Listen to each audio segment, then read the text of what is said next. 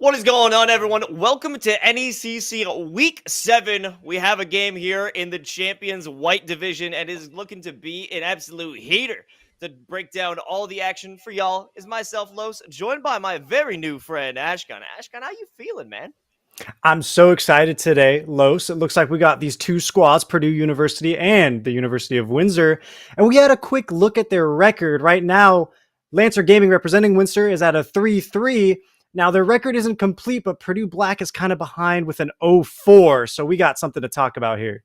Oh yeah, that is a bit of a mark, a bit of a smirch on the name of Purdue Black here. I mean, let's take a look at their roster and see if we could suss out something here. Maybe they got some redeeming qualities. I mean, if we're looking at all of them, it's kind of an old boys club. A lot of juniors there, some boomers in the collegiate space.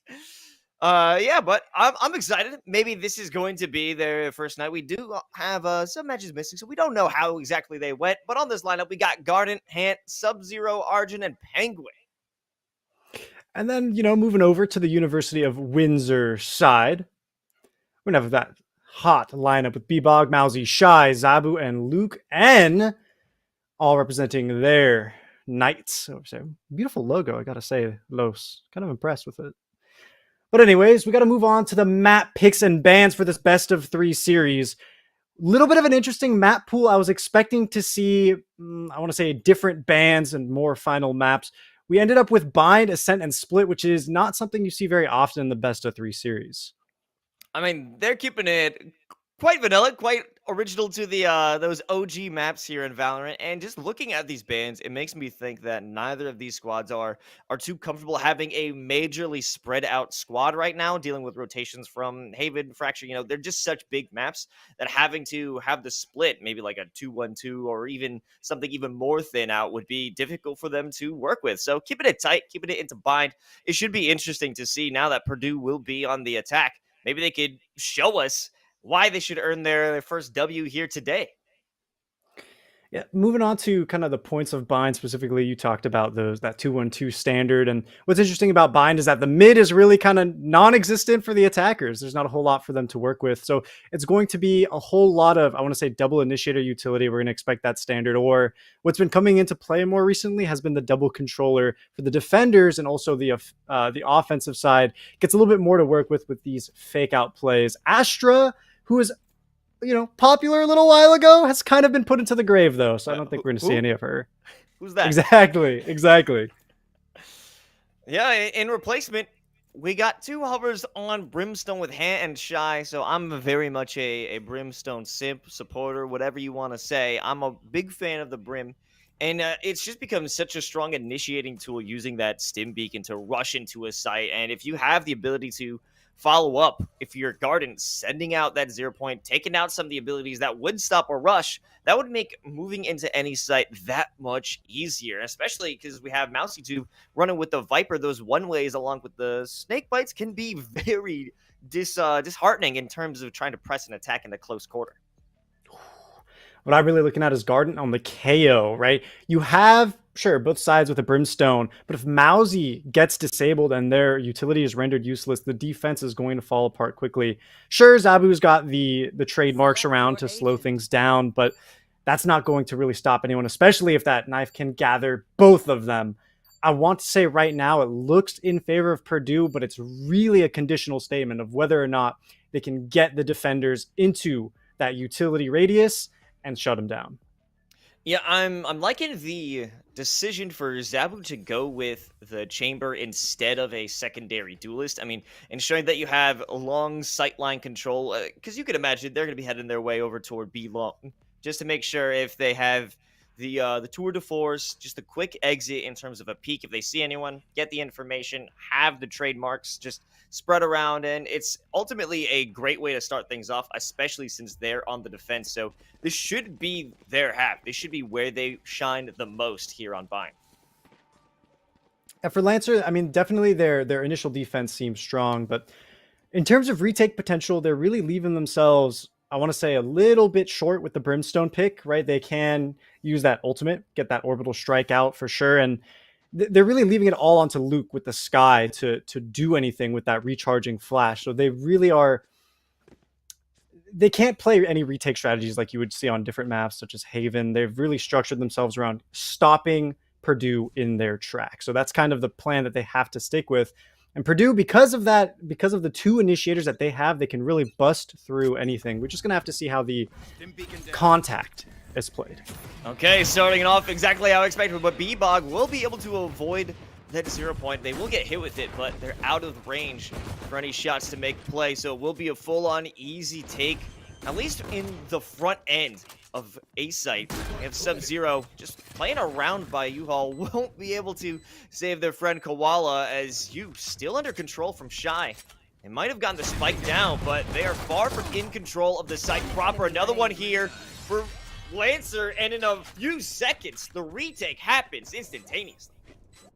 That's got to hurt. They really gambled everything on that shorty play to get control of U-Haul, and it just did not come out fast enough. Enables Lancer to wrap all the way around the site and take as much space as they want. Everyone is stuck together trying to push into U-Haul for the side of Purdue, and they're wiped out one by one. And of course, RNG's smiled upon the side of Lancer to get those right clicks as well. It has been heavily nerfed, and it is a lot less reliable since the previous patches. It's all skill, Ashcon. It's all skill with the right click, you know. Sometimes you just gotta tap it. You just gotta tap it the right way, and things work out. So here we got the common force. Luke deciding to go for the full shields, and a Sheriff as well as MouseyTube only opting to pick up the Ghost, or maybe hold on to what they had previously. Maybe becoming a big spender going into round 3. But now we got a posture for A-Site.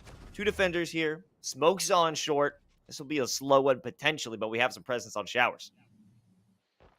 Oh, I like this flank, taking their time. They are not able to find Hant immediately, and he's actually going to flip it around on him, Los. That is insane, and that's some extra Spectres. This has completely turned the flow of the round.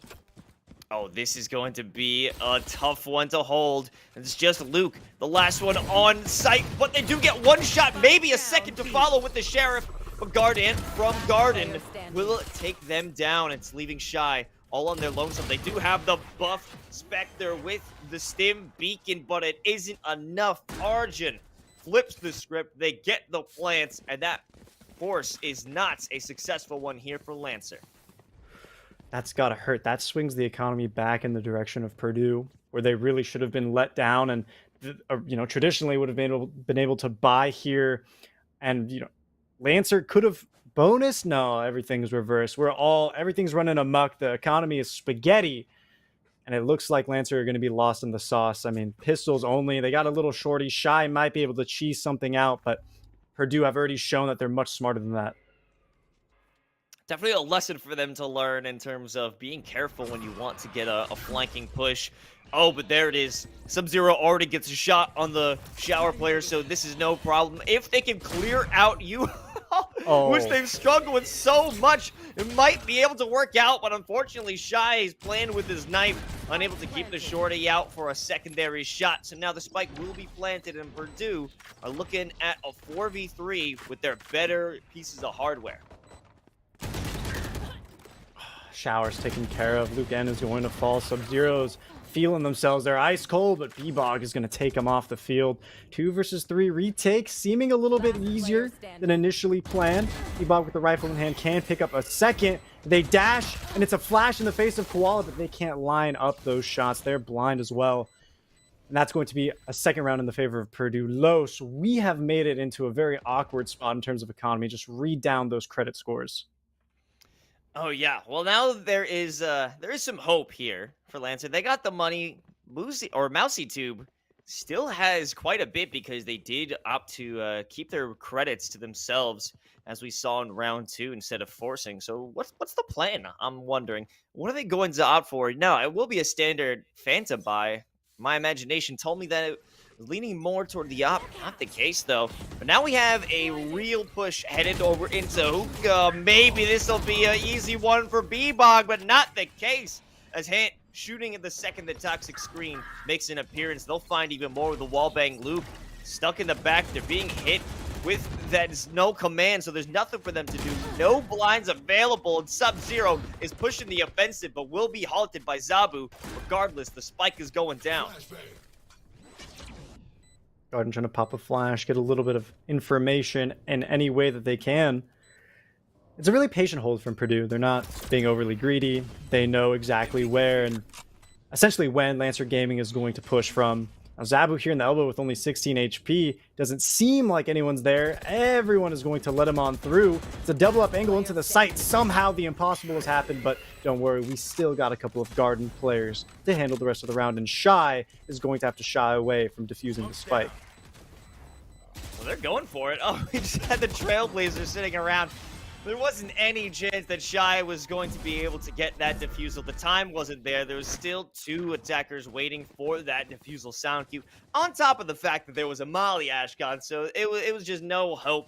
I guess at the very least, Shy could have gone for some exit frags, but none will be granted. And now the economy is a bit in the toilet. I'm still stuck on the fact that Koala ran up with a flash in their hand and did not get punished. That is absolutely nuts to me. And I think, who was it, B-Bog or Luke N in the very beginning there, just escaping, or sorry, excuse me, being taken out completely by Hant. Azabu with a very aggressive play and can snap away in a moment's notice. That's going to be real tough for Purdue. They got a lot less to cancel out the initial utility. And that's all they can rely on at this point. If you're Lancer, you don't have some great weapons. I mean, maybe 2 Vandals to work with, but it's the utility that will be there to save the day. And these smokes consistently being dropped on short are causing Purdue to think twice about their attack. Do they want to make this move? I mean, the toxic screen going down over from B side will be dropped, so maybe that provides a bit of opportunity. But when you have Sub-Zero plays so far up in showers, finds a second with the Blade Storm, looks to the right, misses with the right click, and Zabu puts that one to rest, regaining shower control. But this is going to be a flip. They're making their way onto A default. Arjun watching showers, waiting for the peeker, but Zabu gets 2, maybe. No, won't be the case. Hant, as well as Koala, will be the last ones trying to make this attack work out. There's someone about to swing from U-Haul. It's a mousy tube, and they get the job done. That is really an unfortunate scenario, and it's got to be a tilter. You line up perfectly for the player U-Haul. Hant 100% knew what was coming. They were immediately, as they got blinded from the Seekers, turned around and tried to pre-fire, but I think there's a little bit too much trust there between them and Koala, or I would say a lack of communication, which kind of resulted in that unfortunate situation. Moving forward into the 6th round, it's going to be pretty standard with the exception of B-Bog. They're carrying a judge on the defense. They want to do a little bit of cheese. They saw Shy in round 2, and I think they want a little bit of piece of the pie there. I know, probably looking for some revenge after getting wasted as they were unable to secure a kill that was given almost freely. In terms of Koala with flash out, but now Garden sends out flash, but already through Garden, we have 3 players. Arjun starts the party, removes the elbow player, and this orbital strike makes things a little bit more difficult. Hit with such an easy shot with the swing, now leaving them in a 2v5. Lancer Gaming, that doesn't have the kit for a retake, will be forced to do so. Spike planted. 2 versus 5. This is asking the impossible, and a disable is going to give so much free information. Arjun is already posted up, but they're going to be put down. As Zabu continues their spree forward, it's Koala in the smoke, trying to cut lines of sight, but eventually opting to retreat. I think Purdue is calling for a little bit more reservedness. They want to keep as many guns on the board as possible, build up the economy. Koala makes the first contact, finishes that kill, and Shy, although they get Sub-Zero, Koala is going to go ahead and make quick work of them as well, and that is a 4th round. It feels like Purdue is really taking the momentum here, Los. Yeah, without a doubt. I mean, they've had such easy shots line up for them. I mean, just look at Hant, able to remove a very close quarters threat in B-Bog. They had the judge. They were waiting for that one shot, that one opportunity to seize everything they ever wanted, revenge in Hookah, but they let it slip. They weren't able to capture it, Ashcon. They must be sweating, hands shaking, staying on their shirt. I wonder what they having for dinner tonight. Perhaps mom's spaghetti, eh? Might be the case, but let's see if Sub-Zero can eat tonight as they run through. No, Shy will be able to get one, but Koala and Arjun are there for blood. Mousy might be able to recover a rifle if they can play their cards right. They will lose that hand, and Now Zabu wants to get a shot with the tour de force. Maybe they could turn it into even more, but that teleporter will be the sound cue they need to realize it's safe to recover the rifle. What is the play going to be? Rushing through the teleport might be the move, as we have another trademark on shelf there. It's at least one player in Garden. Where's the second? Well, this is tough here. You can't rely entirely on the tour de force right now. The put away animation is going to be way too long. The trade can come out way too quick. Can't even land the shot. Arjun is good for 3 in this round. Shuts down Zabu's hopes. Koala doesn't even need to lift a finger in that final phase of the round. 5-2, and Purdue are pulling ahead. They're already doing an amazing job on attack for Bind.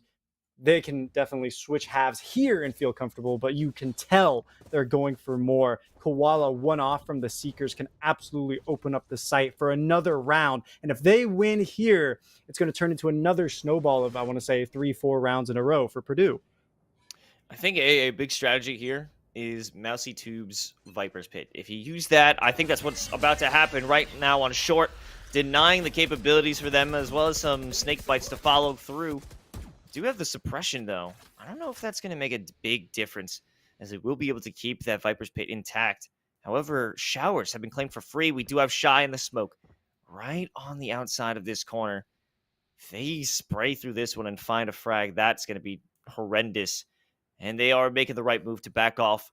Don't wait for that to dissipate and give an easy kill. What a heavy take towards Showers. Purdue, it's been all or nothing with this push on a site specifically with Showers. They really have either no presence or all the presence in the world. 4 players, but 1 smoke is going to stop them in their tracks. 45 seconds, approximately 50 have already been taken out, and Mousy, in the meantime, reduced the numbers. The options are dwindling for Purdue as we speak. They know that they're shut out of A completely, but in the same sense, if they go B, the information is free. It's on the table. Mousy Tube is sitting right on the other side of these boxes, but the peak will be unfortunate. They lose the pit, but the Decay is slowly recovering their health, and Sub-Zero makes an easy swing into U-Haul, now reducing the numbers. But this orbital strike, it denies them the capabilities of planting, so this is all about stalling it out. You have the tools to keep them from getting the plant. That's all you need to do. A kill onto Garden is massive. They can just play their life. They have to force out the plant, and we do have Chamber on the other side to make things happen. Oh, yeah. It's over. He'll wait for it. Zabu plays the patient game and gets Lancer their 3rd round and a kill. That is genius by Zabu. Shy, initially faked out by Arjun's fake plant. And of course, in that kind of strenuous situation, who wouldn't? But Zabu knows the time is running out, knows that if they reveal their position right there by pipes, they're going to lose, cutting out any ability for that round to go in favor of Purdue. Excuse me, in the favor of Purdue.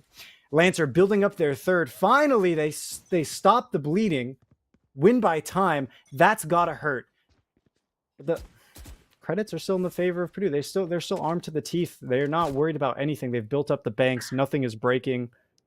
They could give out alone if they wanted to. Look at it set up right now. It's just Shy all alone, and somehow no one has actually made their way up the showers. What a timing!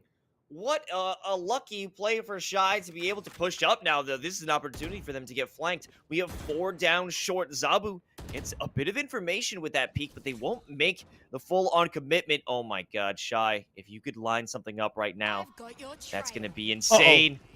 Oh, no! The Seekers expose him! He's not safe! Get behind the wall, Shy! Oh, my God, the headshot is going to come out, but they're put down. Arjun is just looking golden. God, what a call made there by Koala to pop out the Seekers. That was critical. If that wasn't used, maybe that wouldn't be the round. Sub-Zero jumping high above Mousy's vision, and that's going to allow them to take this site with swift execution. Luke and Zabu all okay. What? They're still alive to get that one. How is that possible, Ashcon? That's crazy. That's my monitor turned off for a second there, Los. I don't know what you're talking about. I did not see a play. I got flash too. I got yeah, flash. Something happened. Must be a glitch. But I did see that Sub-Zero did get the kill there, so like he must have played that perfectly. The knives, I think. The blade storm worked out well. That's what we're Perfect thinking. shots. I mean, I wouldn't put it past him. I was expecting an ace, honestly. But anyways, we've made it to the timeout, and it is going to be called by the side of Lancer Gaming. They realize that they're being overwhelmed. Purdue have already taken half the rounds in this first half. So Lancer, they got stuff to talk about, and I think it really comes down to the fact that they're always losing one on an initial pick, and it's opening up so much space for Purdue. They understand that there's a man down on the defense, and they pretty much have nothing to fear, that they can just play trades going into sight. I really think that's it. Yeah, losing out on just a single player in the beginning, especially your controller, with Shy falling down earlier, it denies or it loses the capability of having solid smokes. I mean, you did have Mousy, but they were caught off in that corner, completely above with Sub-Zero flying in the sky with those blades. And when you just have that overall momentum, that force running through Hookah, all a 5-man pushing it in, it's difficult to stop them, especially now since the snake bites don't do full lethal damage. It isn't that much of a deterrent.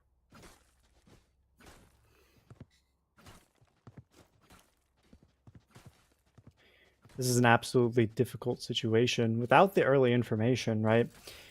Especially because Chamber, the trademarks, they only give you reactive information that you're already being pushed. They need something a little bit more because Purdue, they have nothing to watch their flanks, right? And they're not being punished for it whatsoever. And that's because Lancer are feeling really reserved without the information. Now, Mousy out here in the front, he's good to aim for 2 heads, click with the sheriff, pick up the guns, and rearm their allies. But Arjun is around this corner, Los.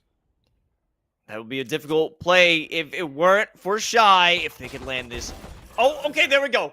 Yes, the bag is not fumbled. The plane isn't foiled. And now the last 2 attackers are running through Garden. Sub-Zero isn't able to get the high altitude play. And Luke N, with the quick conversion, with the pickup of the rifle, able to secure it out. And they can walk around much richer men in the end, taking these rifles to the next round. Now that's the kind of map control you want to see, right? Shy working up the flank. He did it once out of showers, doing it again, pushing up through A short, getting into market. That kind of consistency needs to continue, but where it needs to continue now is from the B side players. No players from Lancer have really taken territory. They're playing behind Viper's utility, which of course is what you want to do generally, but they need to take advantage of this momentum and the fact that they can take any fight that they want with the sky flashes. They can get info as much as necessary. Now, Hant, forced off, knows that he gave up information, has been spotted by the Trailblazer as well.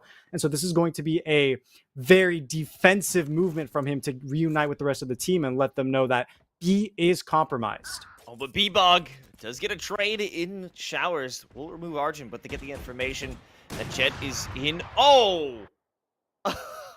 Expecting that smoke will give them cover. No. The false confidence allows Zabu to get a nice kill with the op. And now the numbers have been reduced by 2. They're stuck. They're stuck up in A short. And it's completely cut off because Mousy has moved up into market. Their options have been decimated. And it's all starting off here with that 0 point. If they can make it work out, maybe something can happen. But really, Ashkan, their numbers, their strategies, their options are severely limited. You can get a first pick here, which does happen. Hant is going to prove some Brimstone difference. The null command could follow through, but Garden really reserved, trying to push out of showers, and in the meantime, they lose their ally. Post-mortem, the orbital strike that gets rid of Zabu, but late round has already gone into the favor of Lancer Gaming. Zabu really committing to that shot. They said, listen, I'm taking this shot. I don't care what's happening to me. The stars align. The orbital strikes me down. I will get the shot with the op. Strong conviction. Unfortunately, they died before that was possible. But, they had some players there to clean it up. Thankfully, this will really looking toward a 6-6 half here for Lancer and Purdue. I mean, with a little bit of a scattered bye here for the attackers. This may not be their best bet. Oh, and they're going to get initially flashed, but no aggressive play to follow through. I guess the too much presence there, B-Bog really don't want anything to do with it. And of course, with only an op, you may be able to get one, but the rest, that's a completely different story. Arjun is going to be working up long. Everything is stacked towards Hookah. This could be the golden opportunity for Purdue, but a tailwind is going to make sure that B-Bog gets out safe. But Hant is already eating through the rest of Lancer Gaming. Oh, wallbang headshot into Hookah with the op makes things more difficult. B-Bog doesn't land a second one, and the flash and the utility are keeping them back. Garden, he's slowed a little bit by those trademarks, but it's not that big of a deal. and they're forced all the way back into CT. Spike planted. Not much they could do. Might have a blade or two that can make Oh. things easier. However, Sub-Zero denies any thought of a retake. Healing over here. That's a really strong attack out of Purdue. And I mean, can't expect any less. Double duelist, double initiator, right? That's where you want to be. You want at least those 7 rounds. 8 optimally, but they are in the lead. All they need to do is hold on tight. And with their composition, something that Lancer Gaming couldn't do on defense, what Purdue can is play for retake with all of this extra initiator utility, all this offensive utility, and they can move forward and make aggressive plays that Lancer didn't have the opportunity to make. So we could see either a very defensive, give up territory type of play, or an aggressive. And optimally, I mean, what would really surprise me, what I'd love to see out of Purdue, is they play a little bit of that counterbalance, where if they are giving up one space, they push the other in kind of a law of equivalent exchange type of sense. Nice, nice. Enjoy the Full Metal reference there. Anyways, I like what we're seeing on terms of, I believe it's Sub-Zero. They have that shoddy, but it's not going to matter because the aggressive plays coming out through Shower are making so much more difference. B-Bog and Mousy, however, are making a case for themselves through Short, and B-Bog with another one. A shot to the dome there for Garden. Sub-Zero does find value out of that shorty, but are they expecting the B-Bog push? It's a 3K for now. Hands coming through will have no support. All alone. Can they win out that ghost duel? They have full health, but it all depends. Just one shot can end it all. Oh, just not going in their favor. Shy's going to pick it up. It was a strong initial round for Purdue, but I think it fell apart as they got picked off out of Showers, lost that space. I mean, U-Haul was never, I want to say, taken completely, and I think that commitment actually worked in the favor of Lancer, that they understood, okay, we got the player Showers when we're going to prioritize those, and the dominoes really just continue to fall. Anti-eco, traditional for Lancer Gaming, they're going to snowball that advantage. Now, we saw Los in the previous half. That second round went completely contrary to expectations. Do you think that same possibility could occur here? I'm not sure because it is a full commitment to that, increased, stronger weaponry. We did have a scattered one. There was a sheriff, a ghost, the half shields. This is a full-on commitment, a decision to make that win. Some shots from Arjun might be a little bit of an issue, but in the backline, it doesn't matter. The screens are up. Sub-Zero still finding value with that shorty in U-Haul and has recovered the Spectre. The spike hasn't been planted because this was all a feint. The real push has been on B after the rotation. That's going to hurt. Purdue Black caught completely off guard, but what they do have is an extra Spectre because they got those kills. Now, Mousy. Oh, no, you are not cheesing. No! Slide dog. No. You'll love to see it. Oh, well, there's the reload sound cue, and B-Dog realizes time to swing. And it's what we expected. With that force buy, all 5 Spectres on the board will get success. They may have lost 2 along the way, so it won't be an exact bonus they were hoping for, yet it's enough. It is enough to get them for the equalizer round against Purdue, but it all comes down to this. Does the bonus find success? I think if they could walk away with this one, with the win, it is a very great, solid, strong look for Lancer. Oh, they would be absolutely to the moon if they could get this win. Even getting 3 rifles out of the hands of Purdue would be amazing for them. That it would just damage the economy and make sure that the 4th round would be much more in their favor. I think they're able to do it with what they've got in hand. Oh, aggressive Viper utility to zone off U-Haul players. Hans information has gone out completely, and Zabu is right around the corner, is going to get a little bit of extra to confirm. Oh, this is insane. Oh my god, if Hant is able to secure a kill, yeah, they've got no idea. If they push it, that's going to be a major issue, but if they let it dissipate, Dun, dun, dun, they wait it out, I think that's going to be the case. Dun, Oh, dun, dun, Zabu! Not expecting the smoke creeper. Hant finds one. And that's going to cut things down a little bit. However, not a huge loss because the push has been signaled. It's going over to A, and Mousy 2 wins out a massive gunfight, allowing them to get the Phantom and removes any U-Haul presence. This is a free plant, but they got to worry about Heaven as well as Showers because those haven't been cleared out. Oh, that's a genius Brim Smoke to cut the entirety of A short from the Heaven line of sight. Garden is forced to pull out the flashbang. Retake completely coming from the front of the site. There's no one on the rear. If your sound Hans comes out. has that good shot over toward you. Garden finding value. Oh, the greed for the gun has been an issue. This is going to be the information they needed. Oh, yeah. Wait a minute. Shy does get the kill with the molly, but it will not be enough. A 4K out of hand. A massive Herculean effort coming out of this Brimstone player, and they saved the day with the gun round. They lose 2 along the way. Did give a plan over to Lancer, but at least they walked away with a victory. That's a really difficult position to be in for Shy. That, they're committed to the post plant. They're in position. They're away from the team and separated. And everyone fell a little bit too early for their taste, right? That Molly just wasn't going to find any value. It is, if I'm not mistaken, the longest one in the game. So it was going to hold out for a good bit, but needed the rest of the squad to hold out even longer. Now, also, what this means for Purdue Black is they're more than capable of throwing the null command, the 0 point in that direction to make sure that no post plants of that nature ever occur again. They're going to remember that lineup spot. Trailblazer for info going through. Luke N making the way. And Koala on the other side, not finding any information with the flash. Great use of that tailwind. Coming out from Sub-Zero. May the wind guide you. But things are definitely going slow here for Lancer. I mean, that's not going to be something you want to have Zabu lose their life by Garden.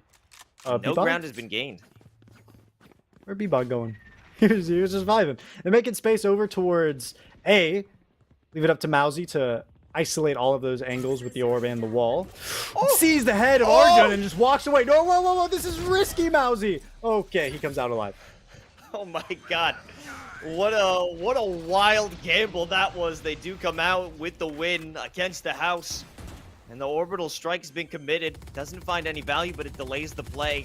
Regardless, that Viper's Pit is going to stay up. It doesn't matter how much time you stall out. The smokes will fade on the side of Brimstone. But now it's time for the retake. All 4 players on the other side of this smoke lineup. It's time for them to make a move. It might be interesting enough considering the fact that the spike is seen from the outside of the pit. Koala, the first one to make the advance, and they find 1 kill. Maybe looking for a second, but Mousy is good for it. But the spike is being defused. Garden almost gets it halfway. However, B-Dog and Mousy put the round on their back, getting all the kills together. That got a little bit of stressful for me, Los. My heart rate has kind of gone up a little bit. I need a minute from that last second. I mean, Mousy has been doing an amazing job making space. First of all, I'm going to put that into my playbook for Viper on Bind, isolating pretty much every angle there and able to kind of go one by one, bring the team through, and then have the confidence to stray away from these gunfights, knowing that they are the win condition. The patience all around. You've got to give Mousy credit for it. And Purdue, I mean, they're kind of in a really stuck situation with everything from utility usage to counter to stacked positioning. This! Oh my god. What a clown fiesta we just witnessed there. A duel of flashes. Well, this is going to be a nice, easy anti-eco. The rifles against pistols do come out on top. I mean, Koala throwing multiple guiding lights. It does get the best of Luke. In the end, it will be traded out by Shy. But regardless, that was funny, to say the least, Ashkin. Yeah, that's going on the highlight reel for sure. That is not it. I'm in shock. I'm staring into the void right now, Los. I cannot. We've seen some pretty intense stuff, and between Luke and Koala specifically, they are fighting for their lives in both voice chats. If any of their teammates are looking out for each other. Now, what Purdue are consistently doing, right? They've front loaded both A short and B short consistently, but what we're not seeing is any of that flanking behavior that we saw from Lancer in the previous round. And that's because Lancer themselves have that chamber on the flank, but that doesn't necessarily mean they can't poke out. If Purdue could provide a little bit more pressure, that would keep Lancer on their toes and a lot more nervous. Okay, well, we did have a close and personal play from Sub-Zero. It only allows them to find one. Well, actually, no, they don't find one with the judge. They do act as good bait for a new rifle to be recovered on the side of Purdue. Oh. But hold on a second. B-Bog going absolutely insane. Maybe another one to follow up with a judge. No, the rampage stops there, and Arjun's has just begun with the Empress popped. The Phantom in play. The Seekers as well might give them the shot, but the full-on box denies the wall bang, and Mousy walks away with a sliver of their health. Here's the Leer, and it's good enough for the kill. But with the Molly here, this might delay the play, along with the smoke. They know exactly where Shy is. They remember. But the question is, how are you willing to commit that? How do you make the play? How do you bait out the Brimstone? And they're waiting. Oh, the shoulder is there. But Oh, didn't get a half. He tried to, but he let go too early. Is it going to pop? Oh, he's good. Nah, he's good. He's fine. 2 seconds left. Yeah, he's chilling. That's a tough one to do. Got a little nervous there. I mean, that peak timing by Shy, near frame perfect. But I think Arjun was just ready for it. They've been absolutely nuts with these initial peaks. And I think we've seen a couple of 3Ks out of them as well. You can't underestimate that Reyna in the 1v1 situation. Never, ever. Can't forget the Reyna. Never, ever, ever. We got 40 seconds to kill. It looks like Lancer Gaming, once again, taking their time, want to talk about what they got to do. They do have the Tour de Force. While Chamber is a really strong option for bind defense, that ultimate really doesn't find a whole lot of value on the attack, especially in this kind of structure where we can see consistently that neither team is contesting the long angle of showers. Zabu is pretty much stuck maybe in a post-plant far angle on B Garden. That's pretty much the sole application you're really going to find on attack to use Tour de Force. So it's a really significant ultimate if it finds value, but on a map structure like Bind, it's going to prove really difficult for Lancer to play around it, especially when Zabu's the one who's been building up to the ultimate so quickly as opposed to the rest of the squad. Okay, finally we have a bit more players geared toward B.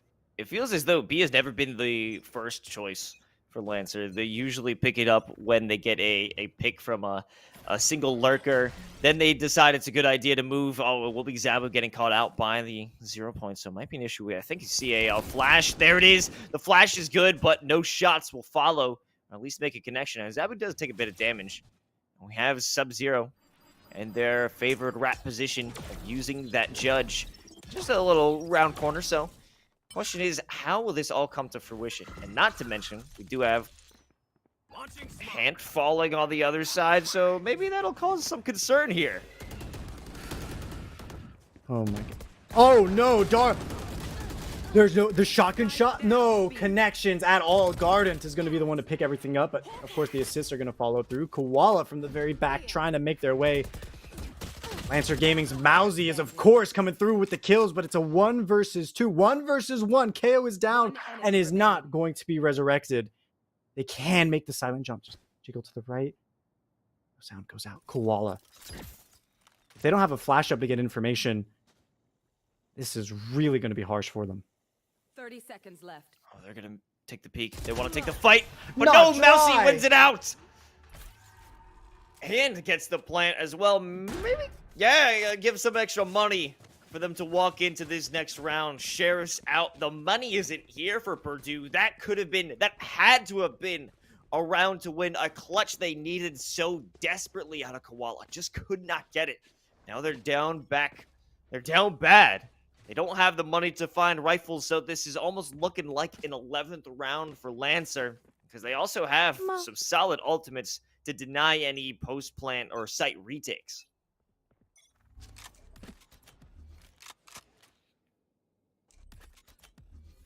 Shy's signature Sky Smokes coming through in conjunction with the Viper Wall.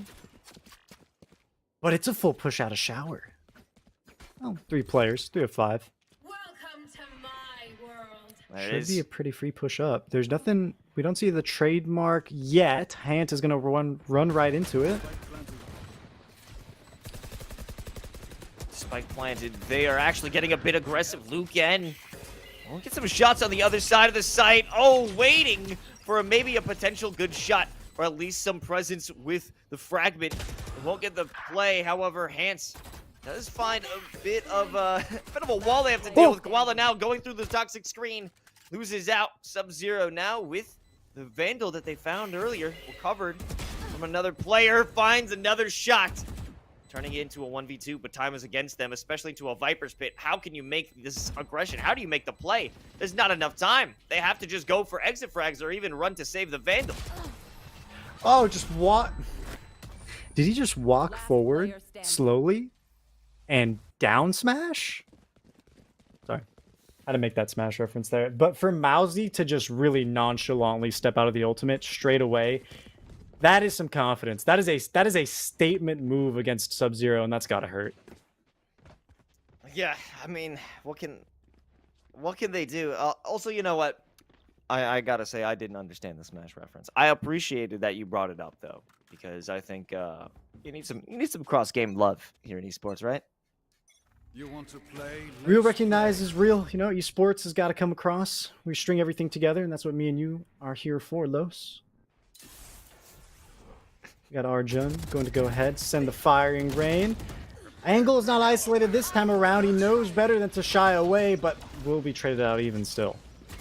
Hant running it up into the showers, finds 2 headshots, followed up by that orbital strike that didn't really find the value they were looking for. Make it 3 kills. B-Bog maybe wants revenge. They use the tailwind to get away, but it won't be enough as Garden is there to recover that kill. Happy feet, wombo combo. Oh, oh. There you go. Yes, sir. That's what I like to hear, Los. We got to get cheesy with it, get jiggy with it. Start dancing. Next caster cam, me and you on the floor. Disco. That sounds good to me. Do we have a disco track? I sure hope so. I mean, we've been told by the producers we have EDM, lo-fi, and hi-fi, so I think we could get something in between that's funky enough. That's fair. Lancer Gaming, not in the optimal position. Lacking resources in the credit department, the weapons department. Koala, you're alone. This is not the optimal place to play with the flashes. I get you're cocky. I know you know you have more money, but this is not the time and place. There we go. Oh no. Didn't see it. Didn't see it. Nothing happened.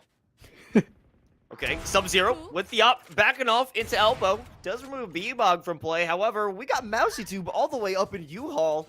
What is going on over there? You have Arjun, the last chance to defend A, and even in the flank, it's Guardian. Somehow they got into market, and Arjun now removing the threats from U-Haul. I don't know how this one's gonna work out. Last 2 players jumping out from towers. In the smoke, goes for the play, and Zabu will be safe from the spray, so the spike is confirmed. Now this presence from Heaven with the Yacht will make him feel a little uncomfortable. The walls are closing in. It's all up to Shy to somehow close it out in the 1v3. They do get the info. They know Shy's here, but can they get the clutch? Not gonna happen. Sub-Zero loves to bring out that shorty. They did find the final kill with it, and they tied it up 11-11. That is such a devious mind trick to tell the enemy, hey, I'm here as far back as possible with the most long-range weapon in this game, and then in a matter of seconds, move right up to the door in their face with the shorty. That would have me confused every day of the week, and then an extra. I think it comes down to Mousy losing that shot, that kill in U-Haul. If they were able to secure that position, or at least live long enough for the rest of the team to come through and get that plan over by triple, it could have been a winnable round. However, there was just so many things that went wrong, or so many things that went right for Purdue for that one to come through. 11-11, either team one step away from securing match point, and oh my god, minimum overtime. Arjun going massive. The lineup was perfect, and they have nothing to respond as the smoke is dropped. That's gotta lower team morale. In that instant, immediately Lancer Gaming's numbers reduced by half. I mean, look at their Viper. Less than 50 HP, a dink away, nothing to heal him. Sky's gone. There is no overgrowth. It's off the table and tucked into the corner. Hand is playing an angle that I don't think Purdue have ever used this entire half with Shower. No, Hant isn't good for it. But still, they have such little health if we're looking at Mousy. They have control of market. They still have those trademarks in place. Shy, turning this into an even game. Now the toxic screen, deny the vision, gives them the opportunity to get the plants. If Arjun landed that shot, the plan would have fell apart once again. Mousy needs to stay alive. They need to keep these smokes in play. That's a really compromised position. It's wall bangable and Mousy is super low. 10 HP we saw. They're playing with fire right now. But no one is aiming for the wall bang. That's what's strange. Arjun and Koala both know full well where Mousy is and do not opt to try to make any damage in that direction. Go for shower. All right, Zabu's out of the picture, but the Empress is already gone. 2 versus 2 situation. Not looking great for Lancer, who are both below 50. That's Mousy out, and a 4th for Arjun. Is it a 5th? It is! It's an ace! An ace! Los, this is a 23 kills. Wow. I'm tingling. Arjun showed up to play today. What a massive round. They single-handedly saved this map for Purdue. I mean, it is still possible to go to OT, but regardless, to keep them alive, to deny the match point access for Lancer there with the ace, what a massive play. Not to mention, they still came up huge in denying the plant or the successful post-plant setup over in the previous round. So 2 rounds in a row. It's been Arjun all day. You want to play? Let's Now, Lancer play. Gaming, although, you know, we can talk about the credits all day and all night. 2 of Force and Bladestorm both available to him. They're down, but they're not out by any means. Oh my god, Sub-Zero looked right at it. They tried to avoid it, and rightfully so. They thought it was going to work out, yet Zabu can't get the shot in. Making 2 for Sub-Zero with the Yop. Hookah is locked down, and maybe it seems that the rest of Purdue have this thing under control. I mean, 1 falls, a second will lose their life, or at least get knocked down with the no commands. Shy, the second they turn that corner, they will get a mouthful of op. Unless B-Bog from the back line over an elbow gets one with the Blade Storm. Sub-Zero makes it 4. They want another one because they have the Blade. Shy denies it. This actually just became a doable round, but you gotta watch your back because we have the flank from Arjun. Regardless, Hint gets the kill. Purdue Black wins 13-11. Los, that was one of the most intense games we've had here at the NECC. 13-11, coming close. These teams did not let either of each other get ahead and take 5-round leads, 6-round leads. We've seen those come through in, I want to say, more less arranged, less organized halves with teams, you know, whose strategies maybe are less rehearsed. These two were on each other's throats. Oh, yeah. I mean, the competition is going to get very heavy when we're in the Champions Division. So, you know, that's why they proved that they belong here in this league. And I'm very excited to see how this series progresses because that was Purdue's map. We're going to be heading to Ascent next time around, and that's where Lancer feels a lot more comfortable. So I'm curious as to see how they're able to respond to that. Will it be as a very neck-and-neck matchup, or will this be a chance for Lancer to start running away and feel much more comfortable? It is a signature map. Ascent is one of those comfort picks for any best of 3 series, and I think both teams are going to feel right at home. But you're right, since it is their pick, we're assuming they're going to be having the advantage that they're going to feel a little bit more hunkered down on Ascent. But we're going to have to find the answers to that question after a short break.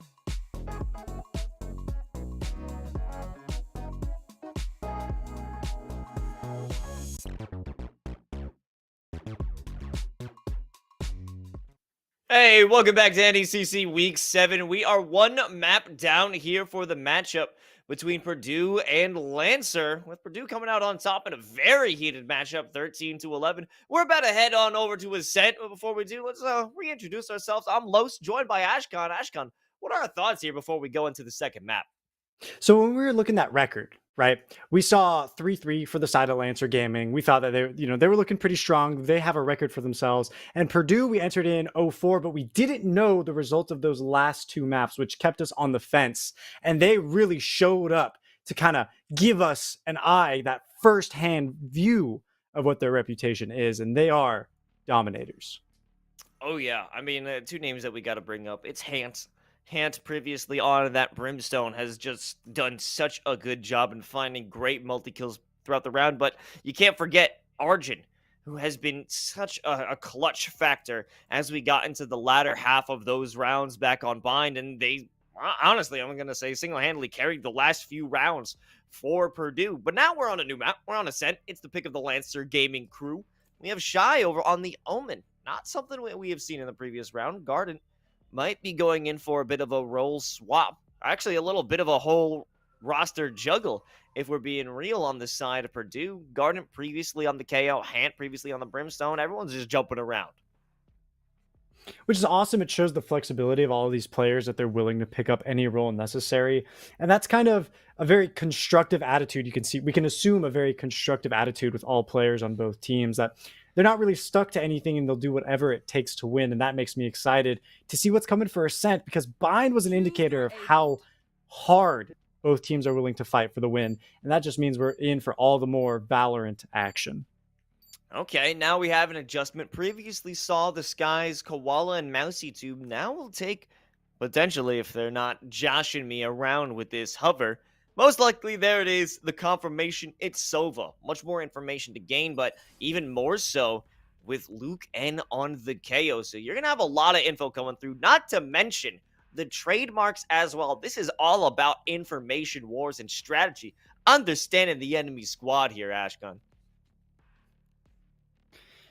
When I look at both of these team comps, I want to say I lean towards Shy's pick of the Omen, that the blind is going to do a lot more than Brimstone's Stim Beacon, because of course when you look at both of these teams, right, they got pretty straightforward smoke implementation. There's none of the Astra trickery or the Viper damage with entering the line of sight of the smoke. None of that. Everything is straightforward, and so it's really those side pieces. And I want to say, on top of the blind versus Stim Beacon debate, the individual outplay available to Shy means that he's really going to shine. We saw a lot of ability from them. I mean, at the beginning, both him and Hant were at the top of the leaderboard on Bind, and I think this is just only going to further enable the skill expression. Oh, absolutely. But I'm always skeptical when it comes to the ability to use the Shrouded Step or the From the Shadows. I feel like those are always difficult abilities to master, especially in these high level engagements. But it might be an opportunity. Hant isn't able to land any of those shots with the Headhunter. Koala, though, there for some safety with the Ghost in the back of sight. They do drop the bomb carrier. Wait a minute. They even find a second, as B-Bog will be able to finish things off. And they do have site control, but it cost them a pretty penny. That and the onslaught just doesn't end. Ooh, on the teleport, Zabu is completely punished, unaware that someone was holding the posterior. Purdue, you just keep the pressure up on those side holders, and they end up like fish in a barrel. And I mean, the idea to teleport out by Zabu, it was absolutely correct. I agree that they needed a reposition, but when you don't spend that money on the trademark, you put it all in the extra bullets for the headhunter. Yeah, I mean, there's nothing you can do in that kind of situation.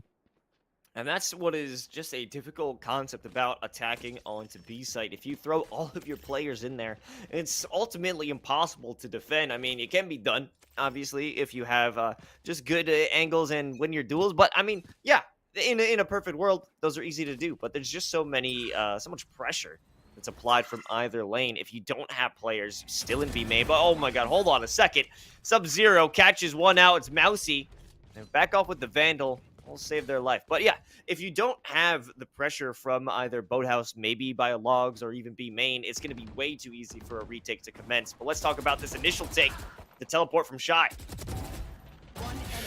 They try to sneak on, and it's not going to happen at all. Arjun has eyes everywhere, and Shy, from one teleport to the next, is able to get some key damage, but they're the last one left alive, and they're put swiftly into the ground by Gardent in the tree area. That's with 2 rifle buys from Purdue in their second round. That means that they're going to have an extremely, well, I wouldn't say an extremely easy, but a significantly easier time here in round 3 than if they were to just stick to Spectres, Ares, etc. Yeah, on the flip side, however, Hans still sticking it with that Ghost. I mean, most likely opting for the Headhunter. Okay, well, there's a Spectre. Oh my. Isn't that the worst, Ashkan? Where you make a call, and then someone decides, you know what? I don't think you're right. And they buy something the second you make an eco or... Whoa, wait a minute. Really gets that dart tag even through the Leer. I mean, Bebog will be jumping through, and Zabu starts the party off and has some support. No help will be given there in heaven. And it's an easy, painless sight take for Lancer. Oh, Sub-Zero, that is a clean shot, but unfortunately there's a second player there to trade you right out, and Mousy is just going to keep the onslaught on going. Koala is going to fall third. Lancer Gaming, you know, they get the buy round, they pick up, and you know, it's not a horrible place for Purdue to be. They still got enough money to buy, right? Because they bought rifles in round 2 and kept it going, they're going to have that kind of safer economy here. So they're still a-okay. Nothing strenuous about that. I do want to point out, though, the strategy that Arjun had in the very back of Generator on A, you need a supporting player to get rid of all Initiator utility. And because they didn't have that, that's what led to the downfall. And you've got to have a buddy to play with if you're going to do those cheeky play behind the box, play behind dice, gen, etc. strats. In the meanwhile, Shy cheesed out a kill from Hans, punishing them for being aggressive. Shy maybe even wants some more, as they do have some greater presence up toward mid, so no one there for Market. We even lost or forced off Gardent, so they're down by logs. Market is easily takeable, but that won't be the case, especially now that Sub-Zero made things a bit easier, removed one player on mid. So now there is a cluster of players just going back through grass. Gardner will be the first point of contact. However, they lose their life. Arjun there for a trade out, sends out another Leer who will back off to play their life. But the information is here. The play is headed towards B.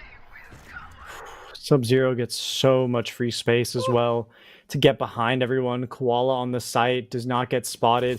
Now, I'm sure there's an inkling that he is there, and Lancer is more than ready, but Shy is in a completely different fight and wins against Arjun. Luke N is going to catapult forward. Koala finally flushed out from the back, and Sub-Zero is left all alone.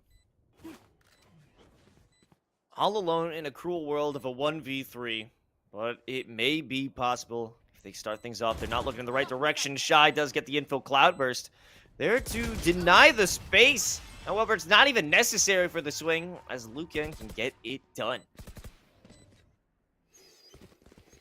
2-2, round tied up. We're starting to see that same neck and neck pattern, Los, that these two are kind of rivals at each other's necks. They're ready to kind of go back and forth. This round specifically, Purdue doesn't have a whole lot to work with. Sure, Sub-Zero may be able to pull out some heavy shields with the Blade Storm, but we haven't seen that buy just yet. If they're willing to risk it, willing to make that play, and they're feeling themselves, it could absolutely turn any round around. That's the sort of volatility for picking a Jet, but I mean, there's just so much in the favor of Lancer Gaming to keep themselves going. There's that no command along with the Blade Storm. The Flash doesn't give Bebog the sightline that they want. However, there's no one here to face off against them. No command won't find the value, but it is enough to just gain space, gain a plant for free in the pacifist run here for A site. However, there is a flank coming through. It's going to be Sub-Zero. Will that even matter, though, as the clock is certainly ticking down? Oh, no. Sub-Zero, you've been spotted from the flank. Hans, information's already out. Oh, does hit the head, but Mousy is always there. On the A site, on the attack, Mousy, if there's someone pushing forward, they are right there with them to make the refrag. The defense, Purdue, they cannot take swings solo at this rate. I think what's going on is the initial picks against them are just dwindling their numbers, and Lancer is not afraid. They don't feel that they're being stalled whatsoever. The trademark, the Sky Smokes from Chamber and Brimstone respectively, they just don't feel like a threat. There's no combination. The shock darts aren't coming through in combination. Reyna Lears aren't going to do a whole lot. Jet's only got a Cloudburst, and Sub-Zero is playing independently with an Op right now. There's really no synergy between the agents, it feels like. However, if you have individual gun skill finding success, that might be useful. Zabu removes that threat from mid, and there's a free market play. Last two players over on B will start the switch, and Zabu gets one for free. However, it's not as free as they thought. Koala with a good shot to the head with an Odin makes things a bit easier. Now, turning into a 2v3. Not much for them to work with. Koala is in a dangerous spot. They can make it out alive with this Odin, or at least get into a position where they can be safe enough for some support to arrive, which I think they have. Oh, they have that ability, that possibility to go for the retake. Ooh, we reversed the status quo in the back of the set. Mousy escapes with their lives. The bullet hits the wall. He goes for the re-peek anyways. The reposition to get into the most unlikely of angles. Now, Shy is posted up close, isn't able to find the kill. No charges left. But now, Mousy is set up to hold and cannot find Sub-Zero, who's traded out the operator for a rifle. That is a third round on the board for Purdue Black. And we watched the territory of B get traded left and right. Koala seemingly stuck on site, but breaks free, finding Luke in market, and then trading the space, giving up the site completely, and waiting patiently for Sub-Zero to come right back in. That is genius at play. Being able to stay alive was a critical play. Having the support from Sub-Zero, just that two-pronged attack. And, you know, like I mentioned before, when you're on site and you don't have the pressure outside from a different angle on B, it becomes very difficult to defend, especially with the Hunter's Fury being put out. It softened up Luke N, so they didn't have much of a shot to keep themselves alive as they moved into Speedway. So in the end, we have Purdue Black coming back, having the ability to keep things even. Tour de Force completely disabled. That's going to hurt Hands, but it's only a good 8 seconds, but 8 seconds is fast enough for Gardent to fall to the Hunter's Fury and Zabu to make space. Oh yeah, and all the space they need is taken. That allows them to go in for the free plant. Full site control. Not a single player has lost their lives. And this is all smoked up. No line of sights granted. Nothing given here for free. So it's going to be an incredibly difficult retake, especially now that we got Mousy creeping their way up through Catwalk, and Sub-Zero doesn't have a clue. Oh! The lineup. All right, Tour de Force is out again. Dart gives information that there is, you know, more than likely Hans in the back, but Mousy distracted completely, assuming a full wrap had occurred, but the timing, no, it was not right. All good. Round still goes in their favor. And of course, you know, in that round, Mousy did more than necessary, getting those 3 kills. But I really want to point out the comedic moment. Koala's droning through and waiting for Sub-Zero, like, look, man, you got to break the door. My drone is right here in the face of it. I need information, and you're not opening this avenue up for me. You know, when you said all good, all I could think of was that meme of FNS with just looking out the window, all good. All good. Certainly not all good here for Purdue. They don't have the hardware to make things easy for this defense. Tagged out by the dart. Zabu finishes it up. Shy's all the way in heaven. And this is another steamrolling round. I mean, they did lose one player along the way, but it's not too difficult for them to cover up that loss. Oh, the no that post plant's over. GG. No command, no utility. Can't blind out. Door's almost broken. Arjun, no options. Or, okay, almost No. a possibility for that spray transfer. That could have Wait. been a crucial one. But now with just a shorty, Gardent has pretty much nothing they could do. There's no chance. Just go for an exit frag if that's even possible. But I don't think they're going to double back the same way they came. I mean, with the way that the smoke has been placed, I think they have an inkling of what's going on, and yeah, they filter out. They're not even going to go that direction. I think the kind of gave everything away. Oh, and the knife on top of it, and Ardent, of course, has to perish there to get the extra credits. Not dying for no reason, wants the extra money. I mean, the shorty is a great cheese weapon, but I don't know if you want to go through every round of the game with it. I mean, that's something that Sub-Zero certainly has enjoyed back on Bind, but they've been hitting some better shots as we've seen here on Ascent. Yeah, this is another crucial round. They are broke as a joke. They gotta bring something together here with such little credits to work with and only the orbital strike at play. I mean, if they do manage to get one orb for Argent, sure, they could convert that into the Empress, but you need a full-on attack to commence for that to really find the value. Well, they're gonna find it as it's another play to A. The gamble stack is certainly not working. If it's always been an easy rush, an easy win for Lancer to make their way onto A, you'd think they have more defense set up. Shy, I wanted to comment on this. Has an operator in their pocket. Hasn't needed to use it yet. Gets the plant, puts it in back of generator, and I'm just curious as to where they're posting. Oh, there you go. Hands it to B-Bog to hold on to heaven. That is disgusting. Arjun moving in, able to break the door. They're going to have to reload before they finish the job. They want as many bullets in the mag, and Garden is there as reinforcement, but you're swinging into multiple. Are able to find one, can dismiss out. That's the Reyna signature play. Brimstone isn't even out yet. Garden has no opportunity to kind of capitalize on anything, and that spray just not go in their favor, Los. No, Shy wraps things up with a good headshot, and that's the third round in a row that we have Lancer Gaming bringing an impressive attack over to A. There's just no real response coming from Purdue, and it's unfortunate. And now that they are bringing in more protection, more control, with Garden having that presence with the smokes and the molly, maybe even the orbital strike, they're going to say, okay, well, we're going to B now. But there is always at least two players, maybe even three, now that we will have Arjun on mid. So this should be a bit more difficult for Lancer. Get out of my way. Oh, initial damage with the shock darts. Koala disabled. Is able to get a kill off B-Bog. The knives aren't going to return anything either. But the numbers are going to just continue falling into the favor of Lancer Gaming as they find Arjun on the floor, and Zabu has complete control, but they're getting a little too feisty here. There's a great deal of damage on Zabu.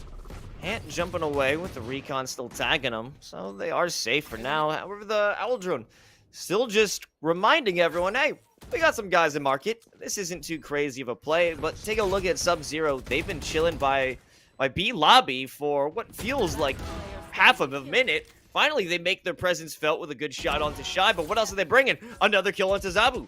Great plays, great maneuvers, and they're going to let that shock dart rock as they dash over to the other side of the entrance, find a Vandal, but really, you have to get these kills, and you have to get to the spike quickly, or anything is going to be lost.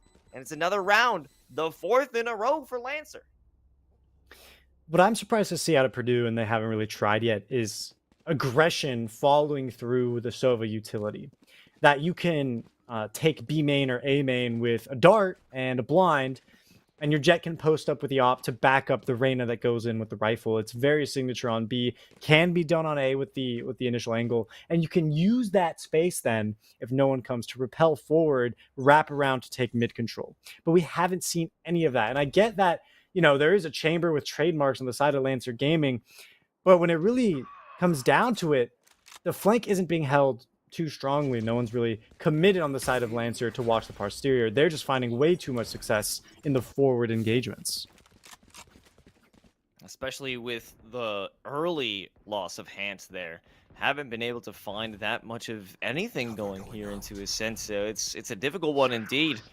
The question is, what's the response? It might be Arjun to do the task of removing Luke, but it's an easy win. It's an easy shot for the KO. Now with mid control, a possibility. This is going to be difficult. Guardian finally easing the pain here. But will they be expecting another one? It's Mousy Tube creeping up through mid. The spike's already planted. The defenses are put into place. And now this counterattack is about to be countered themselves with no idea of the flanker. Mousy finds two, maybe a third. Sub-Zero puts that to rest. Oh, wow. I like that one. Shy just sending it for a bit of distraction. Even if these frags come in, there's no chance for a diffuser.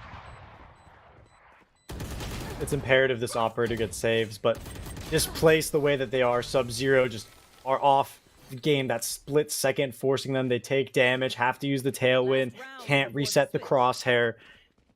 That means the operator's dropped, and it is actually, again, in the hands of the attackers. And Lancer Gaming, they've implemented this operator in such an interesting way to have Shy or Luke or Mousy to kind of carry it in for B-Bog, for the post plant where B-Bog can initially make space. So they get the full range of Jet's kit, the advantage of the entry, and then the traditional operating hold on the post plant. And You want to play? I mean, now Let's B-Bog is play. going to be starting with the operator alongside Zabu's tour de force. And this is the only chance that Purdue has. 2 players committed to the operator means that it's going to be a much clunkier round for Lancer.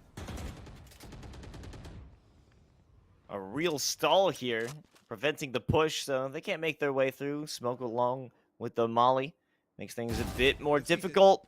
Arjun not expecting the spawn player. Mousy Tube reduces the defender's numbers by 1, and that's a crucial kill to take. And now their options are open. They're postured more towards B. All of them are flooding in that direction, and with this owl drone, they'll start to realize, well, nobody's here. Open season on B. Oh, Hant, you are just getting tagged left and right. This is an unfortunate situation. That means B's free. They're going to... Lancer Gaming is going to take a quick clear of the back site and feel completely confident. Not a whole lot of retake potential out of Purdue. And the fact that there are players in B main means that it's even harder to get through. It's a lone Brimstone. It's Gardent. Got the shorty. Can get rid of Mousy, but the mouse trap can't catch more than one. Shy ends them, and we end the first half 9-3 in the favor of Lancer Gaming.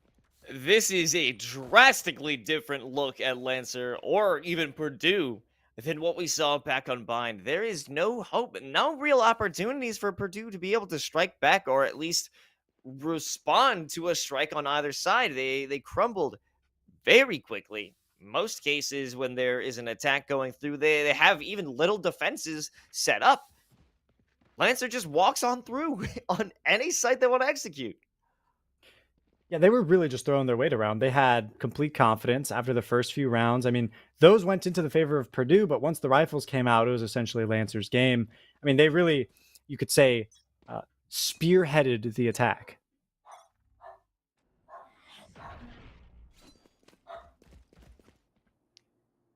Here's Purdue, ready for the play to A. B-Bog there for 2.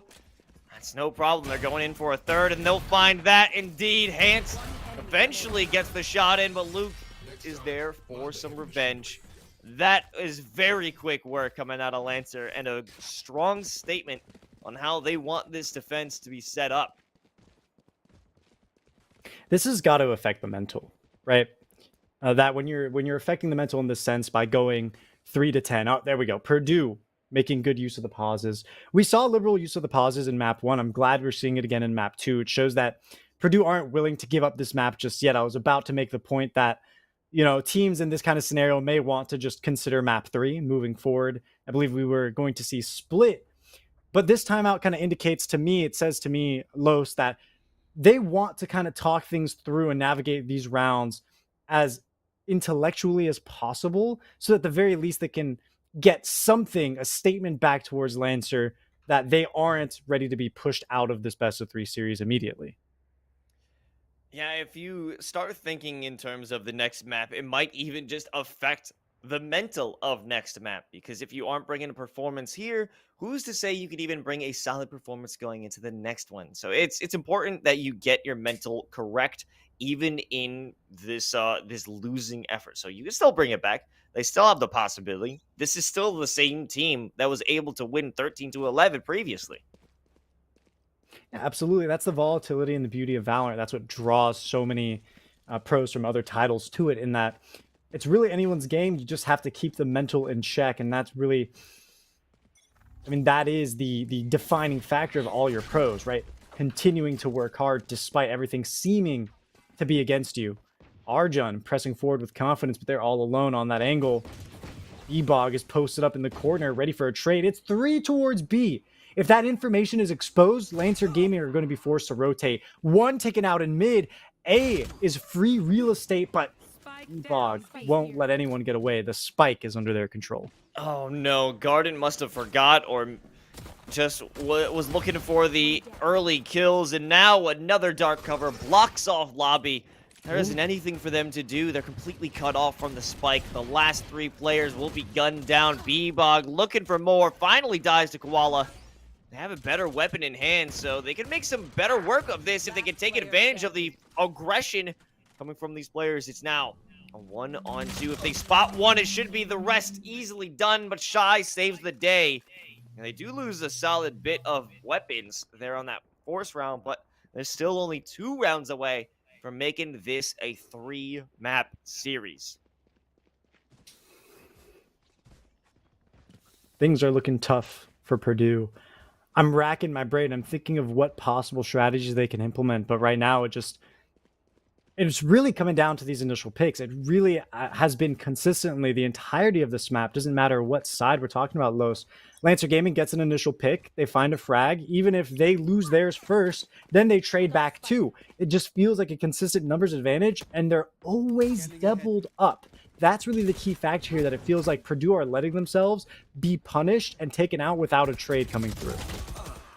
Okay, now they're getting seriously aggressive all the way into the attacker spawn, and there's not much they could do.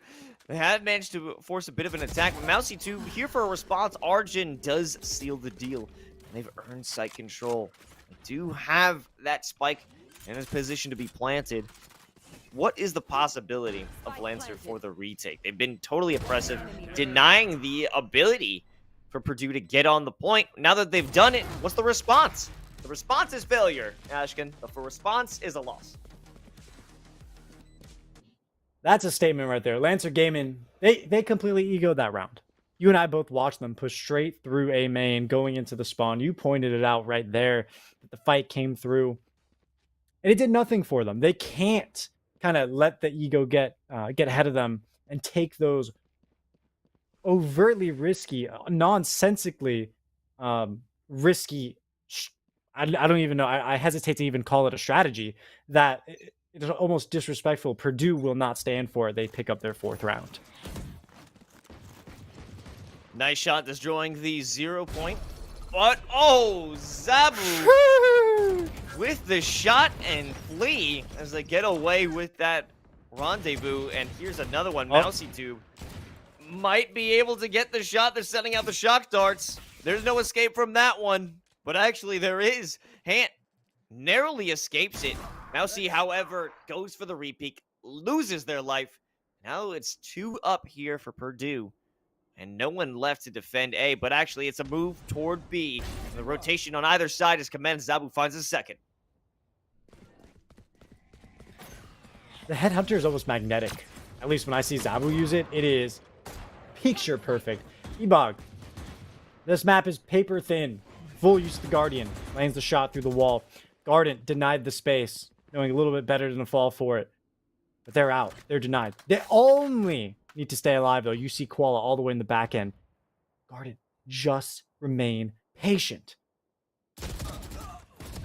Okay, Garden got the first kill, but the information was there enough for Luke to get the shot toward Market.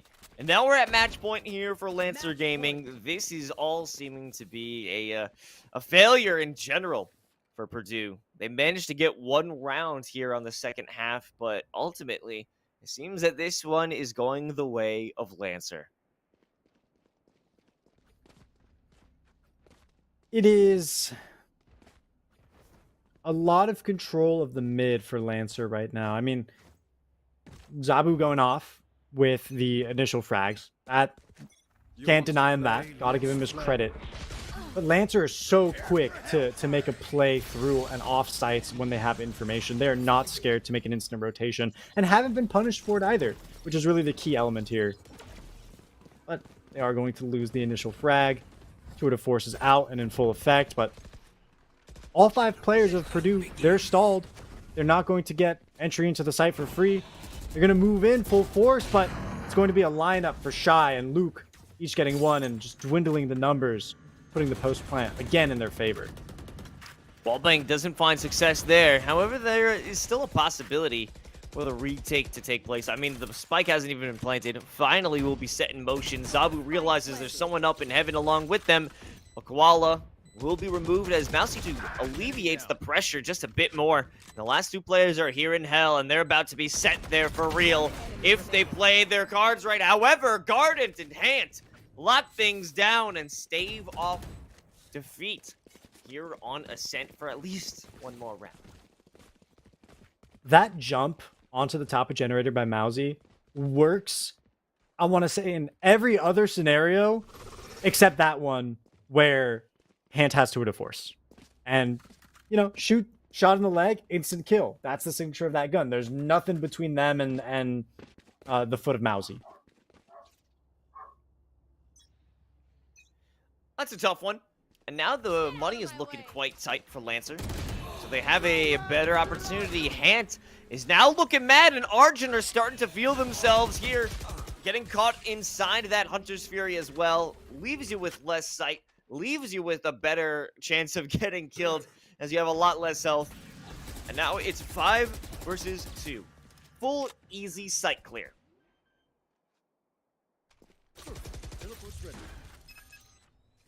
Lancer Gaming 2 left. Got a retake with a miracle. Shy's going to get that space in the back.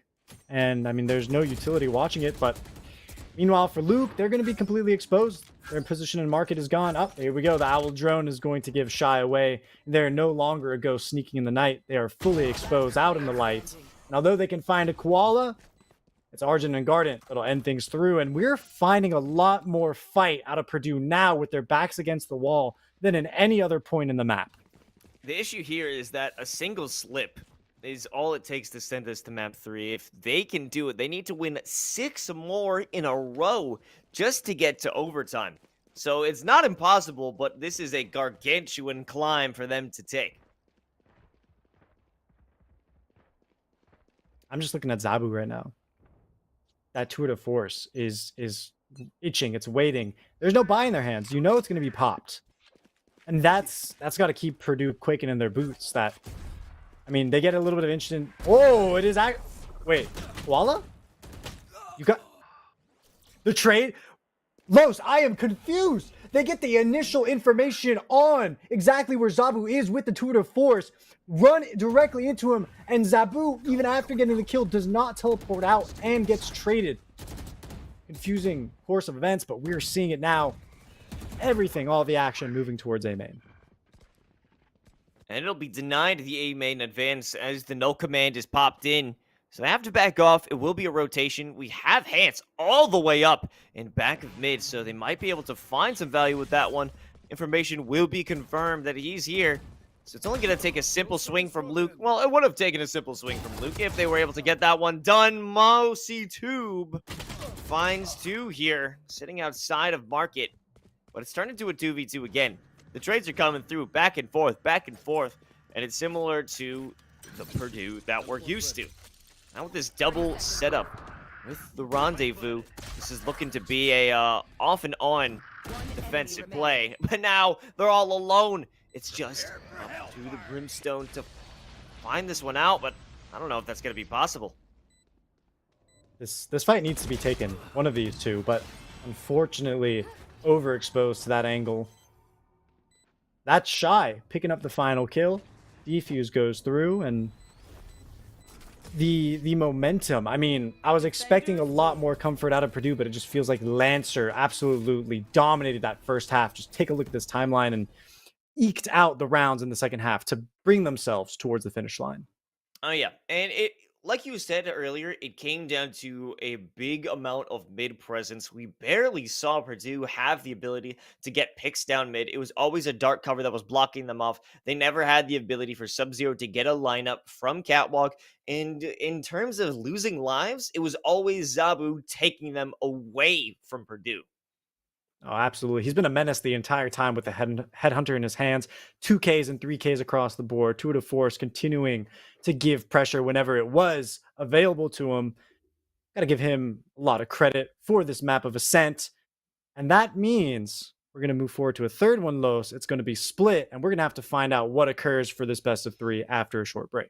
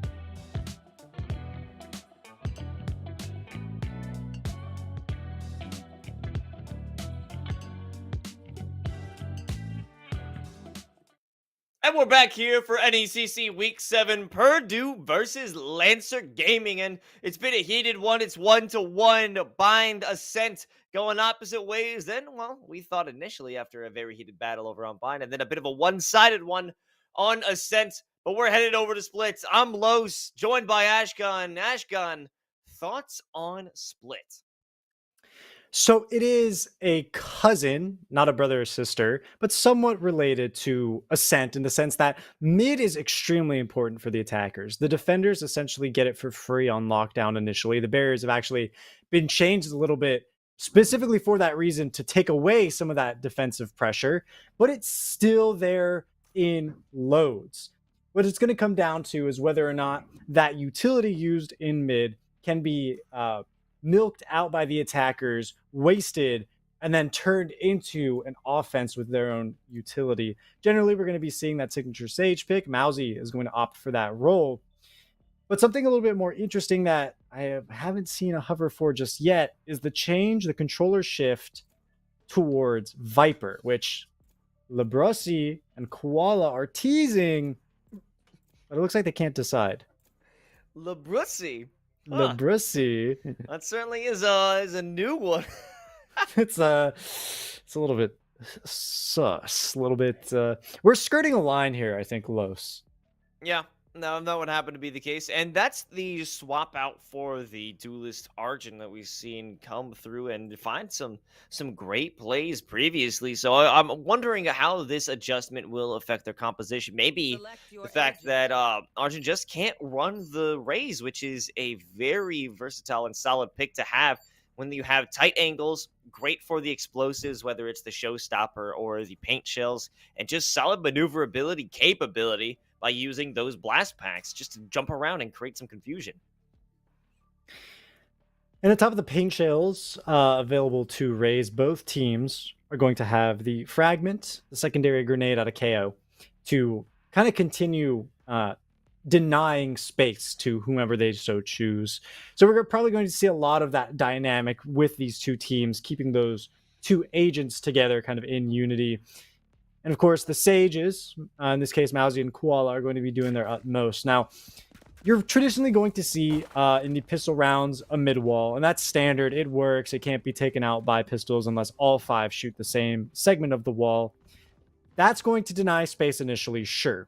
But what it's going to come down to is which team can outmaneuver the other's Sage on the defensive half. Mousy can't get stuck doing the same mid wall again if it's not getting value. What we tend to see in the collegiate scene is a lack of shuffling of the Sentinels. And if Lancer Gaming can pick it up, they can close out the match. Same can be said for Purdue, especially after they're showing on Ascent. They're here on the attack. Their opportunity to shift the balance in their favor is now, because if they allow themselves to fall into the traditional trap that Split is a defensive map, they are going to be giving up so much momentum. And there's that barrier orb utilized over on mid. That's what we expected. And the 0 point sent into a spot where Mousy just doesn't have the angle to prevent it from being shot. So there's some slowed down play. They want to get the dark cover in because they need to ensure their backs won't be exposed or any angle won't be exposed by the time they turn into mid. But Zabu, someone we know has some great shots with a headhunter, will take some damage and finds no kills instead, creeping through the sewers. And now they made their way up toward mid into the ropes. Luke keeps himself safe, sends the knife into the wall to stay safe and stay alive, finding 2, making this an even fight.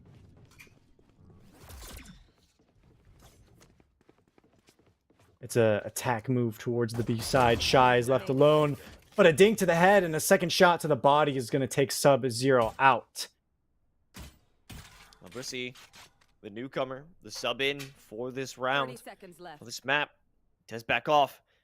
They'll meet up with Luke, and I don't think Luke was expecting it. No, not going to be the case. And they've earned themselves a new ghost as well as the paint shells. So this is almost a guaranteed plant, and it forces Shy to go into the retake mode. Now this is a really tricky situation, 1v1 early in the pistol round.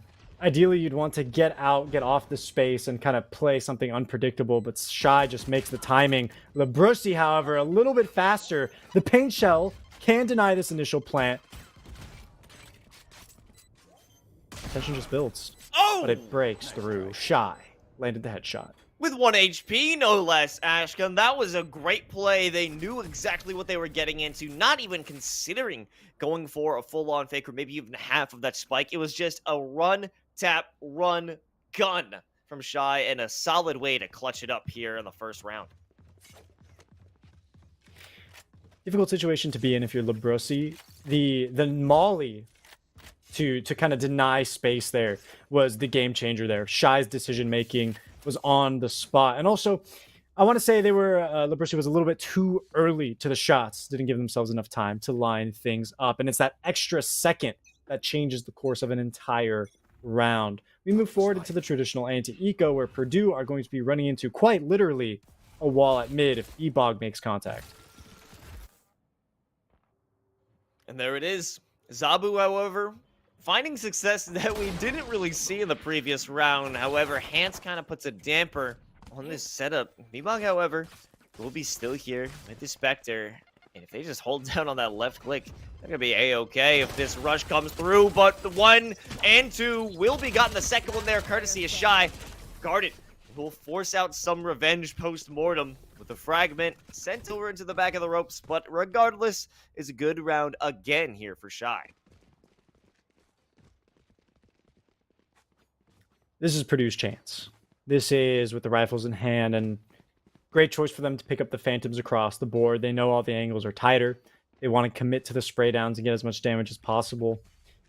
But the guns that pay you off a little bit more than the Phantom does, Bucky's and Judges, are in the hands of Lancer Gaming. They know that they don't have enough money for the big weapons, but they are going to use this map's structure to their own advantage. Wall is being sprayed down. All right, the value of it completely diminished. 400 credits down. But the space, the information, it was key here for Lancer Gaming to respond with what is their currently weaker buy.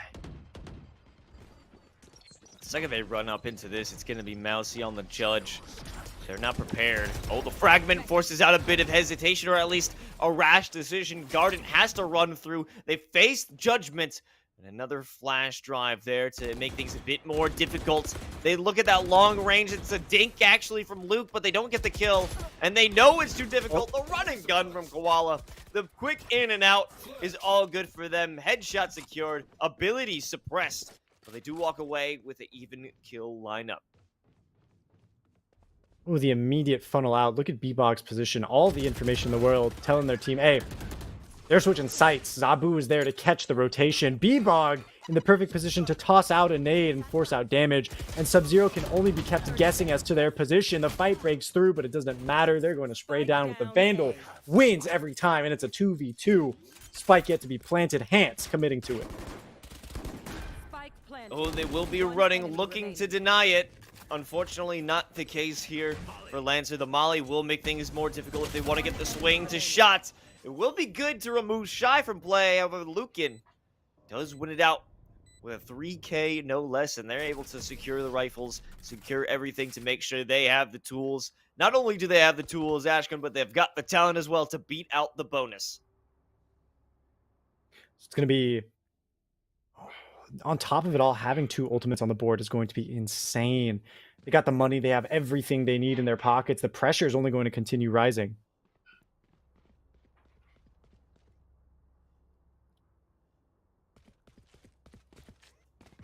Sheriff's out again here for Purdue Black. We do have the option for Sub-Zero to pull off the tour de force, and I think that's exactly what we're about to get.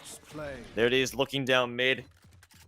They want to play contact first before the wall is set up. I mean, Sage isn't even here. Mousy not around to even put that wall up. That's going to be a big issue. A play they weren't expecting, but it's the one they have to deal with. In fact, the wall still finds value. Zabu will have to look to the right. There's even more pressing matters. Uh-oh, they know Mousy Tube's here. They are familiar with what the play was prior. Mousy jumping with the Judge. Garden is a skeet shooter, finds the head of the Sage, walks away, but only has a shotgun and a sheriff to their name. That Apex Legends play is just not going to follow through for Mousy. They're going to drop dead. And that's A main. And it's a complete fake out. Look at Lancer Gaming caught up in it. Hand has all the time in the world to get out of smoke. The wall denies Heaven B. And it's essentially free real estate for the entirety of Purdue Black to take it. And they're going to actually opt for the default plant, despite having all the space. This is going to be a difficult position, and Garden falls to this Molly. Oh, that is unfortunate, and the correct play indeed from Shy. Let's not risk it. Let's use all of our utility to the fullest. Doesn't even allow the Orbital Strike to find the kill. He wants it. He's hungry. The gun is thirsty. And Luke N also gets a drink before this round ends. That's 4 in a row here for Lancer. They're having a good time indeed. Well, what's really impressive is that, you know, it's a weaker buy there, right? That 4th round for Purdue, and they still are able to get 3 rifles out of the hands of Lancer, meaning they're going to be weaker here in terms of the numbers. But at the end of the day, right, any round on split where your enemy can buy a shotgun is a round that they aren't actually broke. And we've seen Lancer prove that once. It looks like they're here to prove it again. Mousy once again with the judge. And it looks like they're going to be relying on this strategy again. They're up close in A main. They've got the wall purchased. And it looks like they're more than ready to continue playing around it. If the wall segment gets broken, they're there around the corner for the one-shot kill to the body. Judge on Ascent, broke. Judge on Split, woke. And let's see if Mousy can open the eyes of some players as they do activate the no command. Boombot realizes there's a player on the other side. Mousy goes for something. They only get a bit of damage over on Garden. I mean, it's actually a good amount. However, this attack is in full force. They are committing a plethora of ultimates, but the spike is down in Heaven. They've lost control of it, and B-Bog might be able to take this fight. However, Labrussi gets the perfect timing, and finally Purdue Black is on the board, but it cost them a hell of a lot. Shit, Labrussi, you're looking good with the 5-4 score line, picking up the first round for Purdue Black. Looking great over there, my friend. Ooh. Yeah, definitely a good way to start things off. Crucial use of that utility. Getting the kill with the showstopper. Using that Boombot for the information to suss out Mousy Tube, who has been taking serious advantage of that judge. At least good for one in the rounds where they got into an engagement with it. This time it won't be the case. A little bit of damage on a guarded, but they weren't even a crucial factor for this round. So with that time spent and just all the utility spent to whittle down the numbers of Lancer, they do manage to eke out their first win. And maybe even another considering the economy that we're looking at over for Lancer. We just talked about it. They got money for the shotguns. They're going to have enough. They're going to play around and cheese. But Purdue they have seen that trick once. They've seen it twice now with Mousy playing around the wall. Certainly they don't fall for it again. And this, yeah, you know, I got to agree with you. This could 100% be their round. But it is going to be a hard fight still. With the way that Lancer have been positioning specifically their chamber, Zabu has been able to get these aggressive picks you can't traditionally get on split, rewarded for them, and then out to lead, to create a numbers advantage, basically, for themselves. I love that Mousy Tube is just committed to the judge. I love that. It's conviction. It's a belief in yourself, and no one's caught out with that 0 point, so they're okay. They don't have any information. They aren't completely sure that this could be a judge placement, but this is Mousy Tube. They love that corner. They love that box, and they have the support as well coming in from B-Bog. So it's a simple setup. It's a fine setup, and it'll work out, especially with the Rays potentially forcing out a rash decision or a hasty play with a nade or so. Zabu making things work over on the site proper back out A. Walking through the slow field. That's an easy freebie for Mousy. Maybe I spoke too soon when I said I wouldn't get caught by the strategy twice. Koala's going to move right on in. It's a double up with the boxes. It's... Oh my god. I have nothing. I have no words right now. Yeah, fool me 3 times, and you have faced judgment from the Mousy Tube. You know, fool me once you can't get fooled again, or so we thought.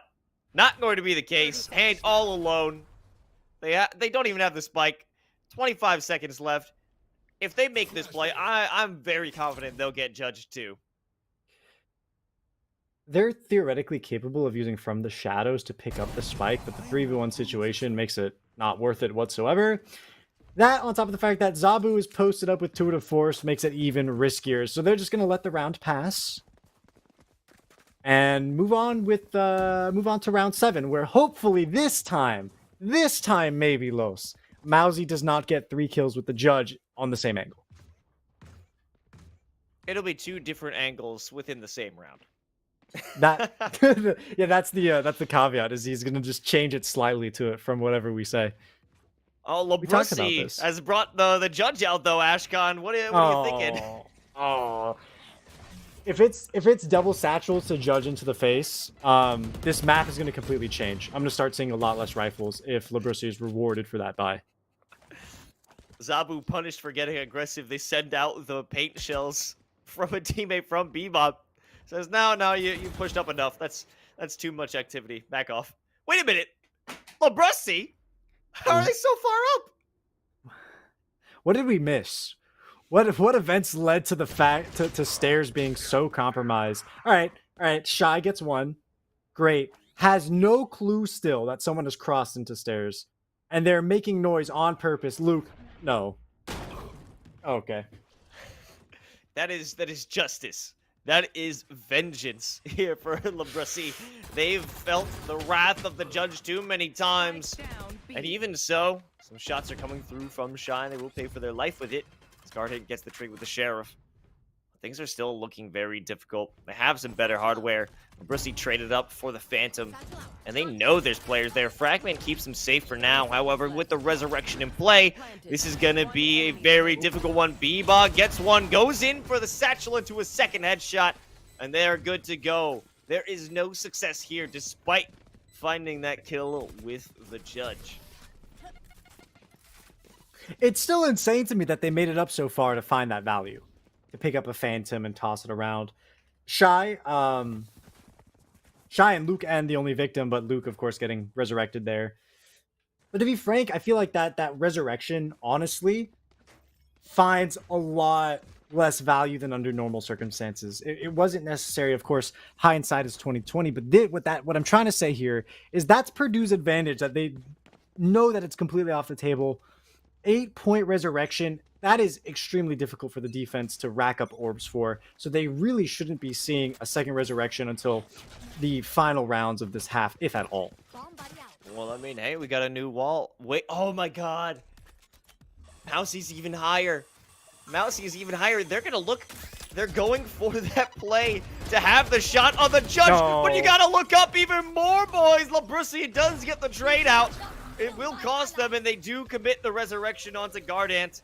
It's a worthy cause, because that is such a dirty trick to play. Koala continuing to get those shots in, and it's turned into a 3v4 as Luken is having some vengeance, having some victory now with Bebop here with the showstopper. A shot from the yacht from Sub-Zero makes it a bit more difficult, but now it's a 2v2. One enemy remains. Headshot out of hands. Second shot to the body from Luke, and that's going to be 2 for the second round. And Purdue finally make magic happen. They just need to win a few more 3-4 rounds. That's all they need to feel comfortable. The momentum is just going in Lancer's favor. Finally, things have broken through. Mousy taking me back to the past, back to the Bucky meta when right click could kill from 20 meters away. To see that come through and revisit it in a round here, I'm in awe. And I feel old. How old are you? 21. Okay, I'm gonna need you to tone down there, Ashcon. Come on now, 21 feeling old. I mean, maybe for the Valorant community. Maybe that's understandable. You're looking at a 25 years young fella joining you on the desk here. Some would even call you, myself included, the handsomest host at 25. I'm a silver fox. I got the grays coming through, and it helps everything out. And they've got some flashes coming through. A little bit of a team flash, as maybe that one wasn't calmed out. But they do get site control. It's the null command making things easier. And the plant is coming through to Spywell. That'll be much more defensible from B main. Now C2 No. shots. Oh my god! How is this? This is impossible. This is inconceivable. Ashcon, it's almost even illegal. Okay. Garden trades it out, gets a second, Oh! continues the onslaught Oh for my a third. Wait, it's a shining ray of hope, and B-Bog is blinded, shooting through the air, trying to find anyone, but Hant finds him, haunts him. And that is the 9th round going in the favor of Purdue. It's a foothold. It is a ray of hope, something that they can grab onto. But even despite shaming a second round in a row, the bank does not fall. It does not break for Lancer Gaming. Just look at them. I'm looking. And I'm seeing a team that has just had enough. They've had it up to here with You the want to kills, play? with Let's the play. judge plays. No longer will they fall prey to this one. Can't use that. You know, we keep saying that, and then it keeps happening, Los. There's some magic to our words, that's for sure. Yeah, we're dropping a hex, a little curse, a little bit of a bamboozle and some voodoo magic coming through. Oh no! Oh. No shots from Labrussi to make the show stop here. Zabu and Luken will rain hellfire from the heavens, from the rafters. Mousy Tube going for a Hail Mary of a shot with the judge. Hant says no. They did lose 3 members so far, and the Tour de Force still up at play. The spike is over by the site. They've lost complete control of it, and there's nothing they could do about it. They don't even have the positioning to be able to wrap around through mid to get through the spawn. Hant is completely revealed. Box is wall bangable, and Hant finds that out the hard way. Sub-Zero left alone. Sure, the Tour de Force might be able to find some picks, but the first shot is going to whiff. Players are lining up, but not into the crosshair. Sub-Zero is just a little too finicky for that crosshair to settle, and B-Bog is going to tactically crouch on top of the corpse to keep their accuracy up. I can't make any excuses there, Los. I can't. Sometimes you don't have to. You just have to let it be what it is. And whatever that was, let's just move on from it. And then we're moving on to the 11th round. That's going to be Sheriffs. Good place to move on to. For 3 of the players, it's a Guardian for Hant. They were on the hot end of a wall bangable surface, and now they want a high penetration weapon to kind of test it out for themselves, maybe. Not the strongest of choices here for Split, where everything is a close angle, but still a weapon, 1 shot to the head, 3 shots to the body can definitely prove useful. But the damage is already coming out early. Sub-Zero. Taking advantage of the aggression from B-Bog, they got a bit of damage out with the paint shells, and they wanted a bit more, and that will cost them dearly, losing their life. And we're back into all reliable as Mousy Tube in the rat hole. There with the judge. Now that things have slowed down a bit, they do have the null command at the ready if they so choose to bring it out. This is an interesting scenario. Players up by mid, not yet ready to take the leap and pass the gap toward heaven. Labrussi realizes no one's in mail. Mousy Tube gets the shot, and Shy is there for support, so they will find success. The double stimmy to get things popping, send out the molly to prevent the plant, and it'll be done in fact. They have to back up, and it buys time for the rest of the team to get in position. Not a single shot from Koala makes the connection. That's the spike down. Even more time delayed. The fragment here to even further stop them from thinking about planting.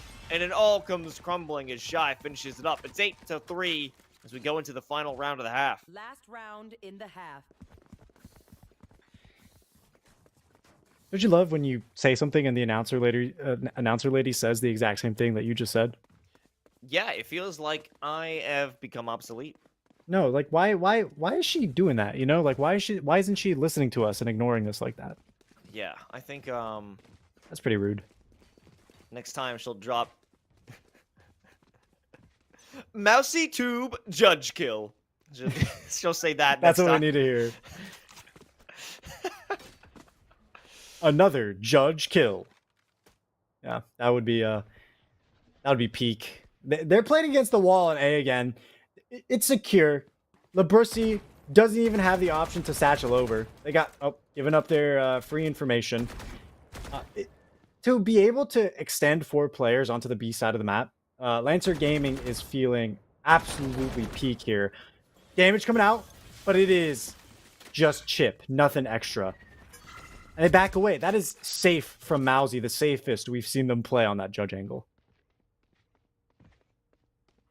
And they drop the orb, keep themselves safe, because, you know, you have the potential for null command to come through. You want to be able to send out another slow, keep things a bit safe in your position. Oh, a good rendezvous away. So they won't be hit with it. But, I mean, it's just good for information denial. It's not like their abilities were going to have an impact. Oh, Sub-Zero goes potentially for the shot on the trademark, decides not 30 to. seconds left. As there is some reconsideration on where to go. Here's the no command. It's over in ropes. They deny the efficacy of the trademark, but somehow sitting up top, they'll provide enough distraction as Zabu was in the corner. They didn't even realize he was there. They were looking at the boxes. Here's Sub-Zero, misses the hot shotgun, and it turns into a 3K for Zabu. It's a 9-3 half for the Switching defense. sides. Lancer Gaming still on top. This is where the tides can turn. I was talking about earlier how, you know, Split is heavily defense sided. That's a fact. Everyone knows it. You've all been here before, but they desperately needed those early rounds. Having 9 in the pocket going into attacking half, just 4 rounds necessary to win. Lancer Gaming, they've proven that they can eke out even the unlikeliest of scenarios. We've seen it on Bind, we saw it on Ascent, and it is likely we see it here on Split for Purdue. They've got to, you know, cross their T's and dot their I's to keep things going. They have to play perfectly. They don't have the same flexibility under a normal half circumstance to give up early kills. I mean, it's just like we saw from Purdue last time around over on Ascent. They had such a great round disparity when they started to wake up and just feel themselves and get more kills. So with little room to wiggle with, also known as wiggle room, they have to play incredibly safe, especially when you have B-Dog just sending it down. Labrissi wants to take some notes from Mousy 2, doesn't find those were correct. Looked at the wrong Quizlet, got the wrong answers, lose out on the shorty fight. Healing. Contact is made. Koala finds the first shot. Is going to be dropped to 14 HP. The heal is up, though. Can easily be set ready, but they're going to opt to go for the slow. That's going to aid Sub-Zero in making not 1, not 2, but 3 total shots, dwindling to numbers, and Shy's left to clutch the round, which is doable with the Ghost. They drop down. It's a risky play, but they're rewarded. The issue is Garden is going to follow through. Garden acting purely as a distraction there. As Sub-Zero walks out of that round with 4 kills, definitely putting the round on their shoulders. It's a good start here for the second half. Labrissi has the judge in hand. Ashkan, what are we thinking on that one? On attack, you know, not too much effect. And are we seeing wall jumping? Is this Mario 64? Sorry, got distracted. To be able to tuck into a corner, to have the mobility on defense, to kind of stick forward and then toss the satchel in front of you to push back. It's a really safe option for your race to be playing on that judge, and they should reap the benefits, but still, ever risky to get into the face of your opponents. The classic right click, unpredictable. Koala being peeked into, and Zabu punished for it. Similar shots. Oh my god, Labrissi just running like a mad woman, and now at 1 HP onto Luke.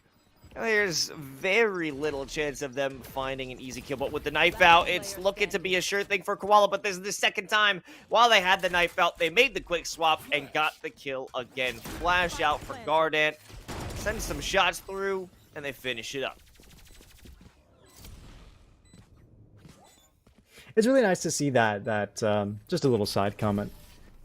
The Bulldog kind of making its way back into the meta with the recent changes between it and the Guardian. Because now this option is completely available to Guardian to kind of maintain it here on this bonus round. It's going to be much stronger on a longer angle in comparison to a Spectre or a Judge, of course. And that should enable them to kind of hold a ramp a little bit more conservatively, as opposed to feeling the need to get in the face of the attackers, that, you know, to give that option for Lancer Gaming to find an early pick. And it's really rewarding to maintain that space early, especially on Split, where the slightest crack in the defense leads to a snowball effect. There. Slow ward put into play. And they will give off the sound cues. Brissy hit with that 0 point, or that, yeah, the 0 point, but it doesn't matter. As long as they got the judge, well, they'll be good for 2.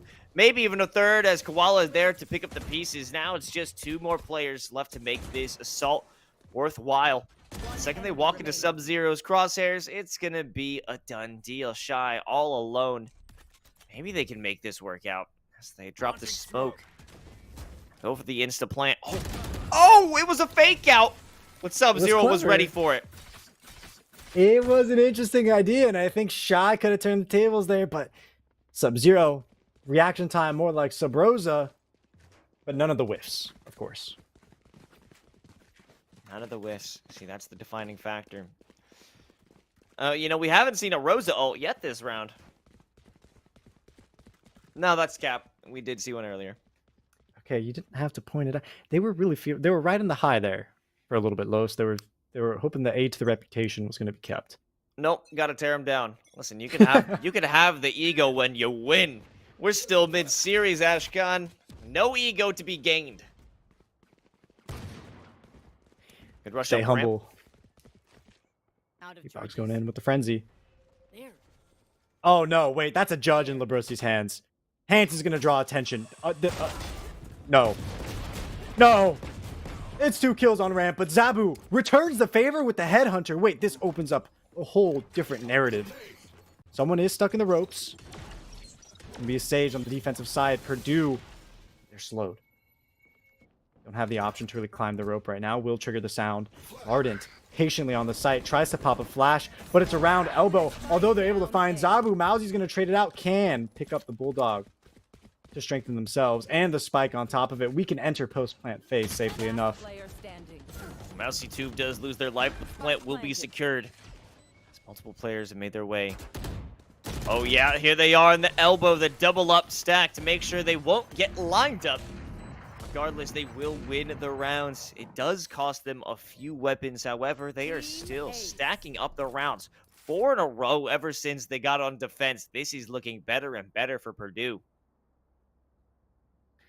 Is this the rumored reverse sweep? Is this what could be building up?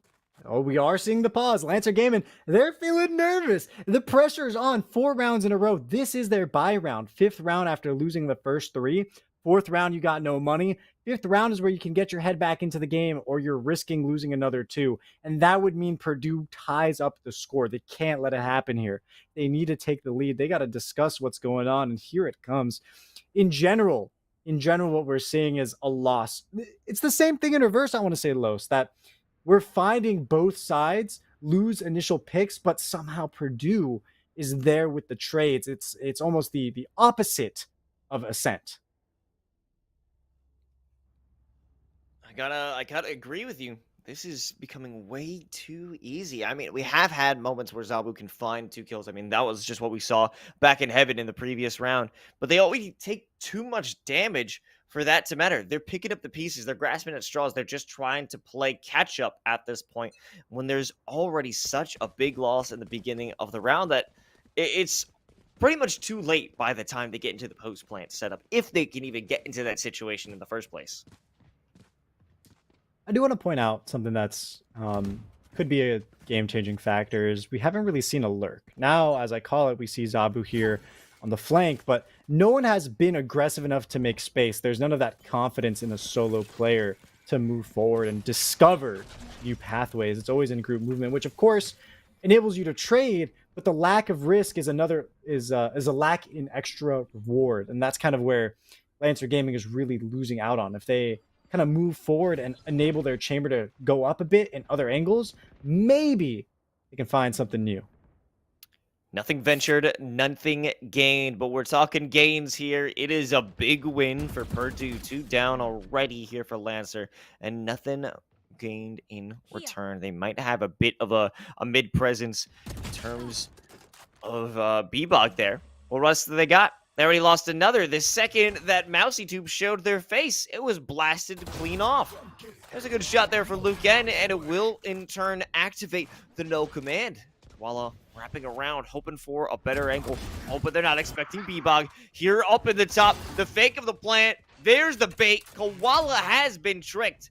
And this is a good situation. They could get the plant in. If they spread out enough, they should be able to have a solid setup for the defense. That 0 point enables B-Bog to confidently move around and wrap. This extra noise gives exactly the information that Lancer Gaming needs, but Showstopper will keep Luke in the ground as scrap metal. And now it's a Raze versus Raze, and the second Showstopper of the round gets popped. Oh, there it is. The show has finally been stopped with the encore from B-Bog. They saved the day. It did cost them 2 ultimates, but that's all right. Whatever you need to break the streak of Purdue. And finally, they get their first round of the second half, making it 10-7. And with the scoreline, you wouldn't think that they have been struggling so much here on the offensive half a split.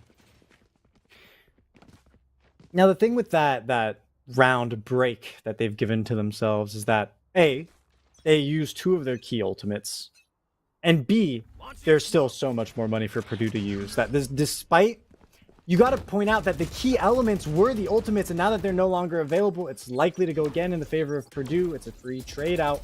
Numbers stay even. And an operator in the hand of the defense means that Lancer are going to be that much more conservative.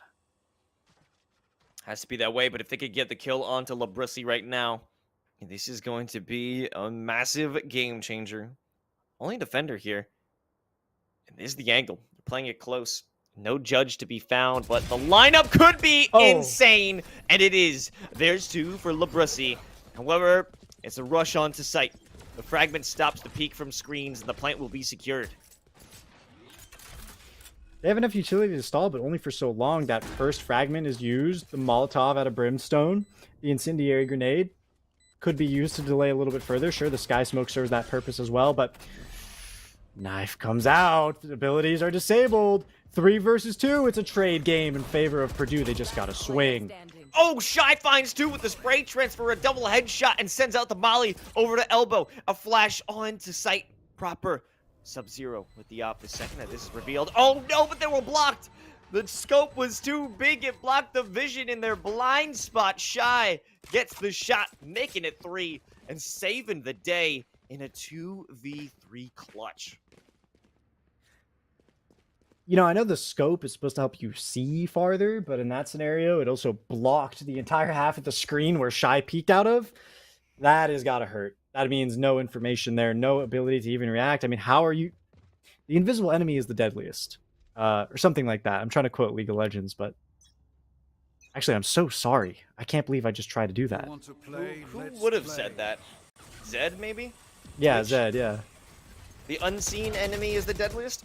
Yeah, there you go. Anyways, B-Bog opens it up with a double satchel. Takes Labrissi out. No shot with the judge today, as they are going full steam ahead, trying to make their way into map and series point. Another shot goes down. Mousy 2 making full on denial out of this eco round here for Purdue. It's a slaughter. It's a kill fest. I mean, Sub-Zero stops it from being the NECC flawless. But regardless, 4 up. Plant done. Map series point.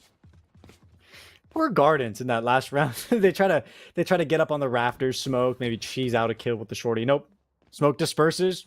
They're in clear line of sight of the player holding elbow on the site. No, sir. 12-7 backs against the wall. What are Purdue to do except continue on with what they have? The resurrection and the null command can be implemented for a retake. The real issue is not letting Lancer gas in with, you know, full weight on the gas pedal. They are no brakes, no holds barred. Qual has to back off. Can't drop the barrier, so this is a free entry if they decide to do it. But with the smoke blocking their initial point of contact, there's so many options to look around. The blast back into mail. Looks in for the trade, but actually Luke gets it done. They find the shot. However, Labrissi over on the rafters, making it easy with 2. Sends out the paint shells onto a blinded player, and hint there for the cleanup. It is a very nice play and a great response from Purdue. This is the same Purdue we saw on Ascent, that on match point, all of a sudden they focus up. It's like everything gets narrowed down. They realize how perfect. They are the definition of players that play best under stress. They have brought everything together. That utility usage with the extra paint shells, bringing up Hant around the corner to deny the extra space. The only exit is beauty. It is Valorant textbook edition. Get it. Textbook. I'll just read the spark notes on that one. Not too keen on reading, but Hant, not too keen on sticking around while there's a paint shell. However, Sub-Zero over by screens is having a hell of a time with the op. They're sending in open season. Hant wants a bit more. Stuck in that dark cover, ready for the close contact play. Not granted it though. And a little bit of a flash drive from a teammate. What's a little flashing among friends? Realize that the corner is cleared. And that is not going to be good. Garden had a wider angle, finds Mousy Tube in the corner. And they whittled down the players to 3 for Lancer. And they're expecting the rotation, because here it is. It's come through. And flash play from Luke does not find success that they were looking for. That is a hell of a flick away from the flash, but to come back through to secure the kill with the 4 body shots, even better. Hant finding the head of Zabu. Shy snuck onto sight, but not quite enough. Sub-Zero scopes in on the head. It's blown off to bits with the operator. 12-9, and they are creeping closer to that line that is overtime. This is a broke by round 2 here for Lancer. They don't got the cash. They're going to maybe put in some sheriffs, a little bit of light shields, light armor. A shorty teased by shot. I think he's just playing around, having a good time in the buy phase. So nothing to worry about. This is essentially a gimme here for Purdue, but we've seen crazier things happen here at NECC. Smoke's down. You've NEC seen crazier things happened? I would have to agree and say yes, I have. Here's Koala posted up on the little bit of a variation of a cheese wall, or really just the default wall for holding Heaven B. And we are seeing fleet footwork towards ropes, but no commitment to A Heaven. Nice little reference to League again. Yeah, I'm really sorry that I keep doing that. No, don't be. It's right. It's Riot Games with an S. Okay, it's possible. But is it possible for Luke to find some value here? No, both shots going wide as they're making a case for themselves with the sheriff, but it's not a very strong one. However, the distraction. Oh, if they Ooh. turned at the worst moment, the timing here for B-Bog doesn't work out in their favor. Re-aggression from Shy with the Bucky might be a possibility. I mean, they've checked this angle about 5 times. They wouldn't dare repeat a 6th time, would they? The effect is that they would, and Luke finds 2 and makes this a 2v2. No one left to defend the site. The plant guaranteed. And Shy so close with the Bucky. It's just crazy enough to work. No, don't do it. No, don't do He's it. doing it. Spike planted. No! No! Oh, he missed! Oh, but he got it! It's all up to Graded or Garden. They're stuck in with the no command. They have to back off, and the orbital strike denies presence from Heaven. Luken, as well as Shy, they're stimmed up to the gills. Starts off with a Garden Flash. Send it out. No one takes the bait. Oh, they have to walk through the flames. Through fire and flames, they attempt to win it out, but Shy gets the Bucky kill to the dome with the 3K, and it's a thrifty win for Lancer Gaming to come back and prevent the reverse sweep. They did it even on an eco. Lancer Gaming have done it. Purdue, despite the valiant effort they put forward, they will not win the match today, and their first victory is not earned. That 9-3 half for Lancer Gaming, I think, really was the difference maker. Any fewer rounds, 8-4, 7-5, I think that really would have changed the table. But being put ahead so far allows them to kind of, again, eke out those rounds little by little. They just kept pushing along.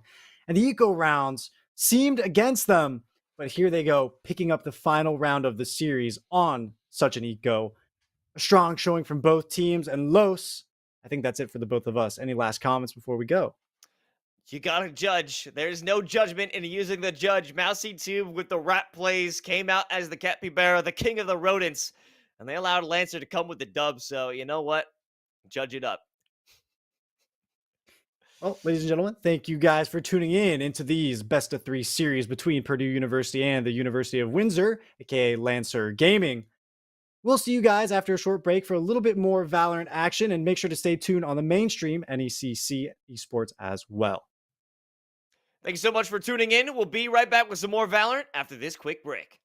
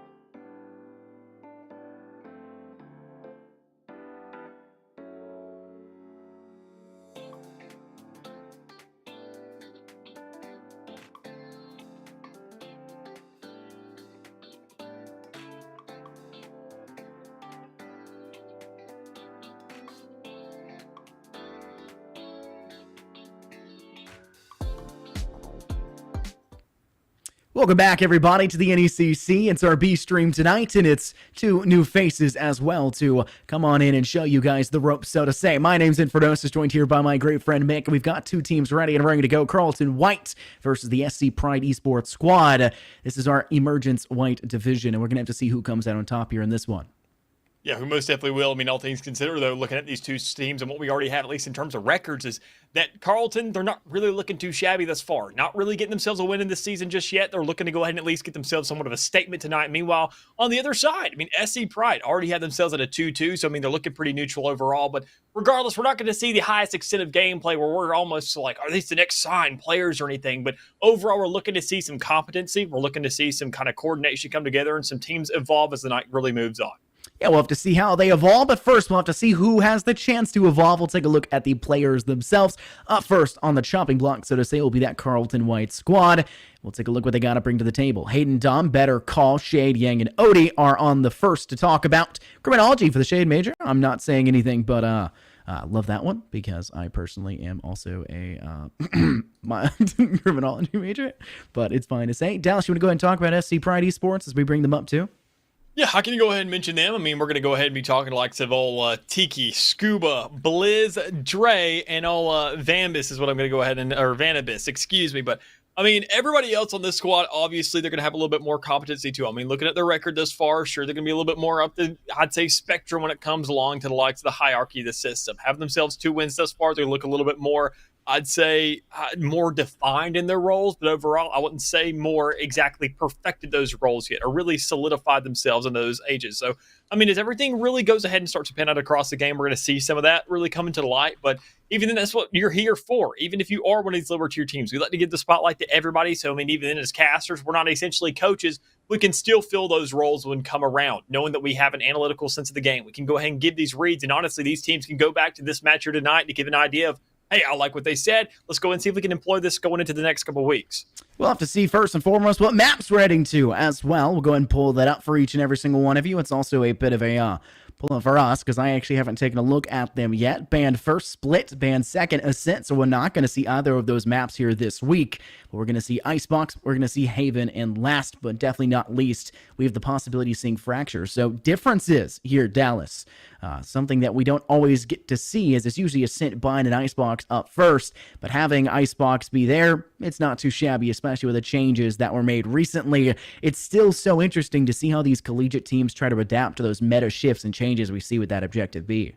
Yeah, I'm surprised enough, even though the likes of SC Pride wanted to go ahead and ban on Ascent, as that's almost, I would say, a primary map for every single other team here in the collegiate scene. They love this map. Everybody, whether it comes down to collegiate, tier 3, all the way to tier 1, everybody loves to go ahead and choose that map as much as possible. Deflects their kind of, I would say, overall neutral muscles of what they can do with the map that feels the most equal in the game. But still, for Icebox, that's going to be a really good flex as well. I mean, everybody loves the map. You can sit there and know the lineups overall, and even then we can sit there and discuss the likes of how Viper, still being a huge meta pick, it almost feels like the meta is defined there. Nobody's going to touch it. Nobody's going to scrape it up. Nobody's really going to do too much to it. Even if the map has changed, we can see that it's still going to remain the same in some relative respect. So we're talking about agents, talking about Viper. Obviously, as I just mentioned a second ago, we got to see what else is going to be provided here today as we're already in the agent select to see what these two teams are going to be bringing to the table.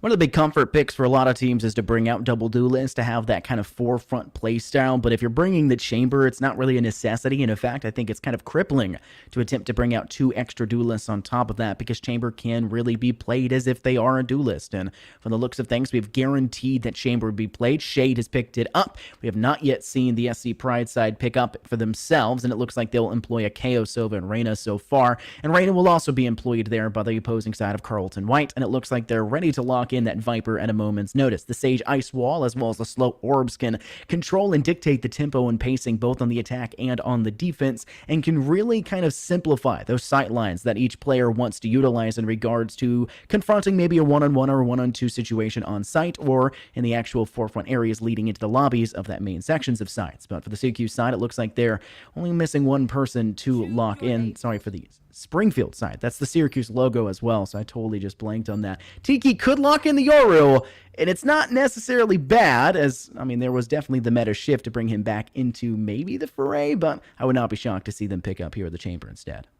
Yeah, and you went ahead and mentioned Chamber earlier. You said that Chamber could almost be utilized as a duelist. And oddly enough, to go ahead and reinforce that point, I saw a video the other day. It's quite specifically on YouTube, talking about, the agent that broke Valorant. And it was a video about Astra. I don't believe that. I think, quite honestly, personally, that Chamber was the one agent that has really gone ahead and changed the entire meta of Valorant. And I would say, quote unquote, depending on where your perspective really relies, could be towards ruining the side of Valorant. When you sit there and see that weapons are going to be free for agents, and a lot of people do rely on him as a duelist, that seeing that he's in that Sentinel role, that a lot of players are just utilizing him as that, and they're getting the wrong ideology of how to play the character. And I think, quite honestly, you need to be playing him passively. I've seen a lot of people in that tier 2, tier 1 scene use him more as almost, I would say, an instigator, somebody just to annoy this ever-living stew out of someone.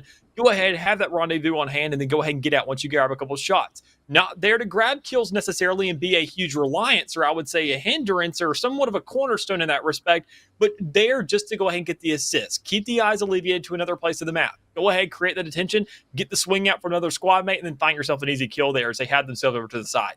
Things like that aren't really being utilized too much. So he is being used very aggressively. He is being used as that duelist. He is getting into the first shots of these fights, as we can already tell. Instead, this time it's going to be Yang pushing right up into that tube, not able to manage a kill just yet. This is one of the reasons why I do really like Reyna on this map, though. She brings her high level of dominance and a high level of competency in terms of aggression. Being able to toss out that leer to cut sightlines is something that you don't necessarily have as a Jet, which would be your other go-to duelist. And it also allows for you to heal yourself back up and stay into the foray just a little bit longer. And we're seeing Evanimist do that quite successfully right now finding their third kill, unfortunately cut down by Odie, as she'll find some semblance of success. But she's now locked in a 1v3, and that creates a lot of problems now for the Carlton White side to try and recover from. This pistol round all but over, and Scuba will guarantee that swiftly with a headshot kill with the Ghost, and now it's in Carlton White's lap to try to bleed away one or two of these SMGs here in round 2, and then try to play for round 3 when they have those rifles in hand. Yeah, I mean, already a force going to be coming through to the side of all SC as well. They know they have the confidence here. They want to back that up with the gunfire as well. You can already see Scuba wanting to whip out that Vandal, try to get as much influence on this as possible to go ahead and put, I would say, a nail in the coffin on this round. And the rest of the team can even opt for the same exact avenue, knowing the kind of money that's at their disposal. But the one change that we're also going to get is Tiki on that Guardian. I've seen this here recently. A lot of more teams are now starting to employ a Guardian on the secondary buy, as we even sat there and seen more Marshall presence here recently. But when we're talking about presence, you can already see a lot of it rushing right up here towards B with that shorty, especially out of Hayden. But as Better Call is able to go ahead and manage one there, and Odie with one as well. It's even exchanges across the board as Lanabees is able to go ahead and grab 2 as well. Ivanov is doing a very good job with it, but they need to take a step back now, as you're seeing that SC Pride have managed to bleed yet another player, as Hayden Dome's defensive presence with that shorty is being quite successful. Ivanov with their second 3K we've seen today already, and we're only in 2 rounds, able to tie us back out on 2 versus 2, and now they need to transition over towards site, walks through orange, and Ivanovis finds themselves their 4th, this one onto Odie, and now it's Blizz and Ivanovis ready to step onto a site, and it looks like A will be their anticipated approach. Now you see only a Guardian in the hands of Blizz, and that's seemingly a difficult weapon to try and fight off in a 1v2, not really able to spray in, pray, and will instead switch it out for the Vandal that was placed inside Tube on that B side, and they have to make the slow and steady approach on over towards A, and notice the position that SC Pride are utilizing. They're playing back towards that A main side, not sticking onto site, and instead setting themselves up accordingly to play for the post plant and not for the gunfight. Well, you still have a Viper alive, and you have yourself full utility at your disposal as well. So quite honestly, you can make yourself a complete setup, work around that, knowing that you have those tools at your disposal to be working with. But you can already see one leader trying to come through, provide a little bit of intel, and just give some coverage on that side, as already Hayden can get the idea that a player's set there towards the back tube. And as you see, Alanabee's trying to go ahead and grab one of those kills. You got to play back. You got to play slow and steady right here. And with that spike going off, you better get out quickly, because you've gone ahead, gotten the benefit of the doubt to pick up that Vandal, but instead you go ahead and fall as well. So that's going to be Hayden dropping down, SC going ahead and grabbing their second in a very, very rough fashion, I would say, overall. I mean, things were looking really sketchy there. We saw the exchanges. We saw the approach and the aggression to come out from Carlton, and almost had a lot of success there to be working with. They just didn't back up. They didn't play the game off that. They know that Onabees grabbed those first 2 kills, healed off them, and said past this point, they just don't have that to work with anymore. With the 4K, that creates a little bit of an intimidation factor, and even then, the Empress was there to use if you did want to get those heals so desperately, but we just didn't see that kind of aggression come through. Say maybe here on this round, we have ourselves someone with Spectre still available. We could pop it right now, but still not an option to really be used. I would actually argue the other way. Carlton White's success in that round now sets up a very simplistic round 3. You try to bleed as many of those SMGs out of the attacking team's hand as possible after they pick up the first round, and then you set yourself up to play with the majority rifles and face off against really just pistols because they don't really want to reforce themselves. And Carlton taking out 4 out of the 5 for SC Pride puts them very nicely in control as they can sit back onto their sites and play these long-range engagements. But Ivanovi's has literally no care in the world for what the side of Carlton White has been bringing to the table. A simple sheriff shot to the head will do anyone just desserts, and they'll find themselves their first pick, setting themselves up in a 5-on-4. And look at the control they've now set in onto the ace site. It's entirely theirs for the taking, only someone in backstairs being able to contest. Yeah, already getting that plan down, though, is going to be a good start for the side of all SC to go ahead and get that momentum onto the site. Get that presence to work with, go ahead and clear some things out. But Hayden, already an early invest in those snake bites, using both of them to see if you can clear out that spike, knowing that the players are possibly already going to be backed up towards that area. And with the heals to come through for Anabees there, go ahead and grab possibly that second one. There it is for the 3K now in the round. You have one more player remaining, and that's going to be Odie here, on the flank now as she tries to go ahead and maneuver, see if you can grab these kills here and there, as you can already get yourself one. You got 3 more to really go ahead and find yourself to face up against. And this is going to be a really sticky scenario when you sit there and know that you have a large lineup. And quite honestly, I think she's just playing for exits. I'm honestly beyond impressed with what Ivanovi's has been bringing to the table.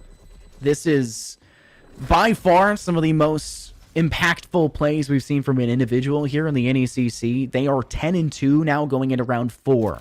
That's 3 rounds where they have picked up 3+ kills in every single round.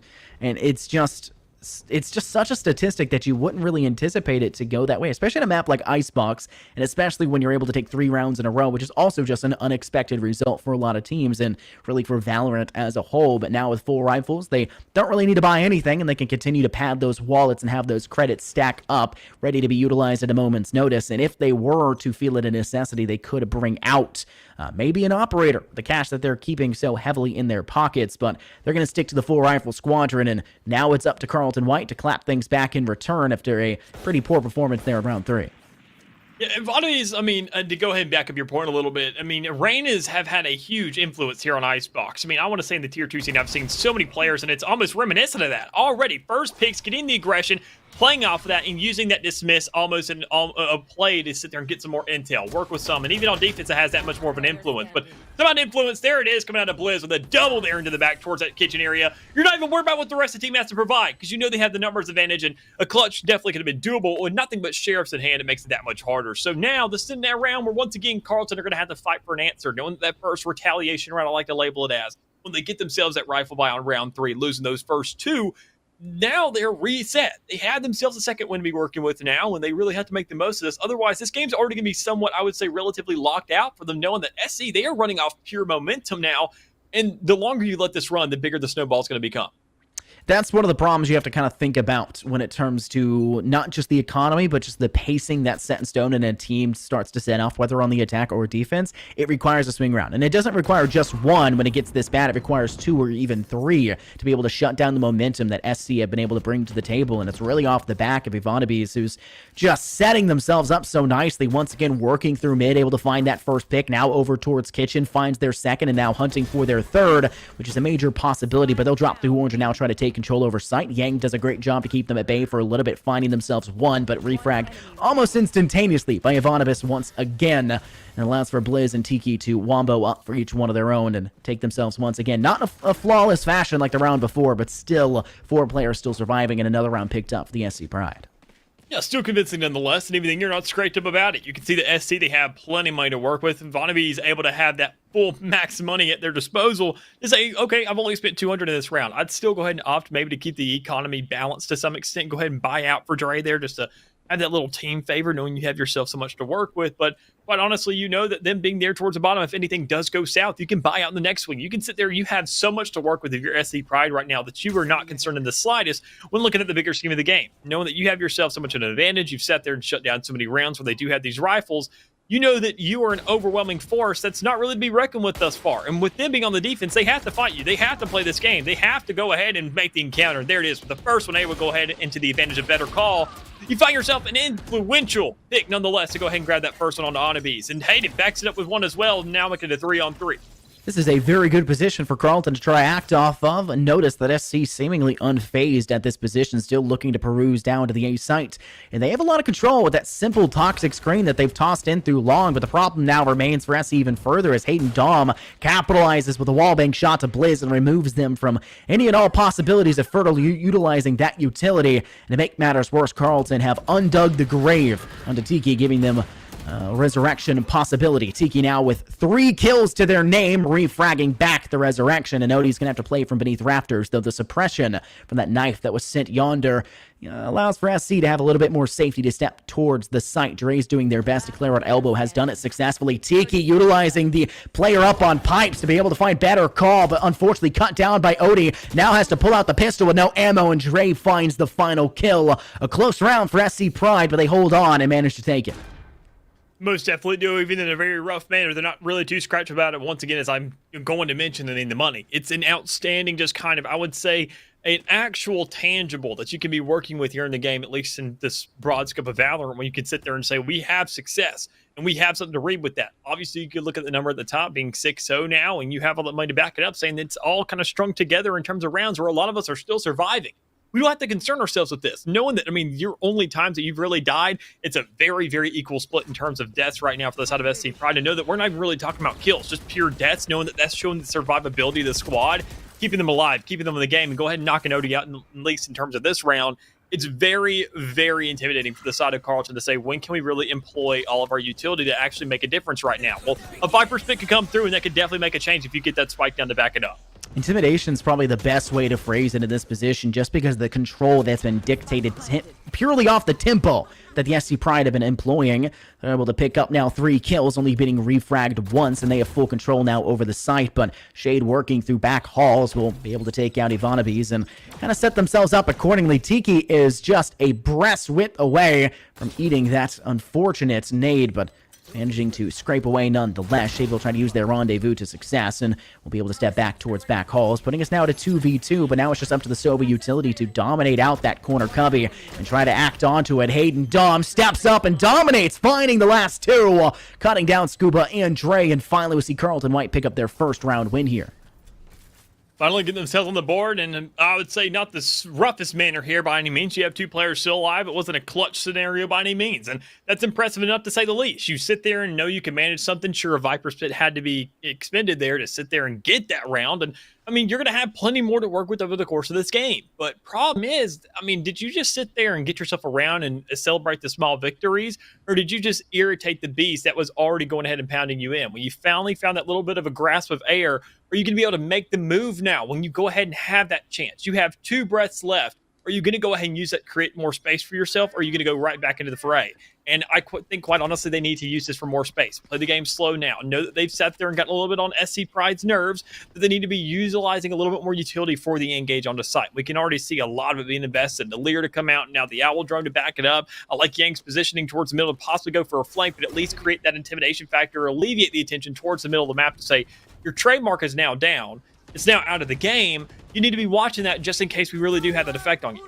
One thing I've noticed a huge lack of from the side of Carlton White is map control. Notice that they're not perusing that spacing that's left over towards green on B side. Notice them just rotating back through their own spawn to defend these sites, and that just allows SC to funnel forward and just set themselves up accordingly, and it's all off the back of Ivanabis finding themselves not just 1, not just 2, but 3 kills in the process, and they'll finish things off for 4K, finding last player of Shade. I need to see Carlton White utilize that space more effectively, whether they go through mid to try and take control back towards attacker spawn and make the option of rotating towards the B site an impossibility for the SC Pride side, or whether or not they just try to apply pressure from any other option than just from their own defender spawn. They've got to start doing something, because right now we're seeing that intimidation, we're seeing that danger that they're feeling, and Carlton White are just falling back on their haunches, and SC Pride are not letting up on that gas pedal. Ivanabis specifically stepping up every round and finding major impact.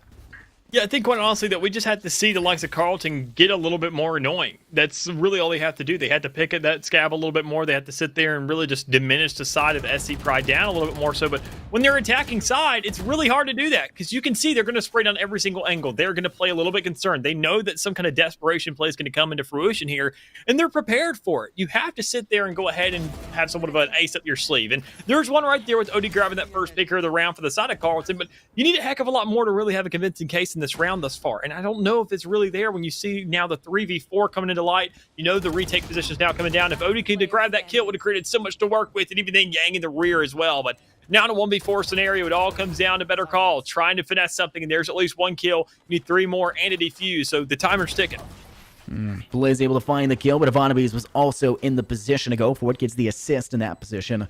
And you know what I noticed there, Dallas? I noticed a little bit more utilization of the full map by Carlton White. They actually went through mid. They tried to go back and apply pressure through green, but I'll tell you why that failed, why it fell short. You managed to pick up 1 kill, and that would have been very important if there were still players alive on site. You let SC Pride get onto site too quickly, and there was no real contesting to keep them at bay. Talk about being congested. You think it's about being stuffy. That's what you want to do in towards green and what you want to do towards yellow crate. You want to keep them there. You want them to feel discomfort. You don't want them to play their own game. Keep them at bay and have a cushion between you and the competition. And I think Carlton White just have not been doing that very well. And why and how is Ivanovic doing this? Finds the first Aiden, finds the second now to better call. Now hunting for their third, sees the body there. And it looks like they're going to go for it. Now trying to get the kill, but Scuba finds it instead. Headshot kill for Ivanovic once again. And this is getting nasty, or should we say ugly. It's just Odie left standing, and she's left all alone in the 1v5.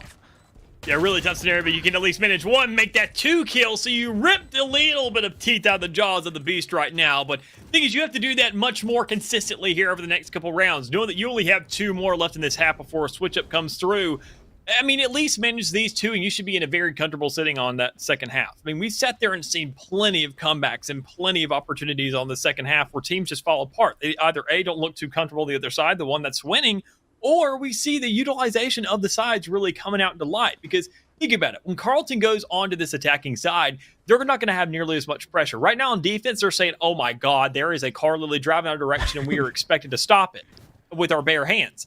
Yeah, I mean, I understand the scenario you're in, and it's really hard to do something like that. Sometimes you're going to have to step out of the way and then go ahead and alleviate that kind of momentum towards another direction. But we're talking about that. You can at least manage to kill with something right there. On the attacking side, they can choose sides. They can say, all right, well, a lot of these is over here. Let's not go there, go somewhere else and make our chances that much more doable. But as it looks right now, the round isn't looking too doable for the side of SC Pride as they're already down to 2 players. Dre messes up a little bit of a flash there, so an exchange does come through, but he still ends up winning that fight. It all comes down now to whether or not the defuse can come through, and the shots come out, the protection comes through as well. You're all looking to just survive this, and Scuba, what is going on here? Well, Carlton finessed themselves 1 more onto the board. Well, they find themselves the round win, and we're nearing the point of halftime as we're hitting that last round of the halftime switch. And look at the disparity on the scoreboard. Ivanovic having 23-6 in this game, and we're barely reaching halftime. That is almost 2 kills every single round guaranteed. It is a disgusting, disgusting KDA to say the least, but look at the ultimate difference between these two sides. Carlton White has 4, plenty to be able to keep the SC Pride at bay, but that also kind of spells us a reason why we've been seeing Carlton White fail to keep SC Pride at any sort of arm's distance reach. They don't really utilize those ultimates as sparingly, so to say, as they should, or sorry, as aggressively. They've been a little bit too sparing with them, I should say, and now we're seeing one kind of be popped preemptively, the Viper's Pit, and it'll be able to garner them an early kill off of it as Odie finds the head of Ivanovic and sets themselves up in a 5-on-4. When you see a team kind of holding on to these ultimates, so that almost shows a testament to their comfort on the map thus far. They're saying, look, we're never really feeling pressured. Even then, they're using it more as a reliance to say, okay, if things go south, even then, if we feel the tiniest bit of pressure, if I feel off, if my gut feeling tells me anything, whether or not it even is there, I mean, if it's an actual reality or an option that's to really consider, then I'll go ahead and pop it. But in the meantime, we haven't even seen that pressure. They haven't even a gut feeling. They're just saying we are supposed to be winning these rounds. We are doing it so consistently now, sitting at a 9-2 record. I don't blame them for the way they're playing the game. It's right there. I mean, Yang's already going to make that call, miss those shots there towards the middle. You know that possibly another team's going to be pushing up there. With the Empress, you still can't manage that kill, but you do get a trade there out of your teammates. And SC Pride is now down to only 2 players in the 4v2. As Better Call finds that next one on a Blizz, it all comes down to Dre, who's going to be on site, making things look doable, at least for the post plant. But the problem is, you already got everybody swinging on you. You got to manage these kills one by one. And if you're Carlton, you have to swing all at the same time, and that's what they're doing. It's just ticking down now. The flashes will be sent, but great job to utilize that snake bite effectively to keep Dre at bay. But the gun cannot be held back. They'll find one, but Hayden Dumb gets a quick refrag, noticing where those tracer rounds were coming from. And this has definitely been a game of numbers right now for SC Pride. But we've hit 9-3, and for those of you who keep up in the Valorant scene, you may know what that means, but I'm going to go ahead and say that I don't think that's as big of a possibility. I think Icebox may be a map now that Carlton are looking at and saying, okay, let's keep them here for a little bit longer, but we'll play for our second and try to hold on as best we can. Let's also talk about their records coming into this. The SC Pride side are 2-2, and for the side of Carlton White, they're 1-4. Not a major difference, so to say, but I think the big difference is where the wins were gained there by the SC Pride side. They managed to beat Montclair State Black, who the side of Carlton White lost to in a 1-2 fashion, and they had beat them in a 2-0. And it's the same story for the UTM Major side, as they won 2-0 and Carlton lost 1-2 once again, leading us to believe that SC Pride have definitely got what it takes to continue to hold on to this lead. You can already see the aggression coming in over here towards this B side. I mean, all the players looking to go ahead and get themselves in the piece of the action, but Tiki getting a fair share of his own action as well. I'm going to go ahead and manage 2 kills right there. So with everybody else on SC going for quick exchanges, we sat there and thought that something else could come out different thus far. And even then, Onabes wasn't your biggest problem there. Tiki was getting 2 respectively. And then you're saying, all right, well, we go on ahead. We sat there and managed to get away from Onabes, who's eventually going to get back onto the site and find a 3K of his own. So still a problem here on the board, still having to finesse whatever you can. It may not, with this pistol round going to the side of SC Pride, last as long as we saw Carlton White expecting. When you get yourself this force, you can sit there and expect maybe the second round to go to your favor, because the last thing Carlton wants to do is really go ahead and invest so much money to force out whatever they can, knowing they're still going to be at a disadvantage, even when they on these rifle rounds, they can't manage whatever they need. So as the game goes ahead and pans out a little bit longer, and as we do see them trying to sit there and have somewhat more of a streak and a convincing case to show that they can sit there and get some more rounds at least and possibly come into a map, it's going to take a little bit longer. Notice the weapons that we saw the SC Pride bring to the table: Guardians and a Marshal and only 2 Spectres. They really wanted to play this game at range, which means they're going to utilize this destructive utility to hopefully keep Carlton White at bay, and they're doing it quite fabulously, might I add. The only players getting up close and personal being Blizz and Yvonnevis with those Spectres, and they managed to not only utilize the space that's given an elbow, but act on it afterwards as they start to peruse their way down into attacker spawn, and Yvonnevis on the run, might I add, finds that shot kill to Shade, giving them once again another round lead, and they'll be at 11-3, just 2 rounds away from a possibility of this map being done and dusted. The SC Pride are looking very strong with it. And a lot of space still available. I mean, now the retaliation round coming out from the side of old Carlton White, so they have these guns to be finessing with themselves. But, I mean, what we sat there mentioned earlier was the 2 Guardians that were present in that last round. One of them not really carrying over, but instead Dre opted to go for a Vandal. You see that, I mean, Onabes is just looking to get aggressive with this. Have the Spectre still in hand. See if you can manage at least 1 kill. Get a pickup of a rifle, because there's no way Carlton's not going to buy up here, right? I mean, you don't expect them not to. So, I mean, all things considered, you sit there, get the aggression, go towards B side, and it almost seems as if they could be playing into their favor, because when you get these rifle rounds, that's where you start excelling in these ranged combats. And the Guardian is a nice backup, I'll admit, but I mean, it's not going to be your main lineup. It's not going to be your big, I'd say, hindrance that you have to rely on. So everybody else moving towards the back, you have the recon dart to give yourself a little bit more intel, and Better Call can find himself a kill, but still with 2 down now on the side of SC and Onabes dead, more importantly, we got to see what exactly they can finesse. The post plant does create a lot of problems, as well as SC are forced now to be on the attacking side. That momentum shift, so to say, as they'll have a huge disparity in how they want to approach this. Blizz and Tiki each get 1, but Blizz dies to Odie's Phantom, and it kind of sets up still a player advantage now 2 for the Carlton White side as Hayden Dom catches Scuba's rear. Odie's going to go ahead and rotate over towards yellow. Notice the position for Tiki now. Goes with the Guardian shot, manages to finally connect under the head of Odie, finding a second. Now looks for the third, but unfortunately cannot find that spree. Still only collecting 3 in the round. A solid stat, but SC Pride fall in this round, and Carlton White now get their 4th. Yeah, regardless of the loss there, I'm sure SC Pride is really happy with the results they had in that round nonetheless. When you sit there and finesse as many kills as you did, I mean, sure, it was at the hand of Tiki there towards the end of that round and just go ahead and know that let's go ahead and fold. But one thing we can do is make sure their job is that much harder here coming into the next round. They're not going to be able to finesse too much of a buy. The rounds are going to switch up. They're going to win this first one. They're not going to have much of a safety net when it comes around to the economy. So we know that we get ourselves a full buy, so let's not worry about it. 4 players alive with these Vandals. They're going to play strong and steady towards the site they do. And even then, I wouldn't blame them to have some aggression up towards the site, especially if you're on a beast. You can push up, you can grab that easy kill there towards the A site, get an easy dismiss, and then back your way out, knowing that you're making it out scot-free. But scot-free is not going to be the name of the game for old Yang, who's trying to shoot all these sheriff shots out against Dre. A little bit of a pistol fight here on the rifle round, or at least it's out of SC Pride, but nothing to come through just yet. Get a lot of fire, a lot of suppression as well, but not any damage to really back it up as Hayden finally goes ahead and finesses that first one on Onibus. Notice that we're seeing a very one-dimensional approach right now from Carlton White, but it's really just a game of baiting and switching. As they're going to leave 3 players on the A site, and they're thinking that, hey, we're defending this. That means there's going to be no one on B, but notice who's still there. It's Tiki on the side of SC Pride. Gets the trademark suppressed down and is able to actually find the kill as well with no damage going in return. Scuba's going to rotate through mid, now able to get a shot onto the player of Shade, but Shade comes out on top, and it requires Dre to get it with the Ghost.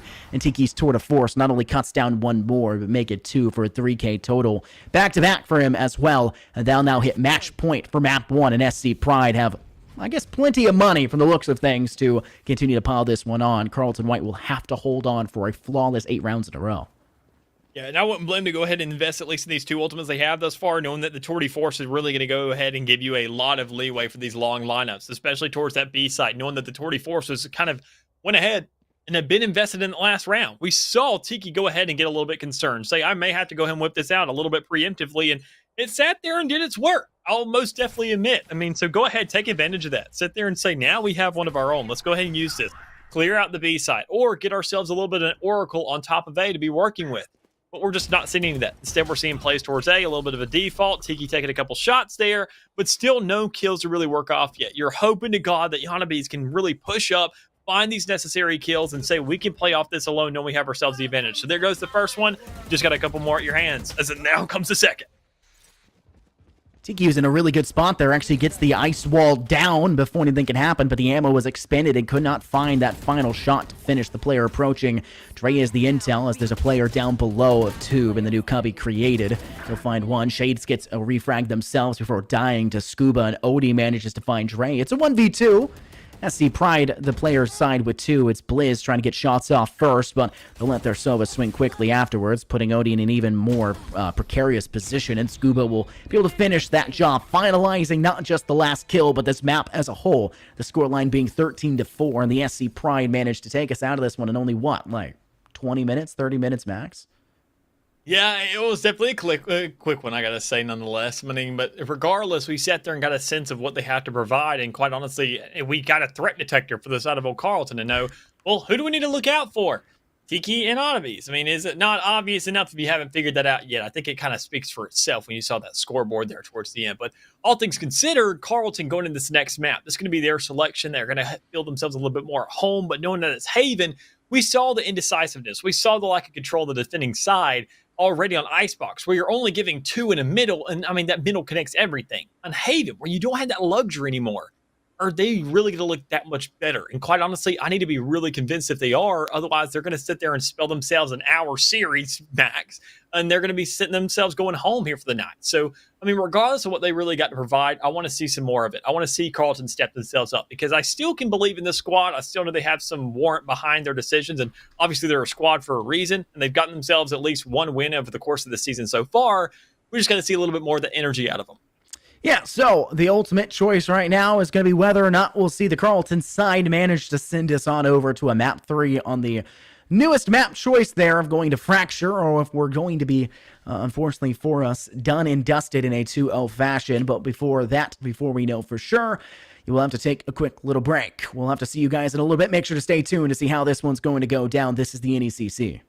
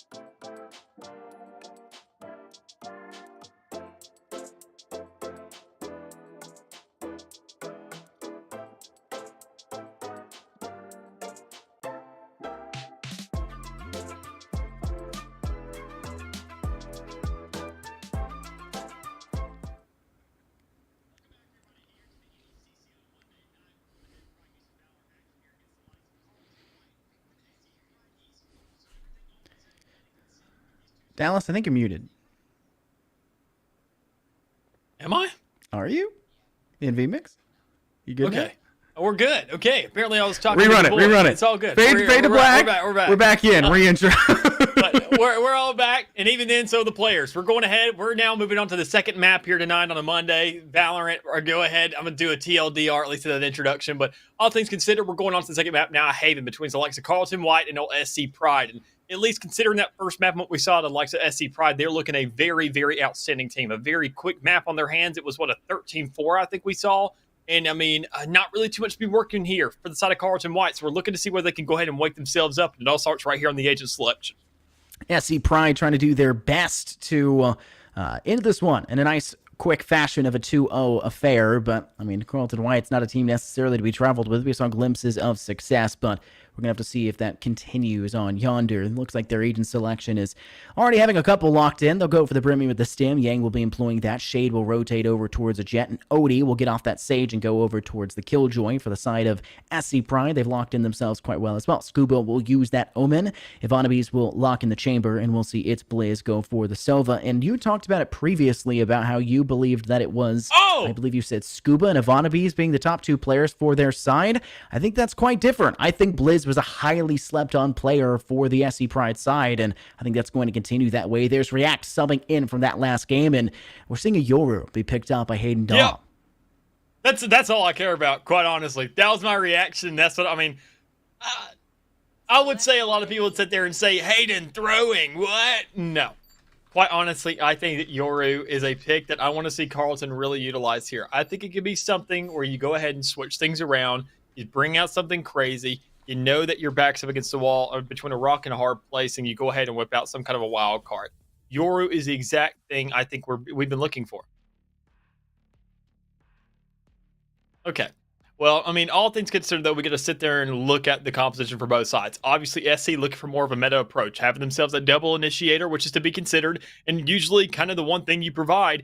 But even then, the duelist that we see coming out, it's not a Jet. It's instead a Raze. I mean, Jet is extremely utilized here on the side of Haven when you know that you have these long hauls. You're trying to get that aggression, say towards A main, A short, C long, no matter where it is, you want to get in and out as fast as possible. And Jet provides that avenue to give you that leeway to do that safely. But when you sit there and know that you have a Raze, you have yourself the blast pack to do that, but it's going to be a lot more precarious. You have to be a lot more cautious when going for these approaches. And I think SC Pride, they know they're the better fraggers right now, but with the utility that's being provided by the side of Carlton right now, that's the one thing they have to look out for. And I want to see whether or not they can really make the most of that. I think one of the bigger adjustments we need to see is the map control on this map. A lot of teams failed to kind of use that space that's been left open and act on it. And I think this map is one of the best ones in terms of trying to facilitate the aggressive defensive approach. And Carlton White just wasn't that aggressive. They like to play really far back. They like to play somewhat simplistic. They like that, tried and true, tried and tested strategy. And we'll have to see whether it works. Shade's being semi-aggressive, playing from behind double boxes, and they'll be able to find one, now trying to net a second, but we'll take a step back before given the possibility, and Scuba will fail to capitalize on that kill possibility. But that gives the side of Carlton White a player advantage quite early here in this round. Usually when you go for trigger discipline plays and you're trying to play from a flank, you want to shoot the one that's closest to you or the one that's at least the furthest back and work your way forward so you can collapse with your teammates on that last one, or at least rely on them for that player that's up there in the front. But not really the play there, but you do at least finesse one, knowing you have yourself a numbers advantage now. You still have so many players alive. You have yourself a recon dart going up, so that refresh has now come through and give you a lot of intel to say, okay, there's 2 players on site. The rest of them will be probably towards long, as Hayden is now clearing out garage. So everybody on the side of Carlton has to make these calls, has to work with each other to sit there and know what's being provided. And even then, they have less to provide now. No, they're only down to 3 men and make that 2, as Onabes is able to go ahead and grab another pick there, now sitting at the second here for the round. So for Carlton now, an immediate switch up here in the round, as you see now a little bit of a disadvantage in plays.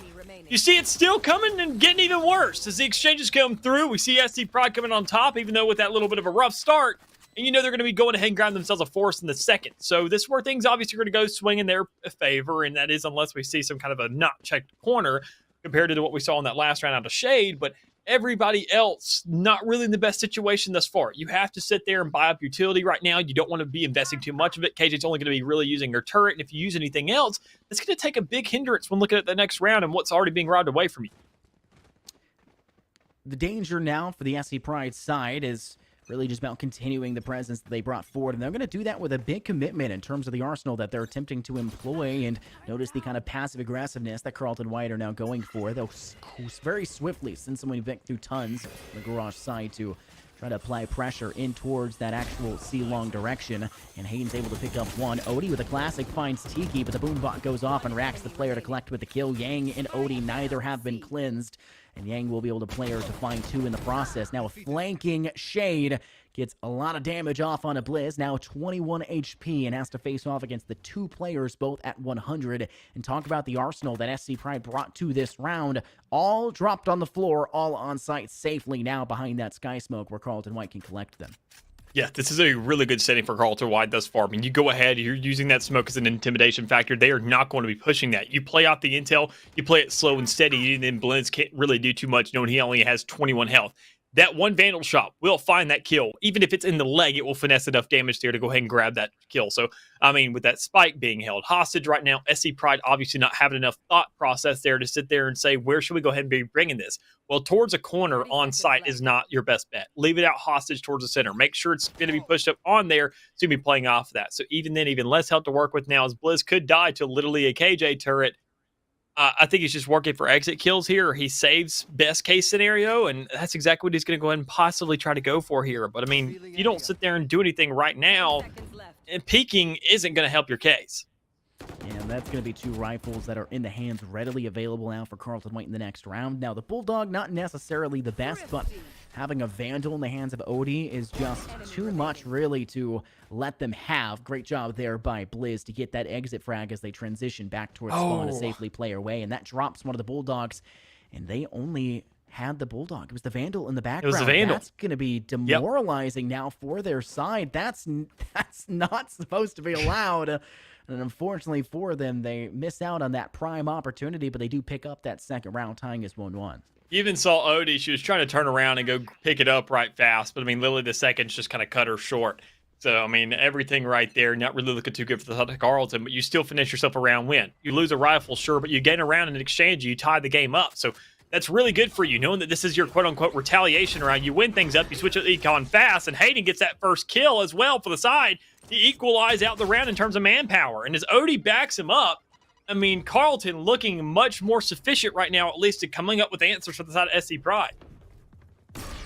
Look at the shorty once again. React able to get a lot of damage off, but it's not actually onto the Yoru, and that's the dangerous possibility that a Yoru can bring to the table. Send the decoy first and then act off of it and have them fall for it quickly. And it will be an easy round cleanup for the Carlton White side because of it. 3 kills alone dropping to their Yoru of Hayden Dom. And we'll have to see whether or not Yoru can continue to still be that strong player, that strong agent selection for them, or whether that will start to fall and trickle downwards. We'll have to see. But notice now the operator Shade bringing to the table. This could be very important to deny that C-Long possibility, as well as the A main control that we saw SC Pride attempt to do there in round 1. Yeah, and I think honestly their setup's looking good thus far to go ahead and get themselves a round, get themselves a 1 round at that, and now have the advantage. That's something that they haven't really experienced against the likes of SC Pride just yet. I mean, they've been very lackluster on that icebox map, and knowing the setup now, when you get Shade on that operator, finding a kill as well, this is where you can start putting some salt in that wound, really start sprinkling it on top and saying, look, now that we have some aggression, we have ourselves the operator picked that can make sure to get those kills and make it out scot-free. That's what you want. That's what we see out of pro players all the time. Tens, more specifically, being that player to play aggressive towards A, play for that long lineup, find an easy kill, and then make it out. React picking up the first frag now for the side of the SC Pride, but they've also lost one in the process, and unfortunately it's Ivanov who kind of carried them on map 1 of Icebox, dropping a 30 bomb by the end of the game. And now they're just kind of poking and prodding both directions to try and find where they, I guess, want to actually engage themselves onto site. They're looking towards the seaside. They'll go towards the link, heading through that garage window and get a lot of intel off onto the Yoru into the back of sight. The Carlton White defense kind of being spotted through. It could be quite dangerous. Unfortunately, Scuba misses the opportunity to take out Odie, and the showstopper now being brought forward by React, who doesn't make it into the back of sight fast enough and can't get Odie just yet, but will get a nice preemptive fire off to the corner of the back of Jin and able to take themselves one more. Tiki finds a refrag now onto Yang. Tiki unfortunately gets caught out in the open by Hayden Dom, and it's only React left standing in a 1-on-2. And this one seems like a rough position to be in, as you're going to have to deal with now as you see the gate crash come through, and they're trying to drift themselves through. And you can see everything now. It's much easier to work with, but they'll head back towards defender spawn. Reacts accordingly, lops the head off the shoulders of one. Now make it 2, a 4K to their name, and Hayden Dom falls short. Yeah, right there. I mean, the Yoru play, when you get yourself the dimensional drift, you want to sit there and be working off that. You want to go ahead and get and play off of that. Make sure to keep that intel, keep the pressure on both sides. Almost kind of like what we see out of Omen with that ultimate there. You want to put that pressure on the player. Make them make it option. Make them choose one side or the other, and you swing them at the same exact time and keep the pressure there, knowing that there's a lingering force somewhere in the vicinity. But we just didn't see that there. But it's not too big of a scratch up for them. Carlton White do find themselves going down around, but they still have a buy to finesse, at least in this one, knowing that SC Pride doesn't really have too much to be worked with here. Besides the Torty Force, that's an easy little shutdown as long as you get the smokes to back it up. And, I mean, with the Brimstone, you can definitely manipulate that. But with comparative to an Omen, not nearly as many smokes are really provided over the course of a round. It all comes down to really the utilization, how aggressive they can get with this, and whether or not they can hit the shot with those owl drones. Oh no, unfortunately Blizz standing still is not able to find anything with their Owl Drone. Either just really clears the space and lets the team know that they can start to move that direction. But once they get control over B with the first frag, they'll try to push off of it. But Hayden Dom does a great job playing from this link side to C, taking down Ivanovis, and now can just transition around the site, pivoting to gain control. Does it not just once now, but thrice, finding themselves their 3rd kill in the round. Yang able to cut down Blizz and as well, and Odie is able to get the avenging kill, maybe the revenge from that last round onto React, and it is a dominant performance from Carlton White right now. This is even a better performance here from Hayden, getting so many multi-kills and rounds, really facilitating these stubs so far. I mean, looking so far really good. I mean, every single time you see a Yoru, you're like, okay, they're probably throwing. But I mean, Hayden already stepping things up, having a lead for the team as well. You could be convinced otherwise. It just comes down to the right players. I mean, haven't seen too much utilization of the utility there, too much manipulation of it to really get these impact frags. The guy's just playing better. He's playing for a pig, tapping out, and getting that old transport to get him across the map once again, and trying to play it safe with these blinds as well. I mean, you can already see him trying to go for that aggression, trying to play it out. He swings right there, but everybody's towards mid. I think, honestly, a flank wouldn't be too bad of an idea right now if you're really trying to play off that Yoru. One of the big things for SC Pride has kind of been the precarious situations they've been putting themselves into in regards to trying to move forward without any level of safety. They get one pick, and this isn't like Icebox where that first pick sets you up perfectly. The ability to rotate swiftly is just guaranteed by this map's setup, because it takes 11 seconds to get from A to C. It takes 4 to 5 seconds to get from B to C, and about 6 seconds to get from B to A. It's really quick to rotate across this map. You have to be swifter than that on the attack, and it takes you about 10 seconds to get down C long safely at all, meaning that the defense can set themselves up and play reactively to the situation, and that's something I don't think SC Pride are really expecting, and they've been falling short because of that. Yeah, I mean, when you sit there and look at the setup thus far, you don't have too much to be working with. I mean, SC Pride just trying to finesse a plant right now, but when you're swinging by yourself from the likes of Blizz right there, not working off your teammates just yet, you're just lining up free kills here for Odie and the rest of the team to give them enough time to react to that, to work up with these crosses. Make sure you got multiple players to be playing with, and the double swing, the fake Yoru coming out right there as well. I kind of like that play. You usually expect to see it as more of, instead of a coverage or like a double swing scenario, to be just that player to come through and kind of getting that first pick or getting it until where they're possibly pushing. But overall, we see Carleton grab themselves a 4th round now and doubling the likes of the score of SC Pride once again. It's still in these early stages. We're only a quarter way through this map thus far, but I mean, all things considered, we're seeing some presence here from Carleton that's looking pretty impressive. Shade staying alive with that operator. Sure, not hitting every single shot in the book, but we're not expecting that out of them. We're just expecting intimidation, making sure to lock down these lineups. Make sure to say, all right, well, they're not pushing up towards B window. They're pushing out towards A, and you have a Yoru all by his lonesome out there to really protect it. You can't have that. Everybody needs to be there as quick as possible to back them up.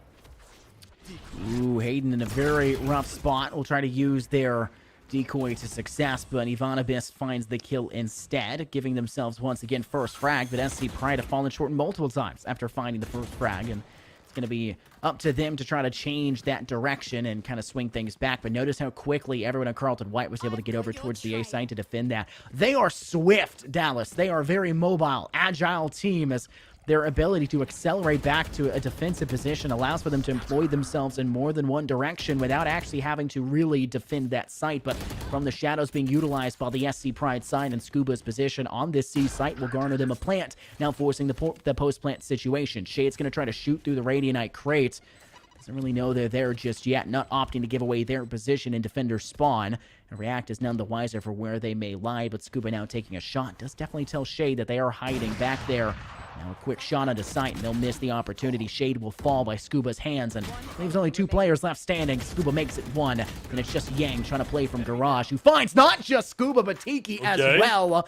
An unexpected change of events, and it's a 2v1, still favoring the SC Pride side, but this could be an option now for Yang to recover from, but he's walking into the line of sights towards C long, but React will find a kill on sight. Good exchange there and a good answer for the side of SC Pride to make themselves that much more relevant in this fight thus far, but it's still around down. It's still with the economy all over the place and everybody having to buy to some extent. You got to back things up. You got to sit there and make sure you can back up. You can walk the walk. You can talk the talk as well. And quite honestly, we've seen it both out of both these squads thus far. I mean, we sat there and saw Carleton a little bit snuffed out in that first map, but really come to life here. It's impressive nonetheless. But, I mean, still their setups aren't looking really outstanding by any means. They're just looking good enough, and they're answering these rotations quick enough to really make themselves present in these fights. But as time goes along and you see, I mean, obviously SC Pride is going to adjust around this. How well do they adjust? How aggressively do they make these adjustments? And how aggressively do they get themselves on the site? Because they felt pretty, I would say, tame in respect to what we saw in Icebox. So they were moving super fast and they're really slowing things down.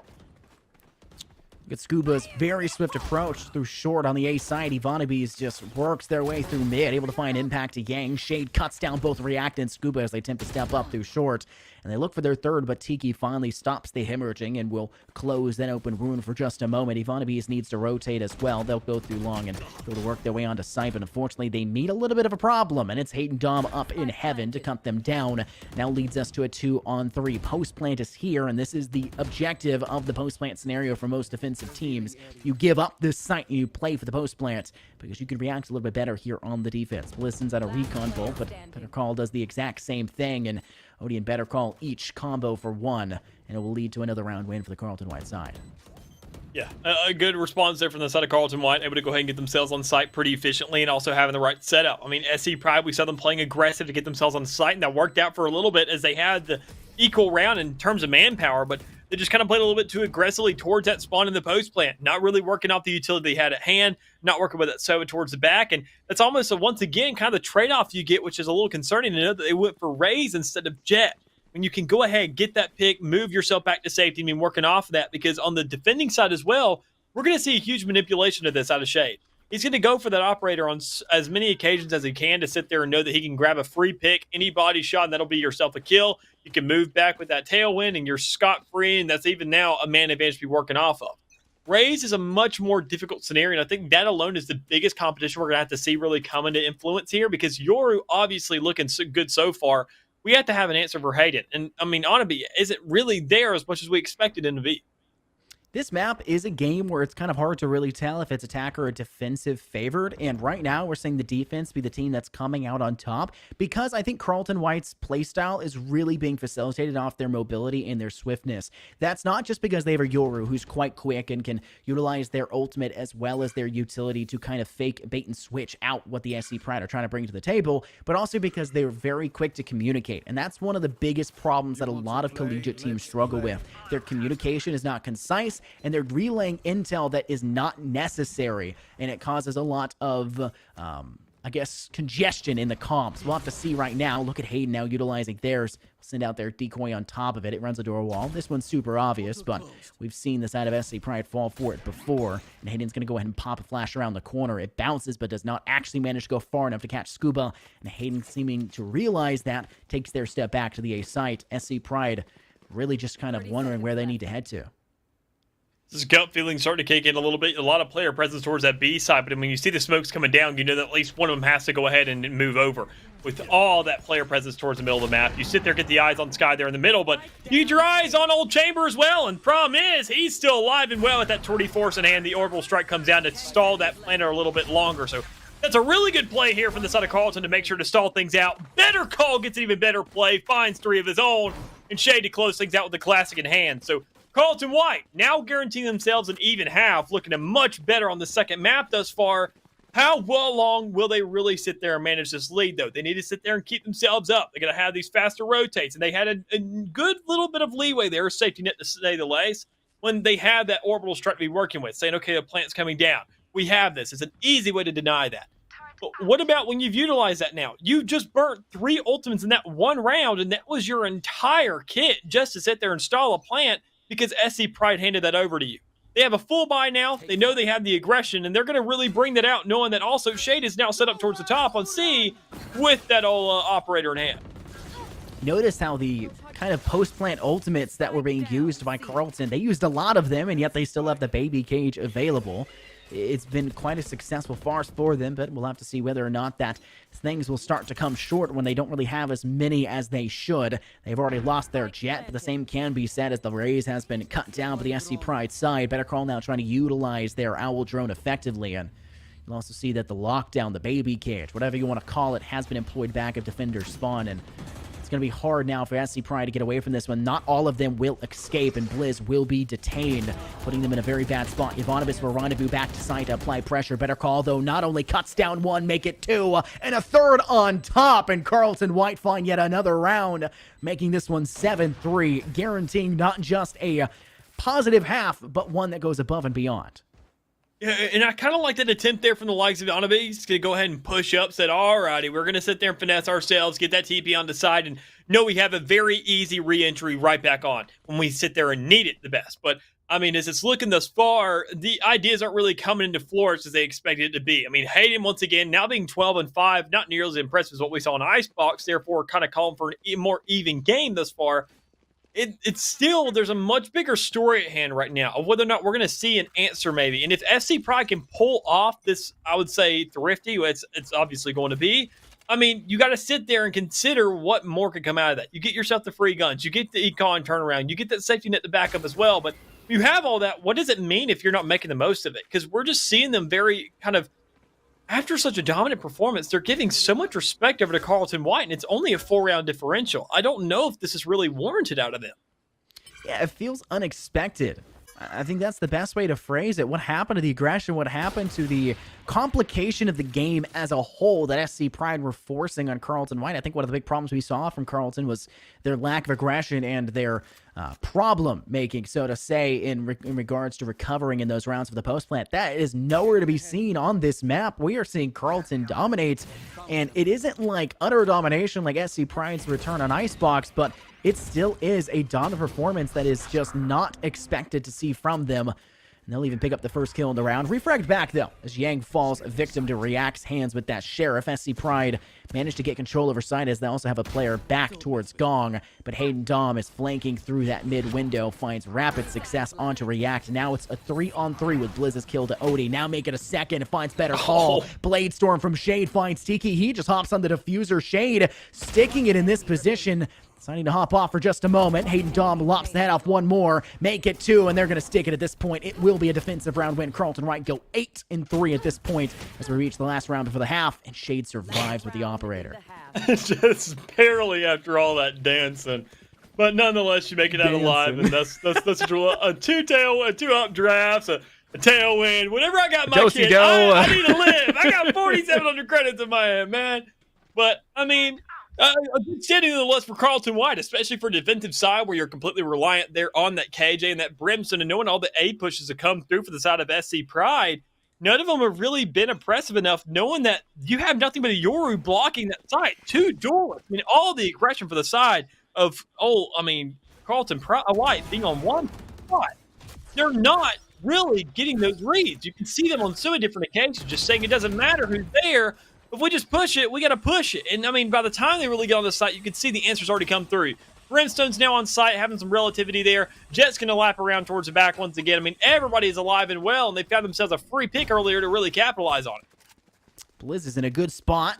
Lets their player of React step beyond them, though, with that boost pack. And there's no ultimates for either side until Hayden Dom can find themselves a kill. Now has theirs and will utilize it to gather the intel of a player of Tiki down below in Hell. Also gather the intel of the players on site. Now noticing Blizz in its corner pocket.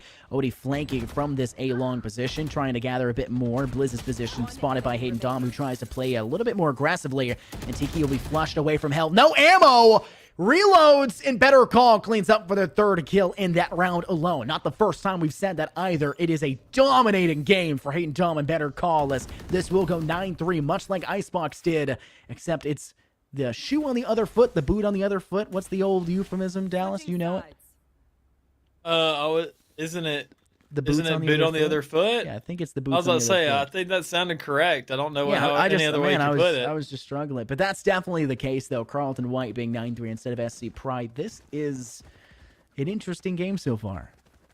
Yeah, and it most definitely is. I mean, considering, I'm going to go ahead and wrap around back to this so much and take a reference to that map 1 that we saw it was like a 30-minute game, as you mentioned prior. That last map was. It was extremely, extremely quick, and it's kind of shocking to see that things have kind of turned around in a respect. I mean, we're not seeing, sure, by any means, 9-3 half again, but they were much slower rounds because Carlton White was just kind of playing slow. They didn't need to, but SC Pride, they were giving more respect to the side, knowing that slow plays were coming out. So when you're on the pistol round, though, you can't play it slow here. You have to push into sight. You got to make with what you got. And already, Onabee's able to go ahead and tap out and say, look, that's not really the best play for me. I don't like where I'm standing thus far. Let me see if I can go ahead and back things out, and then a little bit of a consequence. You find a spike plant going down. So Scuba able to go ahead and set up with this little bit of a flash on the side towards Garage. You better have some teammates to swing along with it, otherwise it's going to be somewhat of a waste. One of the big things you can do in the attack for this map is just to take C on these quick rush rounds, and this is not the post-plant objective. It's hard to play this one on the retake, but SC Pride are doing a really good job of it. Ivanabees finds one with a headhunter, but their teammates each find one of their own, setting themselves up now in a 5-on-2, swings out, and unfortunately, we don't see the kill being dropped there for Scuba, having to have a React shoot through the Dark Cloud as well. But it's a flawless round recovery by the SC Pride side, and a much better job by them to kind of set themselves up accordingly after the somewhat horrid first half that they unfortunately got dropped into, but they managed to climb back a little bit, at least guaranteeing the first. We usually expect the second, but that was not the case on map 1, and it has not been the case so far here in map 2. One of my favorite parts about casting is the game, and when you sit there and do this for so long, you can see when players stop playing Valorant and start playing Phasmophobia, where they just get absolutely just terrified of what's going on around them. You saw it on that flick right there with the ghost. You're like, oh, somebody came out of smoke. You just didn't know how to react. Well, you can't really react right there to Tiki. Already able to find a clean shot with that Marshall in hand. I mean, any shot, if you don't have armor on your body, in the chest or whether it's in the head, it's going to be that one-shot kill. And it's a very, very cheap option to utilize and take advantage of here in the second round. But even then, Onibus able to go ahead and take advantage of what's in the back, get a little bit of a flank, not find the shots to find the kills, and you go ahead and hand over an even trade to the side of Carlton White.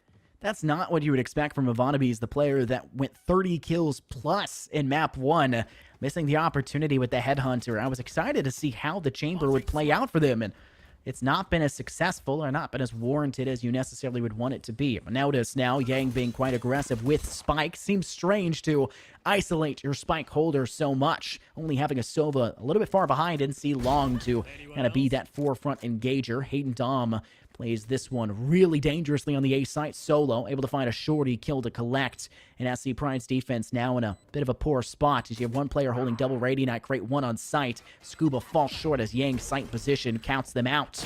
And React tries to dive on now and falls short once again. Blizz needs to find a lot of impact, able to find 2. There's still 2 players left to go for it. Has to be a 4K. Holding near Plat. The Marshall rings out once again, but Odie's the player to collect the kill, and Carlton White pick up their 10th. Yeah, right there. I mean, good setting here for Carlton White, able to go ahead and capitalize on that, find an even 1-for-1 trade, at least on the second round, where you expect the Force to win there, especially when SC Pride had it themselves. And when they have a gun advantage, they usually make the most of it. But right now, they don't have too much of an advantage to really be playing off of. They had themselves a gun buy, and I think everybody does. As you can see, Hayden still having that Spectre in hand. Shade possibly going for somewhat of a play. I mean, I don't really know what the buy may be here. I mean, possibly when you have enough to buy everything. Probably just saving right here, relying on his teammates, knowing that that operator could come out for the next round anyways, and that's what you're looking for. Because I think, honestly, on the attacking side here on Haven, if you had the layout, if you had the advantage, go ahead and give it a little bit of experimentation, to say the least. So already some intel trying to come through. The flash to come out right there towards A long. You know where the player is now. Tiki going ahead and being trapped there. And Carlton making the call now for A. So you got Blizz still on site, looking to grab a pick, and there's one. You made it flawlessly. I would pick up that weapon to see what you can do with it. In the meantime, you just can't get there. Scuba and React able to adjust themselves in the process. React now with 2. This is big. The paranoia was just expended, and Scuba tried to use it to take out Shade. It was not a necessity. It leaves only Odie left standing. She's now able to pick up one more, but it's still a 2-on-1, and the favor does still drop in SC Pride's hands. And there's also Spike control, and Odie's in a bad spot. The paint shell gets sent, 25 HP now after the first initial explosion, but using the doorway to their advantage, the Arch managing to block the tertiary damage from the smaller shells. They'll now try to move themselves quite swiftly up through short. Reacts the closer player to fight. Looks like they'll try to engage on Ivanovis, and Ivanovis managed to find themselves the kill instead. Still, score favoring the side of Carlton White. It's 10-5, but that was a much-needed round by SC Pride. It definitely was, and now it makes it a little bit of a double-up game here for the side of LSC Pride, and it makes things a heck of a lot more doable when you know that you've reset now the economy to some extent, for some respect for the side of Carlton White. They still have a chance here to go ahead and put the nail in the coffin. I mean, they're only 3 rounds off. They're at double digits. If you're SC Pride, you better have some pretty darn good pride in what you can accomplish right now and really get this game going thus far. Because, I mean, it's looking a little bit rough. You haven't had the setups of a lifetime just yet. But that was a really good hold. You had the spike in your control. You make the most of that. You say, let's not get overzealous here. Let's just play what we got. And talking about playing what we got, you got a lot of utility. Use that to stall the players. Slow them down. Make sure they're feeling punished if they do want to push this out anymore. So make them take some damage in the meantime. Aldrone over the top. Blizz gathers a lot of intel. They know that that is a bait and switch, but... Or was it? Is that wasn't actually? No, it was. Okay. I just saw him die, and I was very confused. That's for that your moment. man, is it? That's your, it is it? I even get confused at that point. But Carlton now have a man advantage. This is the side of retanks, though, and SC Pride could definitely dive onto site. Odie is about 10 HP. Reacts at 0 now. The shot by Shade, and Shade will even remove another one on the top of 3K to their name. And Carlton White saying, yeah, we're going to fracture. You're going to have to in that break time, Infernosis, check up on the callouts for that map, because I'm not letting you get off so simple in a 2-0. They're really trying to send this one out quick. How many times have you cast a fracture? A lot, but it's still my weakest map in terms of callouts. Just call it the big Pokeball map. That's what I've been calling it here recently, because it's shaped like a Pokeball. You got Yeah, the little it's real round edge. strange. You get the line to the center puzzle, but All things considered, though, I'm definitely with you. I think, honestly, that Carlton White, they made a convincing case for themselves, at least in this map alone, to show that Fracture is definitely going to be an option here. And even after map 1, I was kind of questioning that. I didn't think it was going to be too much of an option, but definitely stepping up. I want to find that first pick of the round in this respect as well. I mean, looking so much better thus far, at least in terms of their approaches. But I think it's more SC Pride not really feeling the results, not the exchanges that come through, and feeling a little bit more tempted to just kind of play backwards and play a little bit more passive, especially when they know they have the kind of shooters they need. So knowing that everybody's going to be playing towards spawn, you see Scuba able to go ahead and pick off one there. Still a 2v4, though, as SC Pride is in a really bad spot. I mean, this is a 2-on-4. You're asking a lot from your last 2 remaining players. And this doesn't seem like a high possibility for SC Pride, and I think they're aware of that as well. Scuba will send out the Dark Cloud to kind of deny sightlines from Tunnel, but this could be another option as they just swing out and try to Stewie 2K it. They'll find some success as Scooby hides within. It takes out Hayden Dom, the top fragger for the side of Carlton White. Tiki with a stinger to one more. Scuba gets another with a Spectre, but Odie is unfazed by the last 2 remaining players and the fact that all of their cohorts died, and they'll clean up the round quite quickly. Expedited in this map, 12-5, and it looks like with the eco favoring quite handily the side of Carlton White, we could see this one end right here, right now, but SC Pride have 3 ultimates left to expend. But the same thing can be said for Carlton White. Yeah, I mean, win or loss right there. We're going to see Carlton win that round, knowing the timer was already ticking down, and we saw a very slow retake here for SC Pride. And honestly, I think right here they have a nothing to lose kind of scenario. They know they have a third map to go to, and knowing that the composition here, I feel like hasn't really worked in their favor, knowing that Unanimous hasn't really been too much an influence. That Raina felt so much more influential, knowing the way he was playing that. But right here, I mean, this chamber is not looking the best, quite honestly. And I really don't know if we can sit there and be seeing that possibly impactful. What we are seeing is Tiki go up and his own respective to make 2 kills during the start, make it now a 3v4 where Carlton White's having to stick things up once again. Now with a 3K, the guy's got every single kill in the round and is looking to continue this fray. Oh, player last in hay. Better call goes for the peak, and Tiki finds the 5th and ace to keep SC Pride Esports alive. It's 12-6. You'll need 6 more rounds of just that. And even then, it's not even a win. You have to go to OT and win the 2 in a row. This seems like such an impossibility for SC Pride, but harder things have been done. But Tiki alone is the reason why we saw them get to that point in that round. We have to see things change on a basic level by the SC Pride side. Things have not been working, and if it continues at this pace, it's only a matter of time for Carlton White. And they still have ultimates left to expend, and they still can play this one the way they want to. Yeah, they definitely can. It all comes down to the aggression once again, like we mentioned prior. Some aggression on the defensive side, and right there, maybe if you see Yanabe able to go ahead and grab somewhat of an intel of where these players are at, you can be working off of that because Carlton doesn't have too much to be working with right now. Sure, they had themselves some round wins, but you can already see Hayden looking to play off a shorty. So that's already one player you essentially feel like is down in respect to having these ranged lineup. And Tiki's also still going off, able to finesse that kill, get intel towards mid, saying, I don't know who's out there towards mid, but somebody's there because my bird called it out. Just make sure to keep your eyes out and about. No towards middle, towards A, towards C, wherever they may be, there's going to be some damage that has to get done. And already Tiki getting picked off. Scuba looking to go ahead and pick up the torch there from the man, but not enough as he goes ahead and taps out and says, look, let's leave B for the taking. We hear an owl drone. A lot of damage has been done in the meantime. If we play for retake, we definitely have an advantage to be playing. Shots ring out. Odie's playing quite aggressively. React can't react accordingly, and Scuba will finally finish the job they started, but the damage has been dealt. Nice Hunter's Fury by Blizz. They find Yang. Now they find Hayden Dom. Finding 2 players in the same Hunter's Fury is quite a shocking affair, but Better Call is still surviving. Tries to utilize the LMG in hand to find Scuba from back, but unfortunately, the Gong player comes out on top for them, and SC Pride will pick up yet another round. Still need a lot more to catch up, but it definitely does spell quite quickly a better position to sit within, as they only had to utilize 1 ultimate in that round to guarantee the victory, and they still have 2 remaining. Yeah, and even then, I mean, you could sit there and look at the exchange there. I was trying to go ahead and read the minimap a little bit more to see kind of what SC Pride is doing in regards to their rotation and their answers for the takes and how they're playing this defense thus far, because it hasn't looked nearly as strong, and I'm trying to figure out what exactly is going on. And I think it's just like they just don't believe the pushes are right there. They think that it's going to be a fake. They think it's going to be somewhat of a Trojan horse, and they don't want to move on to the site. But sometimes you got to swallow your pride and say, if we've been bamboozled, I mean, we've been bamboozled, quite honestly. I mean, that's all it dwindles down to. You got to sit there and know when to make the plays. And right there. When you sit there and you get overzealous, when you get scared and take shots on literally everything that, I mean, we see Hayden making the most of it, saying, I'm a Yoru. I punish players who are getting scared of themselves. And already you're trying to find a punch with the Hunter's Fury, but absolutely nothing comes out of it. You're just firing blindly as Onibee is able to go ahead and grab one. Frags have to connect now for SC Pride. Scuba does a great job to keep it somewhat close, make it even better, finding another. This one on a better call. Unfortunately, Odie from below finds React, but Scuba dives down and sends Odie quickly after to join the rest of their teammates. A 1-on-2, and SC Pride may have the advantage right now, but notice the player that's still alive for Carlton White and where they're coming from. They're not trying to step in through door. They've got control of tons. Hayden's going to trigger discipline. The shot takes the head off Scuba and now needs to dominate the site, but Blizz from above, do not jump. You'll make the audio cue. You just have to play this one smart. They lie in wait and will be the Grim Reaper in this round, fighting Hayden Dama, giving them their 8th round. SC Pride still struggling to hold on, but holding on nonetheless.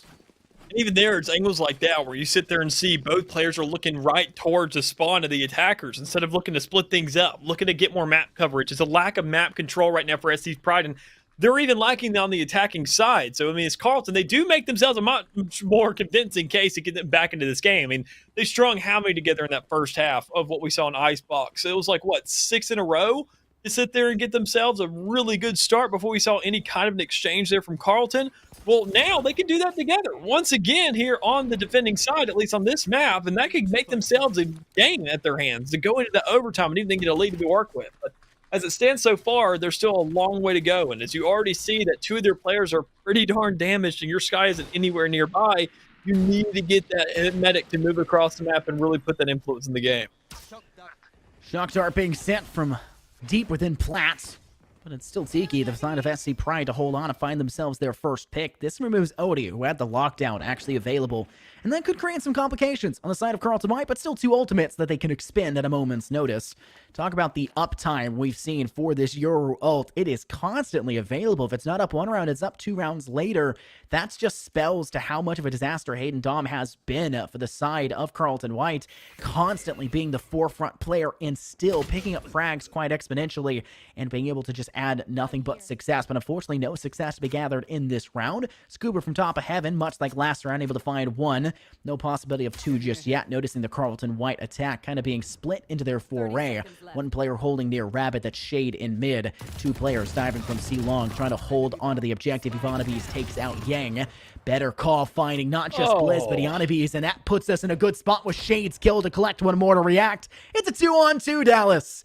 And Carlton White are looking quite handy, but SC Pride could definitely go for it. Tiki's kill, a better call Salt opens things up, and Shade's at 1 HP, make it nil with Scuba finding it.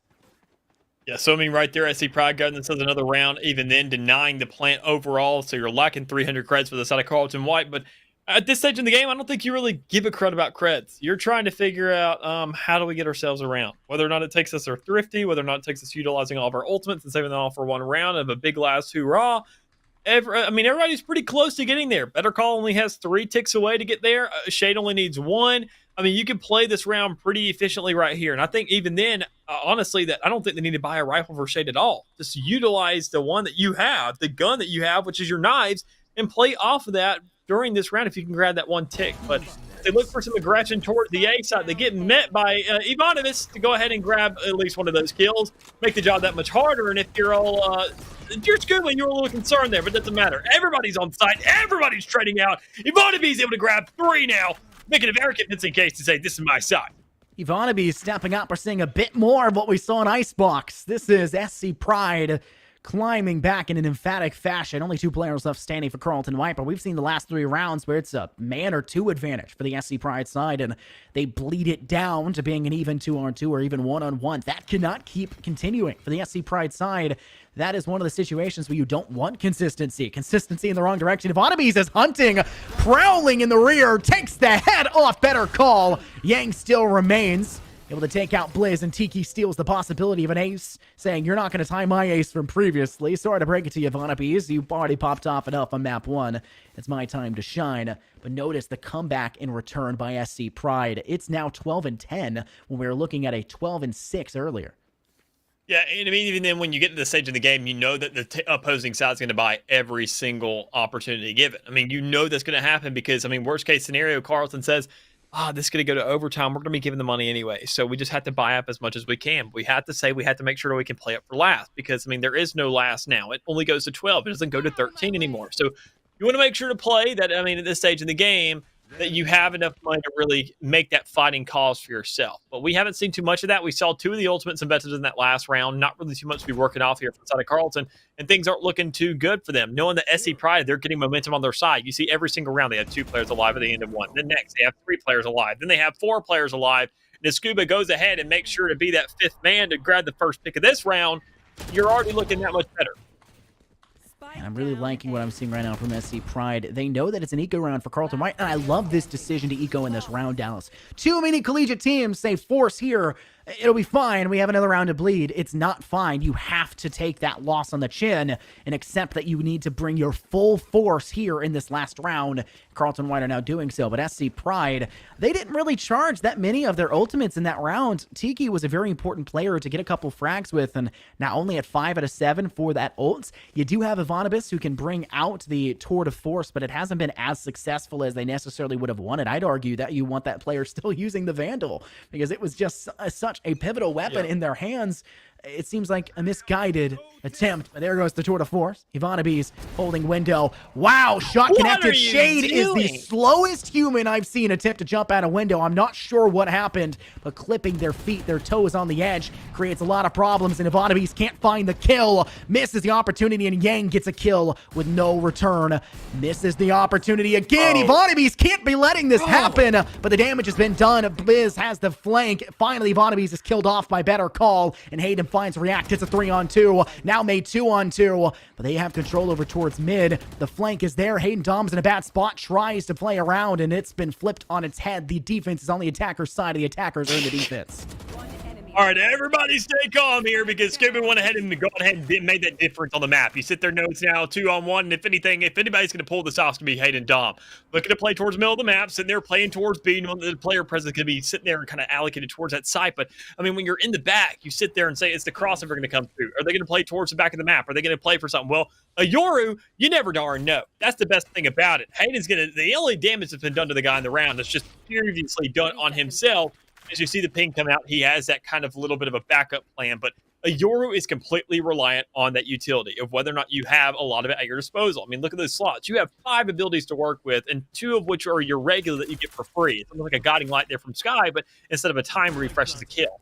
That makes the job that much harder, you being a duelist. You have to find at least 1 kill. You can get another TP to work off of, and quite honestly, Carlton, they need this opportunity, but they just don't find it. SC Pride, go ahead, get themselves a 12th round onto the board, and we're bringing this into overtime. I don't think anyone expected this result, not just after map 1. We did not expect Carlton White to put up this much of a fight. No one expected SC Pride to return at this point either, Dallas. This is a game of impossibilities. I said it's all but impossible, and they still pull off the miracle, so to say. A major triumphant return. And I'm not going to toot their horn for too much longer, but that was a dominant spree of rounds taken in succession. They have to feel confident after that one. Carlton has to take this first OT round. It just has to be done because SC Pride are continuing with this tempo. If they are let to continue that, it's over. Carlton White just have not been finding any success, and the mental has started to be chalked. It's very obvious. Okay, you said it a lot cooler when you had the music playing in the background. I'm gonna be real with you. I think we need to make that change. The caster desk have that hype music in the background because people are like, "Yeah, let's go. We got a matchup coming in." But no, what we do is we play like land sounds like in the background of people like cheering in the audience, and then that's our hype stuff. You know. Okay, yeah. We'll give it all a shot here, but at least in this map, we can't mean just right now. We can't ask too much of production, but we can't ask too much of Hayden either as he finds himself that first frag here in the round. Able to go ahead and start the same kind of momentum we saw, at least on this defensive side for Carlton already. Once again, grabbing another one. Shay, the 2 duelists setting up towards A. They had this entire default for the first half. I mean, SC Pride still aren't adjusting themselves around it. Notice that SC Pride's attack was pretty much abysmal in the first half. There's no other way to put it, right? I'm not going to harp on it, not going to make fun. It just wasn't it. And now they're stuck on it on the first half, which does give Carlton White this first round win. And they're going to continue to try to keep that tempo. Hayden Dom has charged their ultimate. Not really a necessity, but the intel is there and OD acts off of it. 1 kill garnered in that round, and SC Pride fall all 5. It's 13-12 in OT. Carlton White take this round on the attack, and it's done and dusted. We're going to fracture. SC Pride have to hold on if they want to end this in a 2-0 fashion. And I'd say their defensive side looked pretty darn good once you sat there and got past those first 5 rounds. I mean, all things said and done, you had the momentum on your side. You had the feel of what's going on. And quite honestly, Cards and White are going to be on their toes right now to say, how are we going to adjust around this? We can't let this happen again. We can't go back to the attacking side because the only thing we're doing is, as time goes along, SC Pride's defense is looking stronger and stronger and stronger. The biggest beast we have to go ahead and do is find one of these rounds, because as they also adapt around the map and make their adjustments, they're going to get it stronger in the attack as well. I mean, they're going to follow suit. They're one of these adapting teams. And I think that's the only difference between these old, I would say, divisions is how quickly these teams are really to adjust, and the accuracy, obviously. But the accuracy, we try to keep on an even level. Well, one thing that's not an even level is the spike so far. It's already off the board. It's on the side, and Tiki finds that kill to return it out. With all these smokes on site, you got to spray things down. You got to find these shots, and Yang can go ahead and at least get one of them. The defuse was attempted, obviously falling quite short. Yang's holding within the smoke, and Tiki tries to play aggressively with it, falling themselves. React gets the refract. Scuba finds one of their own. Ivanovic is flanking, and they'll take off too. SC Pride hold on for another one, then do double sets of OT. We'll have to go through again. And that's kind of the game of OT when it comes to Valorant. It's infinite OT, folks, and that's pretty much the name of the game. And let's talk about how it's been going. SC Pride on the defense looks insurmountable, especially with the spree that they managed to carry in that second half part of those first 5 rounds, like you mentioned. But the attack was not there, and we saw that as well in that first round of OT. It's a game of whose attacking round gets won first. And from the looks of things, it's impossible to tell who it will be. And even then, I think it honestly, with these setups, SC Pride should be favored for this attacking side.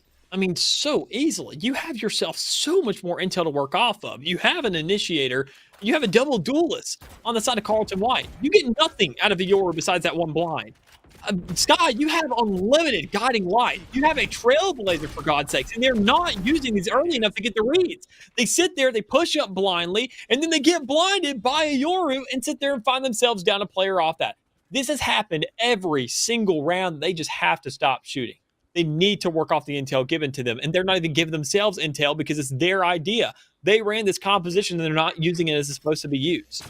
Shade is playing this one quite aggressive. The trademark goes down. That gives a lot of intel, though, to the side of SC, and they can try to react afterwards. Blizz gets the final hit onto Hayden Dom. That's something they have to do. If they don't remove Hayden Dom on the defense, it's over. Talk about the advantage. They keep getting picked up off the back of Hayden Dom every single round. Thankfully, they get the kill back, but they're still down a player, and Shade has not yet been dealt with, who's prowling around in hay right now. Could definitely be the factor that ends this round for the SC Pride side, and that seemingly will be the case. Spike is dropped, Ivanovic is felled, and it's a 4-on-2. Shade now working through mid-window. We'll try to take advantage of the space they're given, and will do it quite successfully. Scuba's head lopped off their shoulders, and React has to fight the player that's essentially a raid boss, and they won't do it with a rifle. They'll be even to BM it just a little bit, taking the classic out in hand, and gets the final blow. 4 players once again surviving for the Carlton Whites defense. On so many different occasions, I mean, I'll say it again. We're not seeing enough out of SC Pride here to go ahead and get on this attacking side. They have so much intel to work with. They have a recon dart. They have an owl drone. They have 5 pieces of utility. Keep in mind, 5 pieces of utility to give themselves a read for the aggression. No, excuse me. Let me make a correction. They have a boom bot as well. They have 6 pieces of utility to let you know where these players are. And we have seen none of those being whipped out right off the get-go of the round. You have 3 for the pre-plant, 3 for the post-plant. Do something even. You can't go for an 0-6 fashion because this is not working out. You're getting picked off for absolutely no reason. You have no idea what's going on. Even then, the defaults have not been taken notice of. Well, now you're once again have your back between a rock and a hard place as you are now forced to win this round just to keep the game going. It's a bad spot to be in. Players on both sides. Hayden Dom on the left. A recon bolt descent. Scuba's position is given away. And look at the aggression that comes through by Hayden Dom, sending their decoy once again onto site. Thankfully, though, for SC Pride fans, they're not really falling for it, and the only player to fall will be Hayden Dom, as Blizz manages to find themselves a kill. Ivanovic needs to put the utility away. And unfortunately, their life will be put away instead as Odie gets the kill, playing towards Hay. Tiki's taking a book out of Shades from the last round, managing to find Yang on that rotate the transition, falling short. And now you can see SC Pride start to move their way towards that C site. And I think we're seeing Carlton White, they're playing this one a little bit too slow. They lost the advantage of speed, and they're trapped in C long now. Yeah, and this is probably one of the worst places you could get trapped unless you have some kind of an answer. But there it is. Shade already being on the flank now, creating somewhat of a wild card towards the back of the map, and you're sitting there wondering, well, what's going on here? Nobody's answering this until finally Tiki's able to go ahead and get the positioning there to say, look, we are now safeguarding towards the back. That takes care of the flank. The rest of the players are in spawn. We got the re on the guiding light. They're still in spawn. So we just know to hold out these sites. There is 10 seconds left on the clock. They're not pushing A because they're not going to get there in time. Hold B and C, but what do you know? C is right open. Make yourselves at home because instead we're playing for the flank right now. Tiki's in the back. Blizz finds one on site. You see Scuba coming in and closing things all together. We're now going into a triple overtime. Oh, this is a game of who wins the attack. I've been saying it, and right now, neither side seem like they're able to put any semblance of success together. You get a plant down, which is more than what Carlton White were able to do in a lot of those rounds previously in this second half, but if you can't do anything beyond that, what's the point besides trying to play that slow? They attempted for that last 20-second push. I think Odie would have had a major advantage if they had just gone onto the C site. It was really slow by SC Pride on the defense to move towards C in the first place, and instead wanted to utilize the attacker's spawn, that space given there.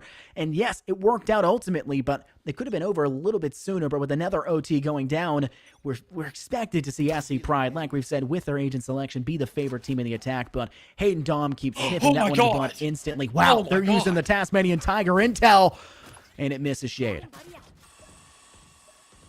No way. Shade's gonna get a kill here. There's no way to deny this. It's guaranteed. No, Shade, you cannot! Oh my god! At this point, you and I are fans, like we're just reacting like we're the audience. And look at the danger that was there.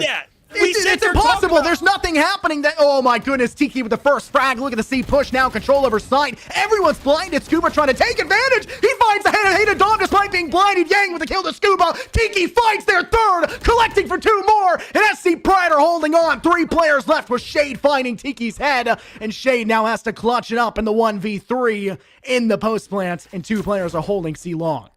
You get the intel towards back there and spawn as well. You know that Shade's playing towards that courtyard. They're at least going for that entire flanker. They're pushing towards garage. Well, you get the read there. Blizz gets that intel. Says, look, this is where they're playing around. We just have to surround this site. If you're back there towards spawn, get 1 player to watch it, 1 player to watch Spike. This thing is ticking down. Give yourself the defense to work off of. Spray it down if you have to. No matter what, even if you die, leave yourself alive enough to go ahead and defuse that Spike. And there it is. Shade has literally no utility left besides 2 up drafts. But instead, he finds himself 6 feet under.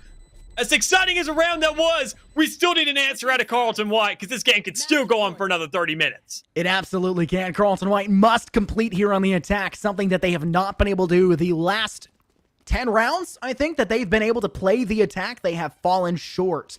It's a crazy statistic, to say the least, but the same thing can basically be said for SC Pride on their attacking side, finally breaking that spree of losses to their name. And they get to play their favorite side here on the defense. It's going to be up to individuals for the Carlton White attack as they work their way towards C. No one really being there to defend it except the Sova for the SC Pride side. Shade's hunting for an early kill in A long, forces Scuba off the ult pimp. And Vanabees creates the space themselves, lops the head off Shade. And now you're going to see the decoy be sent. The blind does nothing as Vanabees is quite low. Even tags Hayden at that spot, forcing him to go ahead and step away from that position. And they'll rush down C long. Shock Dart's going to be sent short. But no one's having made it up to that point. It looks to be like we're seeing Carlton White engage. The recon bolt finding a lot of intel success, but Better Call finds the kill instead, and Blizz falls short. It will be a C-sided plant, and there's no one sitting anywhere else but on site for Carlton as they're looking to hold on to this one on the attack. An early investment of a lot of utility. I mean, that Brim Smoke to go ahead and back up the Incendiary. That's a lot to be playing off of. And if Vanabees can find that kill, and he does, it creates a lot of space back there towards spawn. You nobody's on the post, but you haven't watched that corner looking out for Odie, who's stationed there. And it's now a 3v2 as Carlton is trying to go ahead and get their backs out of the corner. But it all comes down to Odie. She has to clutch this, has to hold on that spike, has 2 nanoswarm grenades there on there to be working with. And you have yourself a smoke now sitting in the way as well. With all this utility now going off, without the turret there to be working off of, you have nothing but a spray available left, and it's smoking your way, and nobody's there to stop you. It comes down to Odie, and she goes ahead and brings it out. We're now going into a 4 overtime spree.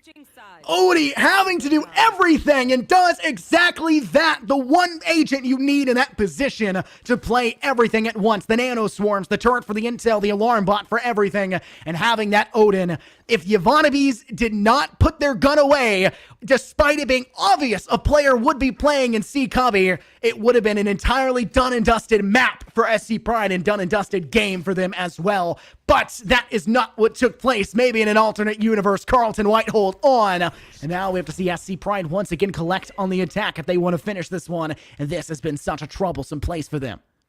We've already heard a guiding light going out, so I mean, SC Pride, good job. You're using your utility once again, but have you found yourself a kill? Well, you did. You found an even exchange right there towards Garage, so you finessed at least a little bit of time, and you have the trademark towards the back that's going to be triggered and letting you know that there are players coming around through your spawn. Nobody has turned around just yet. The only player to look is Ivanovic trying to go ahead and get a read of where these players are at, and go ahead and get an angle. You find yourself a kill, and you go ahead and get the exchange there from Hayden as well. So now a 3v2. Carlton are favored once again. And SC is on the back burner looking to clutch things out. And it's Odie. Has the Odin in hand once again, trying to finesse something. She's really living up to the name right now. This is such a worrisome place for SC Pride. We've seen multiple times them pull out utility in the worst timing possible and fall short because of it. Now it's just Ivanovic left standing. Managed to collect for one. Player in the corner. Can't swing fast enough, and Odie clutches it up again. 16-15. OT has been continuing and looks like it will constantly continue for the remainder of this game. Now SC Pride get to play their favorite side of the defense, but they lost this one just last time. And it's off of Carlton White playing hyper-aggressive, swinging to C decisively, and playing for the late stages. What if we sit there and after all those defensive rounds strung together, where we never saw anything, and after SC Pride wins one attacking round, we just see nothing but constant attack forever? Just like, where was this earlier? Like, honestly, where the heck was this earlier? Oh, man, it's just, this is such a game, to say the least. That's about the best I can phrase it as well. There's so much happening. Yeah, it's a game, all right. It's a game. You can't label it too much. It's crazy, to say the least. Those decoys are sent towards short. It looks like Dom will try to actually play long aggressively, but a Dark Cloud does get sent all the way from B site and will at least cut some sight lines away. And it looks like Carlton are trying to still peruse all their options across the entirety of the map. And finally does seem like Hayden Dom will also push towards C. Now trying to go towards C long. Only one player that can defend. It's Blizz. Tiki's holding the defensive spawn and trying to clear shade from Link, but Blizz caps off Hayden Dom. That sets them up nicely. One player's already deep on site. They've got a good spot, and they've given their position away by Yang firing first. Blizz finds one, Tiki with another, but Ivanovic falls to Odie. And now it's just Shade and Odie left standing. Blizz is in a very bad spot with a bow cut in hand, trying to pull back the drawstrings, and instead draws themselves into the afterlife. Odie steps through the sky smoke, cuts down Tiki, and Carlton White have the man advantage around up and are looking to send us on out of this one. They'll even utilize the lockdown to guarantee this position. The baby cage down. Looks like React only has the paint shells to send, clears off Platt at the very least, but with still 2 seconds lingering on the baby cage. React's position has been given away quite effectively with that toss. Shade holding quite close towards Link, and Odie will transition themselves through Hay to play back towards that C-Cubby position, forcing React to actually rush them down because that utility is still in play for them and no real way to clear it. React now still struggling to find site control. No one's here.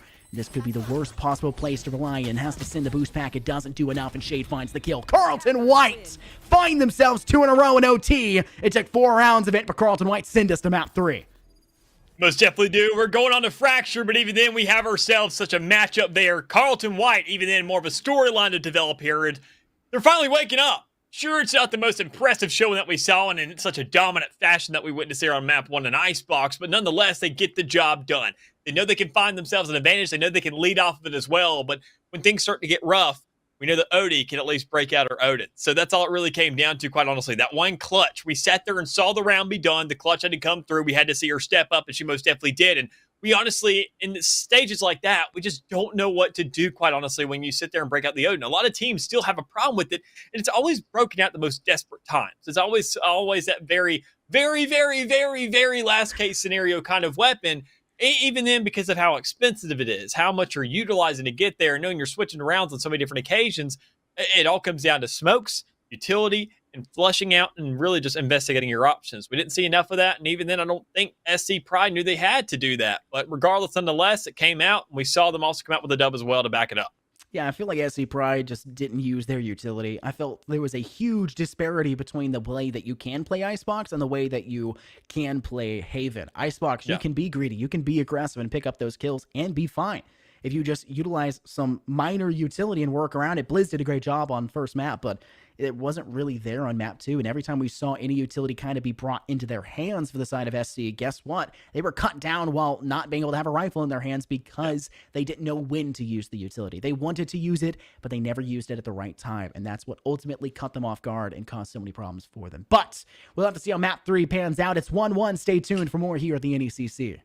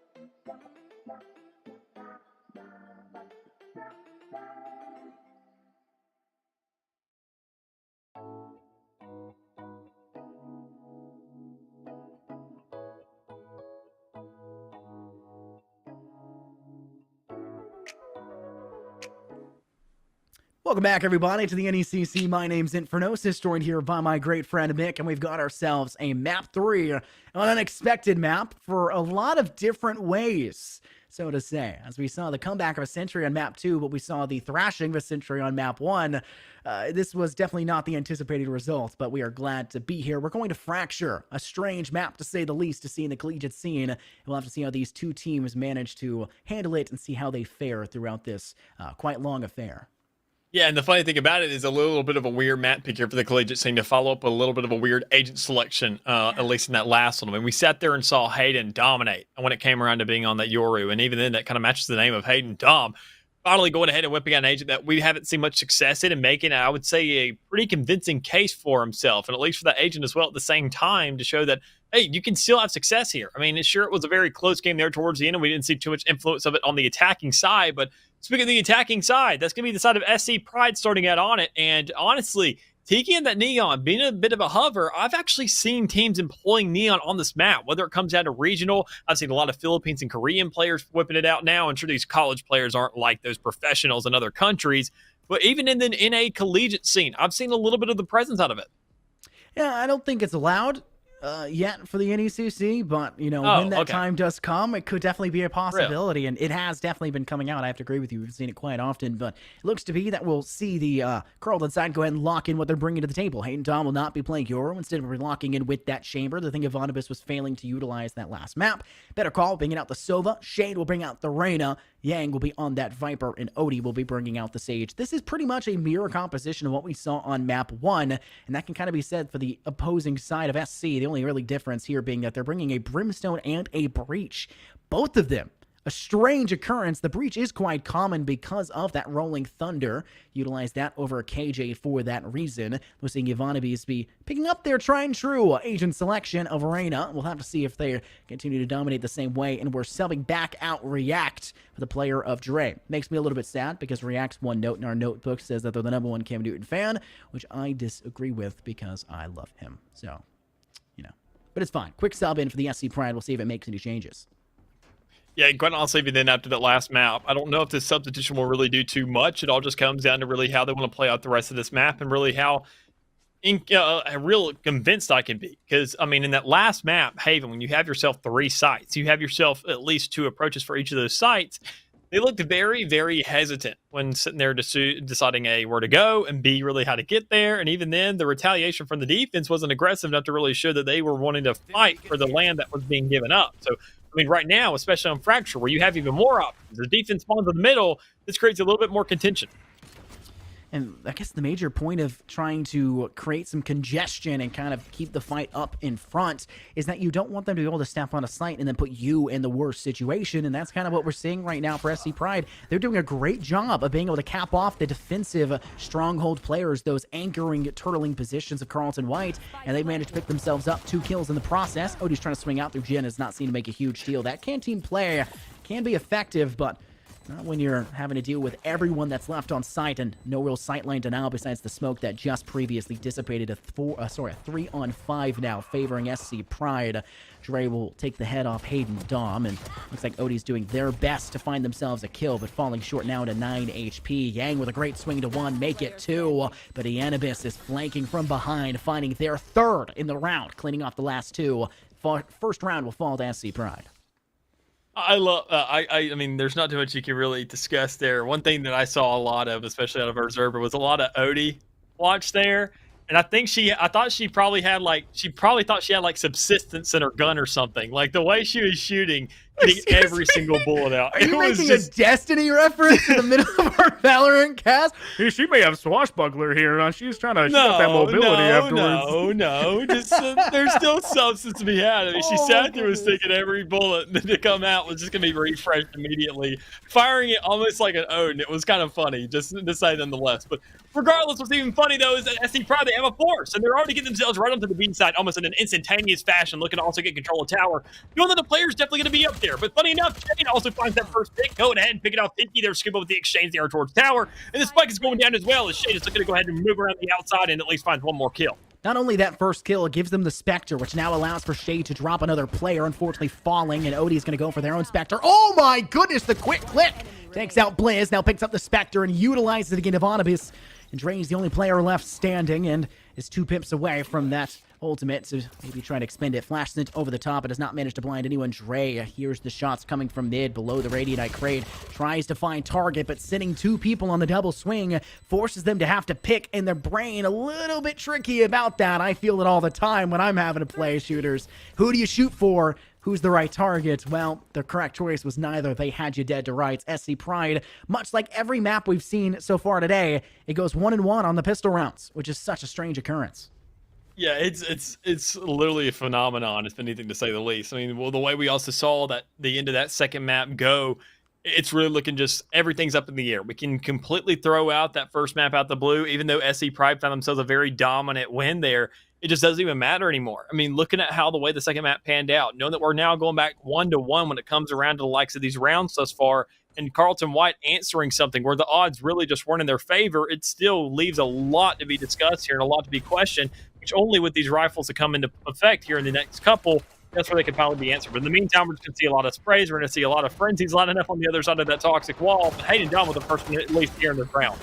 Shade finds the second, the Spectre that they managed to collect last time, being still effective to this time. Scuba finds the refrag though, but better call from up above. Utilizes the high ground from through rope and is able to give themselves another kill, now giving the man advantage quite handily to the side of Carlton White, and the damage is continuing to be done with Hayden Dom onto Blizz. We're getting to the point now where we're starting to see the another Destiny reference, ultimates come on the board, and it's becoming quite a problem as you'll see that the Empress available for the side of Carlton White, but there's now 2 ultimates. Sorry, I don't know why that one wasn't on purpose against the SC Pride side, as they'll have the no command as well as that Rolling Thunder in the pocket to use. Yeah, I mean, we could finally see the actual rifles coming out, enough money for each team to really go ahead and start investing in these. And this is where the turnaround has to really occur for the side of SC Pride. I like that KO pick they have onto the board. I like the breach for those retakes. I mean, it seems like they have themselves a little bit more of a meta pick of what we've seen typically out of teams on the collegiate scene, even in the pro scene, where we see a lot of influence coming from, regardless of where it is. But I mean, knowing that they have all these tools at their disposal, they have to be a little bit more aggressive with them. They have to utilize that utility once again, because the attacking side, even on that last map, was very, very weak. And we need to see them double down and really go ahead and put, a stake into the ground. Tiki finds the opening pick, and SC Pride straight ahead just a little bit, but only in terms of 1 player, but that also charges with the pick up the ultimate pip. The ultimate for the side of Ivanovich. Try to go for a bit more. Ivanabis managed to take out Hayden Dom. At the same moment, Blizz finds 1 more, and Ivanabis continues the reign of dominance. The reigna of dominance, maybe. Is able to find 1 more, leaving just Yang left standing. And this does look like one of those situations where it doesn't seem the most likely of options. SC Pride are doing a great job of playing this one safe, keeping it close to the chest. No one's peeking. The only person really giving any semblance of chance to him is Ivanabis, and Ivanabis is uncontested in that round, finding their third to finish things off, tying us 2-2. And in a flawless fashion, to say the least. And I think that's the biggest factor to really start taking effect in right now. Knowing you're in these early rounds, you're looking for some kind of establishment onto the board. And sure, Carlton White didn't have too much of a real shot there, knowing they didn't have full rifles across their entire team. But I mean, knowing that they had themselves a chance. You know, they won that first round with somewhat of a budget buy up against bigger weaponry, and they still went ahead and turned the tide in their favor. It all comes down to where we can see the answer come through this time. And SC Pride have 3 ultimates at their disposal, and I wouldn't blame them to go ahead and use one of those. Honestly, pushing for A, using that Rolling Thunder that covers the entire site wouldn't be a bad shot. But instead, they want to go for the much more open option, as if it almost kind of makes them more reminiscent of Icebox, and where they really went ahead and dominated. Well, he's going to go ahead and drop down to the A site and rotate over towards B, because it's made readily apparent that SC Pride are pursuing that option. Unfortunately, they lose their breach Brimstone, quite early, but they get a refrag back by Tiki. Now hunting for a little bit more. Dice is the position of dominance they're trying to hold, but Better Call and Odie each find 1 more. Better Call being refragged back by Scuba, though. SC Pride are kind of fumbling here, but they're doing a good job of keeping it somewhat close, and Ivanabi's kill, now with no trade, sets them up even nicer as Hayden Dom falls short. 2-on-2. Dice play through Arcade, still successful, and Tiki finds not just Odie, but Yang, making a 3K in the round, and SC Pride step up to give themselves the round advantage, now 3-2. This is just Ivanabi's and Tiki's show match right here. I mean, Much we've like sat there and Icebox, seen man. clips on them on so many different occasions, and now they're both playing, I would say, quote-unquote, duelist picks. Ivanabi's being right back on the reign, though. You know he's going to lead that fight. quite honestly. I mean, after what we saw on map 1, I mean, sure, maybe if Tiki was on, I'd say the Sky this time around, we could see somewhat of a tie game on our hands, at least in those two in the kill board, but that's going to be the dynamic duo to shut down every single round, quite honestly. And this is what Carlton White's biggest struggle is. They've already found themselves 2 rounds, and it's a much different story from what we saw on Icebox when SC Pride's on the attacking side, but you really got to step things up. They have a budget to go up against this time around. As you can already see, Yang having nothing but a frenzy to work with, utilizing some of those snake bites to create somewhat of a stall, but it's not a very aggressive stall. It's not really going to hold up too much as you have the full force of the team swinging right there on you on site. You're trying to at least hope you can get one, but that's not even going to happen. Shots connected. Ivanovic steps up big, finding the opening pick once again. We said it would be, and so it be so. Cody now trying to play from around Dish, and may have to dish out their own level of hurt as the judge during executioner lies within her hands, but only finds a little bit of damage on the top. Ivanovic now needs to find impact, gets a nice headshot tag, but it doesn't kill, and that lets Odie just walk up and dominate. Ivanovic finally gets a kill, but it's only on a better call, and there's no way to deny the ice wall. It goes down, and Odie will just stick this. There's no way to deny this from the position we're seeing Tiki play. Too far back, too far in their own spawn, and they'll only manage to pick up one consolation kill, denied of anything further. That's the tying ground for Carlton White. Imagine if you had Tiki right there to back you up. Go ahead and shoot that left wall section. You go ahead and coordinate those shots. You shoot right through that Radiant crate, and you find yourself an easy kill. It's quick calls like that that really sit there and show the coordination of teams, whether or not they can make those split-second decisions, whether or not they can get out safely, really make those shots, because in the meantime, this entire game's just been purely based off kills. We haven't seen too much intel be given. We haven't seen too much team composition, too much utility really coming out to set the difference here in the game. And that's kind of an evolution I was expecting to see over the course of this matchup. I'm still not convinced yet. Seeing that you already find Hayden Dunn with that first shot, I'm sure that alone will take a huge effect in the round, unless we see SC Pride really go off on a spree, at least out of one of these 2 duelists they have. That's kind of the main tricky point that we're seeing is you have to get yourself connected early to be able to start to string these things together. And right now, SC Pride, they get a ton, but then they take 2 steps backwards. And we're seeing that be such a problem, not just on this map right now, but it was such a big problem on map 2 as well on Haven. Yep. And that just can't be continued. You have to change things up. And 1 or 2 occasional kills is not necessarily the way to do it. Blizz does find impact, though. Does get 1 off the board. Ivanovic is now trying to take control over the space of Arcade, but there is a player in tower, and it'll be an easy cleanout for Odie, who finds their level of impact necessary to facilitate this round win. And from the looks of things, SC Pride will start to move towards main and try to push onto the B side, but there's only 40 seconds left, and the defense has been quite steadfast. And even then, a call just like right there, what we saw, Ivanovic is able to go ahead and say, look, back up, back up, back up. I can go ahead and push from this side. Y'all can go on the under, because they just don't know really where to go for that approach. You sit there and lose that fight towards top row. You could have said, at least give me a knife towards top row. Give me the idea if there's a player there, if I really had to peek this, or if I can sit there and push up on the side. I mean, it's decisions like that. They're not making the use of what they got. It's such a problematic, a common problem we see on some of the occasions. Now Blizz and now to 1v3 with, I mean, I would say a controller and 2 duelists pushing onto the guy. There's a chance, there's a world where you win that, but it's not going to be this one. That's a very, very hard situation to really go ahead and come out positive in. And I mean, quite honestly, it goes ahead and gives Carlton White the positive lead when it comes down to these rounds now as they turn this thing around and get themselves, it's only 1 round of a difference, but still nonetheless, they've gone ahead and strung a couple things together as now it's a 2-2-2 answer in terms of these sides. And as things start to go ahead and start stringing along a little bit more so and the game elongates some more, you have to sit there and make these adaptations. And with round 7 now coming to a conclusion, we're going into round 8 out of 12 for this half. We're already what would be 2/3 of this half, or 2/3, excuse me, of this half so far, that you really have to make sure to start making these adjustments now. I don't think we've seen anything. I think, honestly, we're seeing a lot of just run-ins once again, feeling the map a little bit. You're able to grab these picks, and you're not grabbing any picks if you're SC Pride. You're getting picked off, and Ivanovic is maybe the first one here this time. Yeah, it does have to face off against an operator, but I think Hayden will try to actually play slightly aggressive, and it pays dividends. So they'll manage to take Ivanovic and that Empress off the board. No, sorry, Empress pot for Carlton White, not the other way around. My apologies, but on top of that, they'll find their 2nd kill as well, and SC Pride now bleeding away. Hemorrhaging would be a more accurate word just because of the damage that's being done by it, but notice the concussive blast gets utilized by Scuba. They find Hayden Dom quite successfully, and Blizz able to find another target of their own. Tiki and attackers spawn on our south side of the map. finds Shade with a headhunter after a bit of a foray with it, but the damage is favoring SC Pride until Odie can get their hands on Scuba, who was trying to pivot towards the B site, but that's spiked down. And that is a major problem now for SC Pride to try to recover from. There's no one on that A site, and yet they still wanted to transition towards B.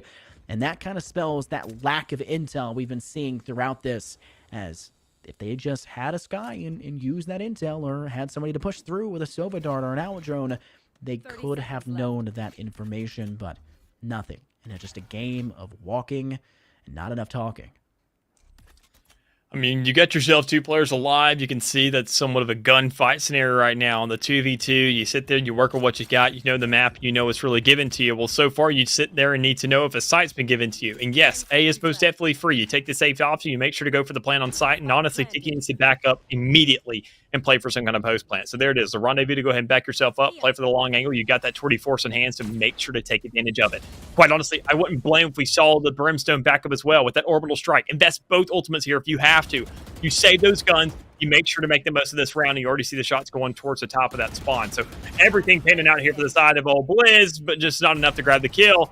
If you're Tiki, you cannot miss those shots because you end up going ahead and falling and giving another round over to Carlton.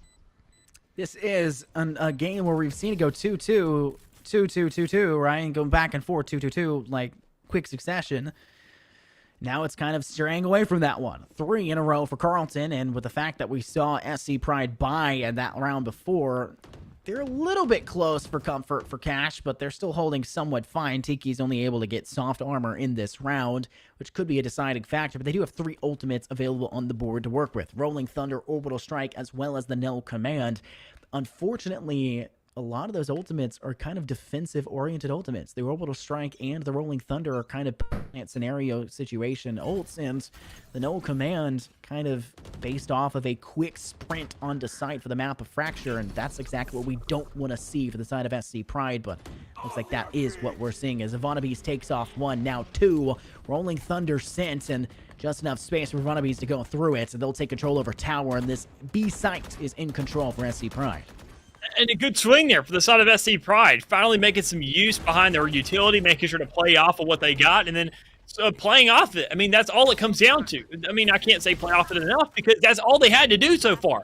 We've seen so much lackluster plays of them, so much intimidation, so much passivity out of them that they're just not making the necessary plays where they have to go and tough it up and say, look, we have to push aside. That's the risk we have to take. Whether or not we could sit here all day if we want to, but we're going to be giving over free rounds. They finally sit there and man up and say, okay, let's sit there and what do we got to do? Well, push aside. How do we do that? What do we have at our disposal? Well, sir, we have ourselves 4 ultimates. We have all the util in the world that we need. Well, what's the best thing we got to really approach this massive place that we're really trying to get into? We have a Rolling Thunder. Let's pop that Joker. What are we going to do off of it? We're going to push off of it. Good job, everybody. We're now sitting there getting some progress in the game. We're making sure to get that influence. But what could sit there and be the big turn down for them?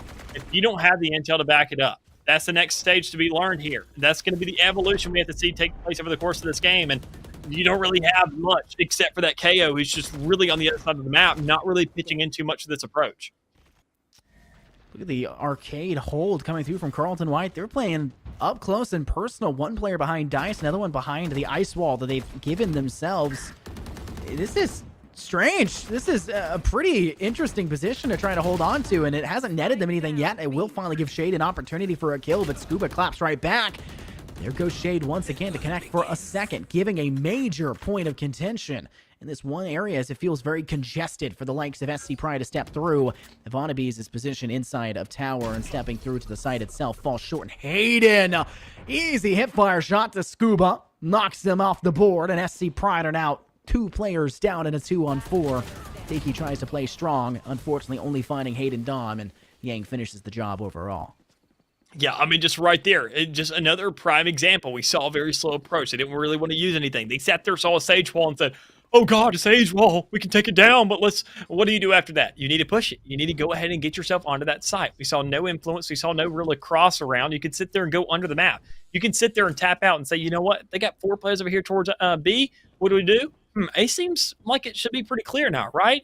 let's make those decisions. Let's be a little bit quicker. Let's be a little more proactive here on the map. And honestly, I mean, Carlton, I can't really sit there and say too much about them. They're just punishing them. They're throwing out their utility. Sure, it's a little early because they know that SC Pride is going to respect it. And that's exactly what they're doing. They're playing into their hand. And that's something you cannot let happen. Playing into the opposition's hand is the worst and most fatal mistake you can make on any shooter, right? Talking about saying Call of Duty, you should start spawn camping. You're playing into their hands because you let them dominate control over the map. It's the same thing here with Valorant. Now, you can't spawn camp, but you can dominate these corners. You can start to utilize your utility in a more efficient manner that forces them to have to go one direction over the other, and that's called map control. That's dictating the pace, the tempo, how every single engagement must go down, and Carlton are just doing a much better job all around in these last two maps to do just that.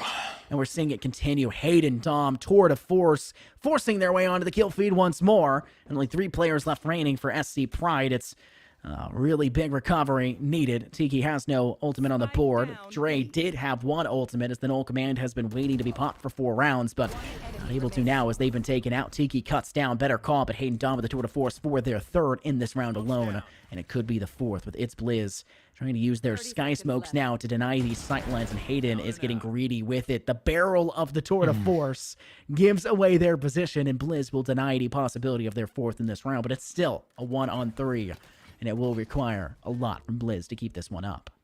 Yeah, and just scenarios like this. I mean, you want to cross under instead. Regardless of what you do here on the side, it's not going to matter. You're not picking up the spike. You're not playing on what you got, and you're sitting there getting a little bit scared now. And you don't hit those shots. I mean, that's a nice little opportunity that you could have found to rob a weapon out. You get the read and finesse one. So a very impressive showing here, at least out of Blizz, to show the survivability of the player, but not still really sitting there utilizing the bigger picture as he does get one more on the way out. So honestly, a little bit of a stinker there for the side of Old Carlton to realize that they just lost a couple weapons for absolutely no reason. But as the game does prolong and go on a little bit more, so we already see Carlton getting themselves a guaranteed, I'd say, advantaged half right now. Best case scenario for SC Pride is go into 7-5 and say we win on the defense. Thing is, they're not set up for that. The only players they have for that is a chamber. We see Carlton having 2 sentinels, having a controller as well to back it up, a more controlling controller on the massive map that is Fracture that could actually get entire coverage of B side or literally prolong the entirety of A and inhibit your vision. We don't see that at SC Pride. This is where they should have won the map and really got themselves an advantage, but they're already lacking that necessary check mark. Viper Spit being popped on B and creates a nice position for the Carlton White side to sit within. No real stressor for them. Ivanovi's in a fight with Better Call. That one lasts about 10 shots too much for both sides, but eventually Ivanovi's comes out on top, but Shade gets a very nice refrag. Will step back to site and use the Empress that they've now gained for themselves. Scuba trying to concuss onto site. Gives them enough space to actually get that ult orb, but I don't know if it's a possibility for them to actually get that ultimate charge just yet in this round to actually be able to pop it off. There goes the no command. It's been ready for 5 rounds, Dallas, and we've yet to see it be popped, and it needs to be successful here. There's no utility now available for Carlton White on the defense for at least a couple more seconds, but they have been outgunning the competition quite thoroughly. That's quite different here in this round. Tiki uses the Headhunter to its name's advantage, takes out Odie, and Blizz managed to find one of their own in the process. A 4-on-2, but Shay drops it to a nice 3-on-2 until it's made 3-on-1 with Scuba's refrag. Hayden being the last player alive, and well, they do pick up one where the operator Blizz gets the refrag. It will go 7-5 at half, and SC Pride managed to keep it somewhat close, only 2 rounds differing between the two sides. Yeah, and to be expected there out of the likes of all SC Pride. I mean, looking pretty good, and know they sat there and had a pretty good ratio in terms of rounds across the board, at least in that half. But I mean, now with everything coming around once again, where they have to make these adjustments, they have to go onto the defending side. This is going to be a much bigger, I would say, challenge to hurdle over. They don't have the utility, as I mentioned earlier. They're going to have to play aggressive. They're going to have to find those initial picks, and knowing that there is now 4 options for them to have to go ahead and choose from, especially considering the split that this map really forces you into. If you have 3 players put on towards B, you get 1 player to swing out. There's nobody on B, period. They're going to get collapsed on an A, and it's going to create a problem because you don't have the utility to back it up. You have a chamber stacking on top of his old trademarks, and what's the point in that? You're getting utility to sit there and tell you, okay, well, they're coming to you. You have eyes for that. Where's the backup for the rest of your team? It's things like these that SC Pride needs to start taking notice of and adjusting as the course of the season goes on, because as impressive as Icebox was, it's been completely negated by their performance since then. I think one of the biggest problems you see a lot of teams kind of fall into is failing to know when to use what. right? Yeah. And that's kind of the problem we're seeing for SC Pride is they're just using it to use it, and that's why they started to lose on map 2, and where they did recover, it was just gun diffing really the competition, and that's not always an available option. But Carlton White, they had a man advantage there for a little bit. As Ivanovic, though, frags back and returns. There goes the knife. It'll suppress not just 1, but 2, and that gives them the option to dive onto Yang. And Hayden Dom has not yet been dealt with. 2 players on either side to try to fight back. Oh! It's a nice shot to Scuba, but Dre frags it back in return. And Odie is in a very precarious position. Needs to find a lot of impact, but Ivanovic denies that. I want to kind of talk about something here for just a moment, Dallas. Sorry to hold on to the point for too long here, but Go for it. Icebox is a map that, even if you're on the defense, you don't really have to have much map control. There's not really an option to go for as much map control as, say, Haven is, or as, say, this map of Fracture is. Carlton White is a team that has dominated when they have a map that favors map control, and they're seeing that right now. That is a pissed around, and it does drop to SC Pride, but Carlton White looked really solid on the defense because they were able to transition and start to utilize that free space more effectively to start being aggressive in their own way instead of just the run and gun way that SC Pride are doing. That's the end of your point? Basically, yeah. Okay. It's just a I just want to make sure. difference I thought you were going to go a little bit longer with that, considering that you were asking for the time. I was willing to give you the rest of the night if need be, but as it stands already, I mean, I completely agree. And quite honestly, Icebox is one of the most open maps, so we really do consider it. You don't see massive gaps in the minimap like we see up there in the top right. You don't see huge gaps of space or that transparency. In Icebox, it's just a T where you sit there and line up the A site. And then since that, B is essentially quite literally open once you get past that spot. I mean, and they can easily manipulate control there. But here on Fracture, I compare it to Split most of the time with all these tiny walls, all these inaccessible areas that you have to work around your flashes a heck of a lot more. You have to get the intel across walls and make sure you utilize your KO to the fullest extent where you know where everybody is. Well, right there, Dre, able to go ahead and use that knife, right exactly as I call it, but just a little bit later where you don't get there, get the read that Sage is there, and end up shutting down that wall to grab the necessary pick. As Carlton White is now on side.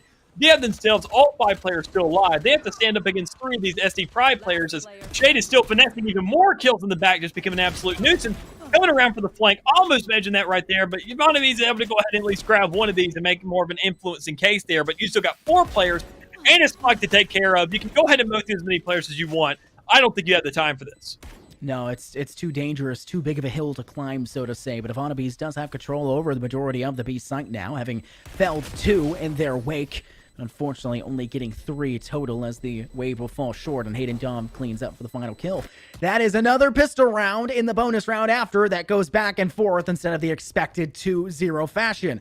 How has it been so consistent? Bro, the one thing that's been consistent in this game as a whole has been that the pistol rounds will always go 1-1. It is such a disparity from any other game of Valorant that I just can't even begin to imagine it.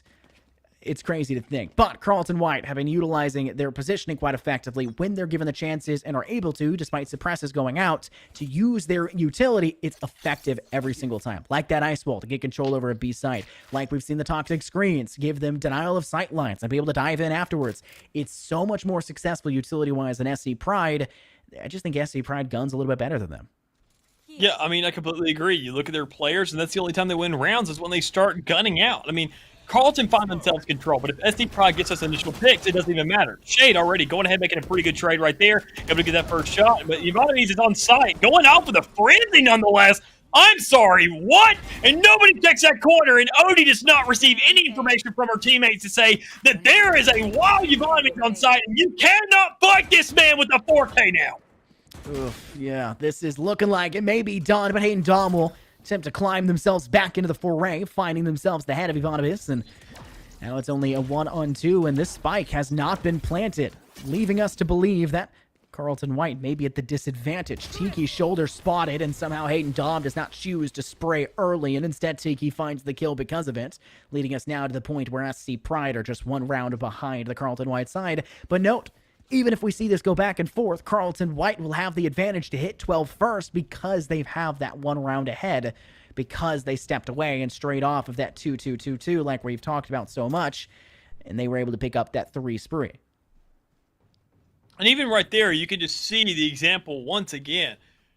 That wall was up. If Yvonne's wasn't in the back of that site, quite honestly, I can say that Carlton won that round easily. I mean, Shea found that first pick. You sit there and get the exchange. They did not have the call-outs to give that information. If anybody said Yvonne's is on site, Odie wasn't even prepared for it. But finally, you get the push out. If you're ST Pride, you find an initial pick there, and that's going to go ahead and create some contention towards the back for Yvonne's, who's saying, well, we just move around now. We isolate them from both sides. We find the necessary kills. They're obviously pushing A because we haven't had anybody on B yet because we got Dre holding it up back there. This is now a 2v5 scenario for the likes of Carlton White, and they just don't have the players there to really work off of. They're extremely utility reliant, and they've done a darn good job at it, but every single player that dies, that's at least 3 pieces of that you're getting robbed away and can't even use. There. Rope play being utilized not by the attacking team, but by the defense here. As you see Janovic just try to give themselves some space, but the space has been created elsewhere. Janovic manages finally to find a kill to finish off Yang, but that is a dominant round there by SC Pride on the defense. And that's kind of something we don't expect as much on a more aggressive style map. Them being able to take some defensive present round wins is pretty heavily important for them if they want to continue at the pace they're going for. But notice the scoreboard once again. We were at, 23 kills at halftime on the map of Icebox for Janovic, and now hitting 25 at 16 rounds.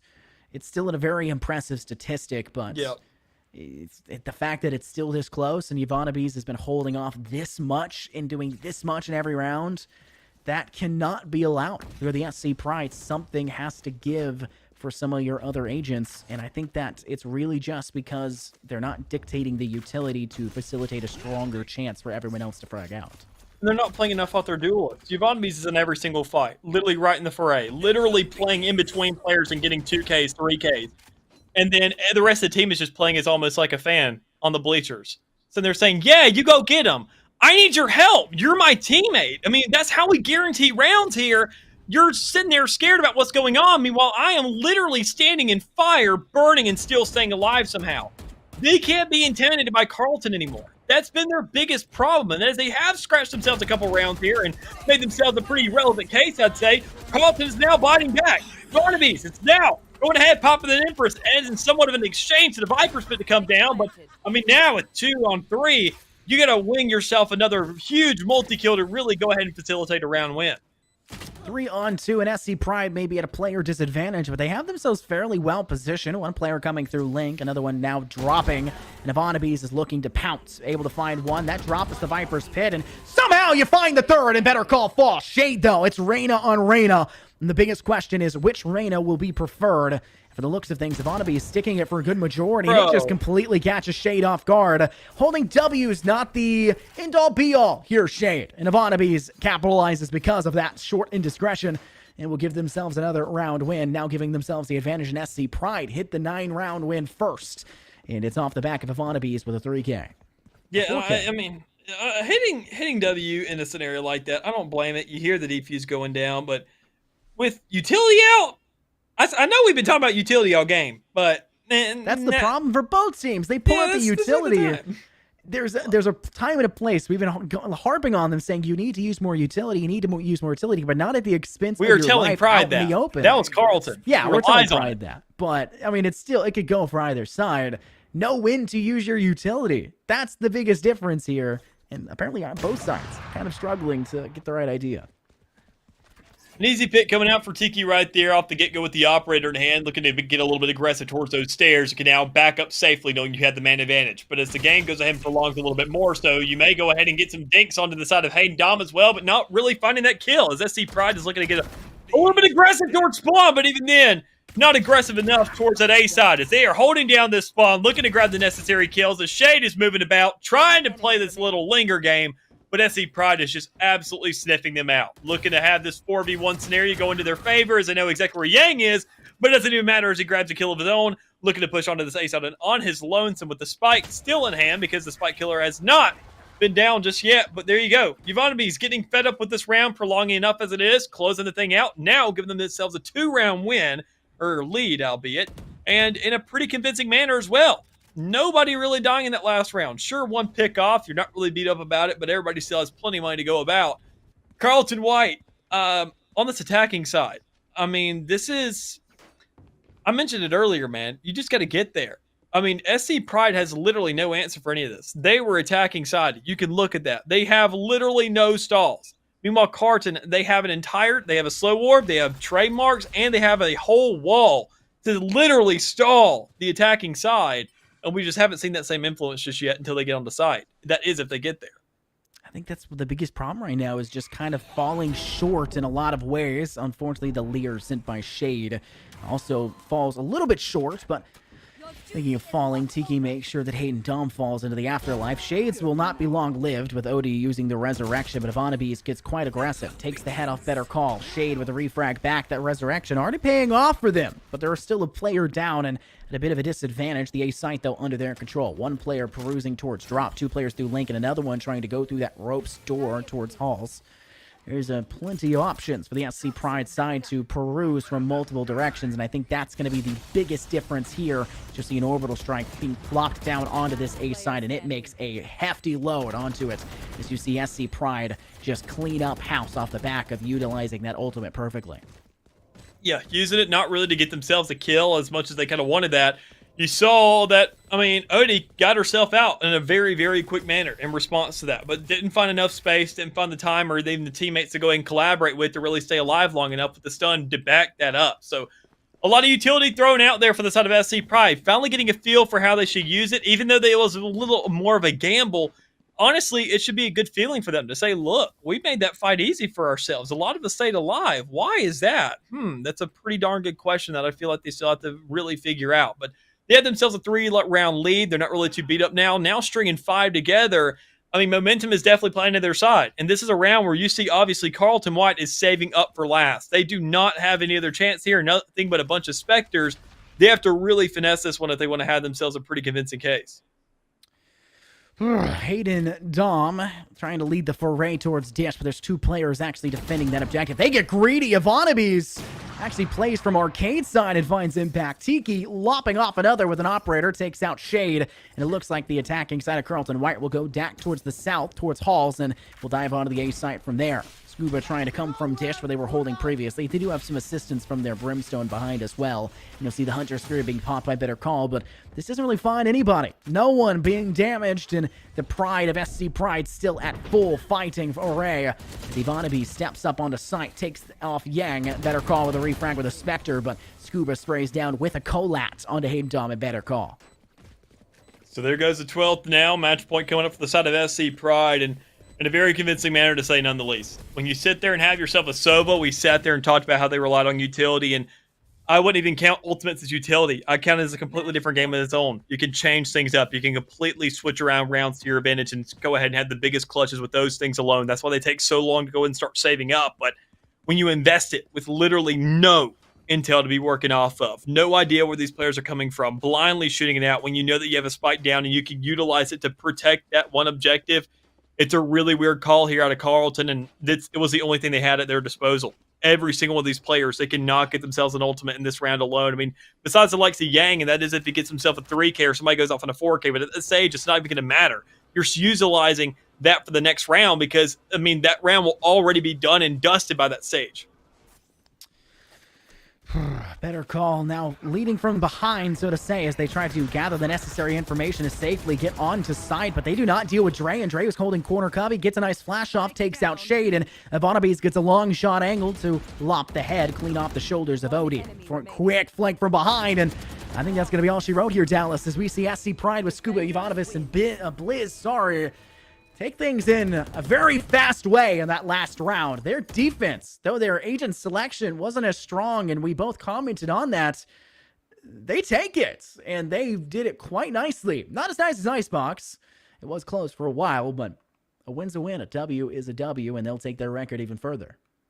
Yeah, and I mean, looking at these two teams and how they performed, it was good. It felt even. So, I mean, obviously we know the divisions are definitely doing their job, but one thing I do want to point out is like these kind of teams. I mean, obviously Carlton, they're kind of sitting, looking at elimination possibly, I'll say almost guaranteed with how we are into the season now. So, I mean, they're kind of knocked out for playoffs, I want to say. But, I mean, they could have gone ahead and at least put a hindrance in somebody else in the meantime. And that's all they were really looking for. And I know it's not the most convincing case in the world. And they sat there and found themselves a really good map too there. But as things are looking this far, they got to bounce back next season as things go. I mean, that's all they're really getting at this stage in the game. It's just shutting down other players, looking at they can set up for next year. And I mean, looking at their school, they didn't have too many players that were seniors. They're going to have some returning players, and you're just hoping that they can wake up and hopefully the meta really just plays in their favor next time. Problem is, when the meta evolves, when you get more tools at your disposal, more agents to worry about, more metas coming to life, more just, I would say, setups and maps that come into the rotation, the game only gets so much more complicated.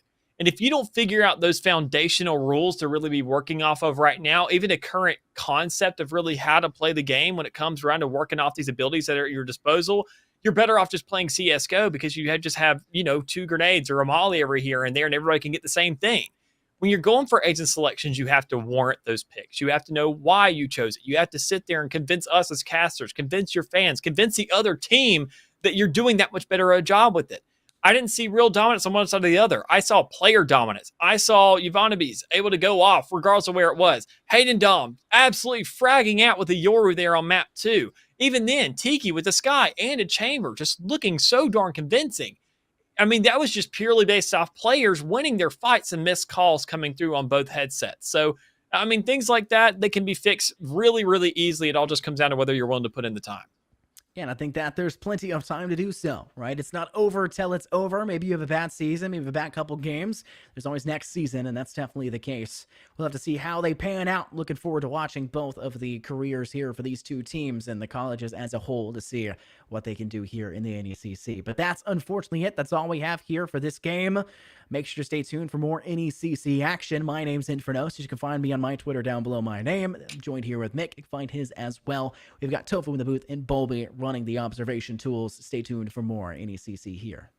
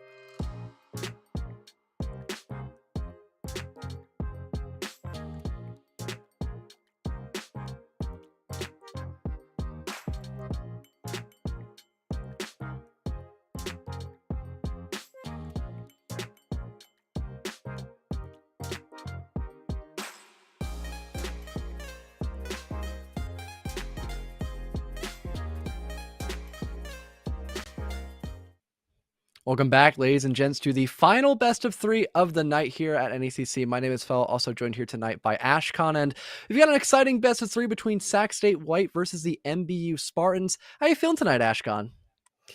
I'm really excited, fellow. It's going to be a great night. We have Haven, Ascent, and Breeze. So a pretty standard best of 3 series. Seeing Breeze more and more often, getting a lot more popular. Now that the tier 1 teams have kind of leaked their strats, the collegiate teams have kind of pulled, cherry-picked the strategies to use for themselves. So I'm happy to see that the map pool has become wider and more well-received by the general player base. Yeah, well, I think we have everyone rearing to get underway in this matchup because, we may or may not be like, I don't know, like an hour, 40 minutes behind schedule, but that's all right. When you go to like quintuple overtime, that does tend to happen. So pretty understandable, I guess. I'm really interested to see what the agent selection will be looking like for Ascent. Every now and again, you'll see something like the KO, for example. You get a lot of variety, and I think one of the more enjoyable things about a map like Ascent is the mid control. I feel like it's kind of make or break, especially if you have a good op player. So hopefully we get that tonight, perhaps, Ashcon. Speaking of hopes, speaking of dreams, we did see a Yoru in the previous series That's true. in the map on Haven. I have fingers crossed to see a Neon or a Yoru, some of the new agents, the duelists, Yoru being reworked and Neon being, of course, the most recent duelist, most recent agent release. It would be great to kind of mix things up.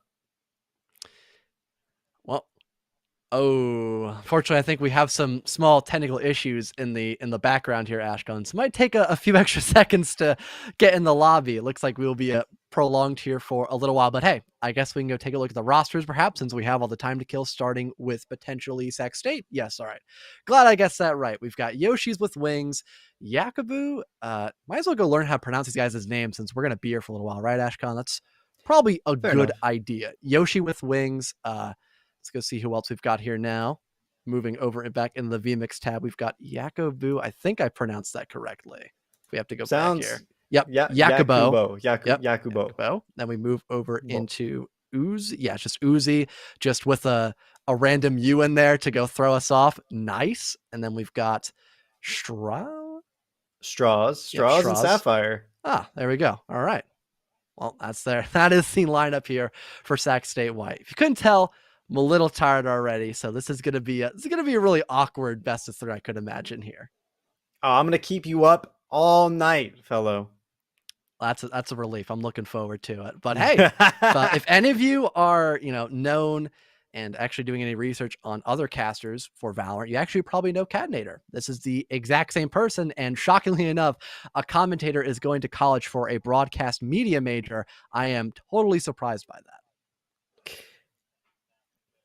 So we know his casting skills are great. We got to check out his Valorant skills. But following True. along with him are Butu, Uncle Yoshi, Meepy Chilla, and Blue Phoenix, which makes me wonder if he's going to be playing Phoenix, one of the least popular agents now that, Yoru's been reworked. Yoru had held that title for the longest time, and now poor Phoenix has kind of been slept on. So makes me wonder, maybe we'll get to see some variety, but looking at both sides, glancing left and right, doesn't seem to be the case. Nope, unfortunately not. We've got the Jet. That's still an incredibly standard duelist. I haven't seen Sage actually in quite some time on Haven, funny enough, Ashcon, but I guess some of those walls could be pretty strong, especially since there are a lot of choke points on the map of Haven. And maybe if you watch Grim, you might know some pretty funny lineups. I know the one looking from A lobby all the way down into like the lower ramp area can honestly net you a couple of kills depending on if you're good at placing it. Besides that, nothing to really harp on all that much, like you had mentioned earlier, Ashcon. I'm actually going to be honest with you, unless you specifically have those cheese walls, the Grim walls, Sage really isn't an amazing pick for Haven. Most of her utility can kind of be funneled out because of how vast Haven is. The time is in the favor of the attackers. They have so many options. They can do so much with the default. Choose your agent. Haven's utility is essentially rendered null. And it's much more effective to pick up any other Sentinel, really. And we're going to see actually Chamber as a secondary for both sides. But what you would ideally like to see is, in place of that Sage, perhaps something like an Initiator, which, looking to both sides, both teams are lacking. That means they're not going to have any aggressive information or hard flashes to kind of enter into the sites. Reyna's Leer is going to likely be broken within a few seconds, maybe even less than a second upon entry. And so it's going to be no lines of sight cut whenever a push goes out. Yeah, unfortunately, not having the main staples of either a Sova or Sky is a little bit off, but at least they still have some sort of potential, maybe just maybe space making, depending on how they utilize their smokes. Not too sure what the options are like for Sac State. Maybe just having their two duelists of the Jet and Reyna just kind of make as much space as they potentially can. But is this a mirror lineup between MBU and Sac State? These are two very odd lineups, to be honest, Ashcon, especially since you mentioned the lack of initiators by either team. Teddy bear. Anyways, yeah, a complete mirror matchup. The fighting game community might slap me upside of the head for saying mirror matchup because it's not necessarily, I guess, how the term goes. Please don't come after me. But yeah, all 5 agents line up completely the same. They're staring each other dead in the face, and this is peak Valorant lore. They're fighting for Kingdom versus whatever the alternate universe is fighting for. We still haven't figured that out, and you know what? I'm going to be honest, fellow. I'm looking forward to more lore snippets coming out with the 20th agent release. Well, I mean, if they keep making bangers such as Arcane for games like League, and they actually get people to play that game, then I'm sure whatever kind of lore they make for Valorant moving forward will be honestly fine. So far, though, you've got Sac State going in for a pretty heavy A push, both in through short and main itself. I'm not too sure if they're going to catch the Chamber their immediate left, and no, it does not look like it. He'll immediately rendezvous away after getting that hilarious right click. Catnator joins in on the fun as well, and so far we've got the defense holding strong against this A push. Now 4 versus 2. Maybe will try to drum down through heaven, but gets caught in a bad position by Straws. The plant will be attempted here and now confirmed for Sac State, but it's still a man advantage moving into this retake. The only thing that they've got to get through right now is currently this barrier orb, but that's only going to take a few more seconds perhaps, and after that it really shouldn't be too challenging of a position for this post plant by MBU. Oh, Straws drop down. Boo 2, good for 3, and in a Reyna v Reyna situation, they're going to come out on top just to put the nail in the coffin to prove the difference. 1-0 in the favor of the defense, and Spartans move forward. That's a lot of extra cash, 600 credits in the pocket of MBU's Reyna. That could very easily become a rifle if they're feeling the ego. I think you were pretty correct on the money there. Maybe even two. We almost saw double Vandals happen there, but no, it's mostly just Spectres across the board for the defense side of MBU, and then a singular Vandal. But being able to have that range advantage with a rifle this early in the matchup is going to honestly create such a huge advantage here for MBU, especially if we see something like more of a C-long kind of approach. Maybe that Chamber player would try to overextend themselves and get caught in a bad spot, but it looks like the Reyna is just solo holding A, but that's completely fine since they'll most likely only have to deal with pistols. So what we saw initially is the threat that Chamber has even after they lose round one. Yakubo picking off the first on the side of Missouri, making sure that they have one less player for this defense, and that's gotta stress them out. This gives a lot more opportunity to Sac State. Furthermore, if they can get a kill onto Butu here, then they can put the rifle into their own hands. Reyna damage, but immediately goes for the heal. Is able to get a second kill, and Uncle Yoshi is here to find not three, but a third, but a fourth kill. And that leaves a lone Brimstone for the side of Sac State White, and they're going to get walked in on by Catnator. Brimstone v. Brimstone. And could you call it a caster's curse if he sends them to their death like that? That is a very good point to make, Ashcon. I think you might be onto something here, but maybe he'll have to be the one in all chat to disclose that. If he casts in his comms and says that something is not going to happen, he could will it into existence.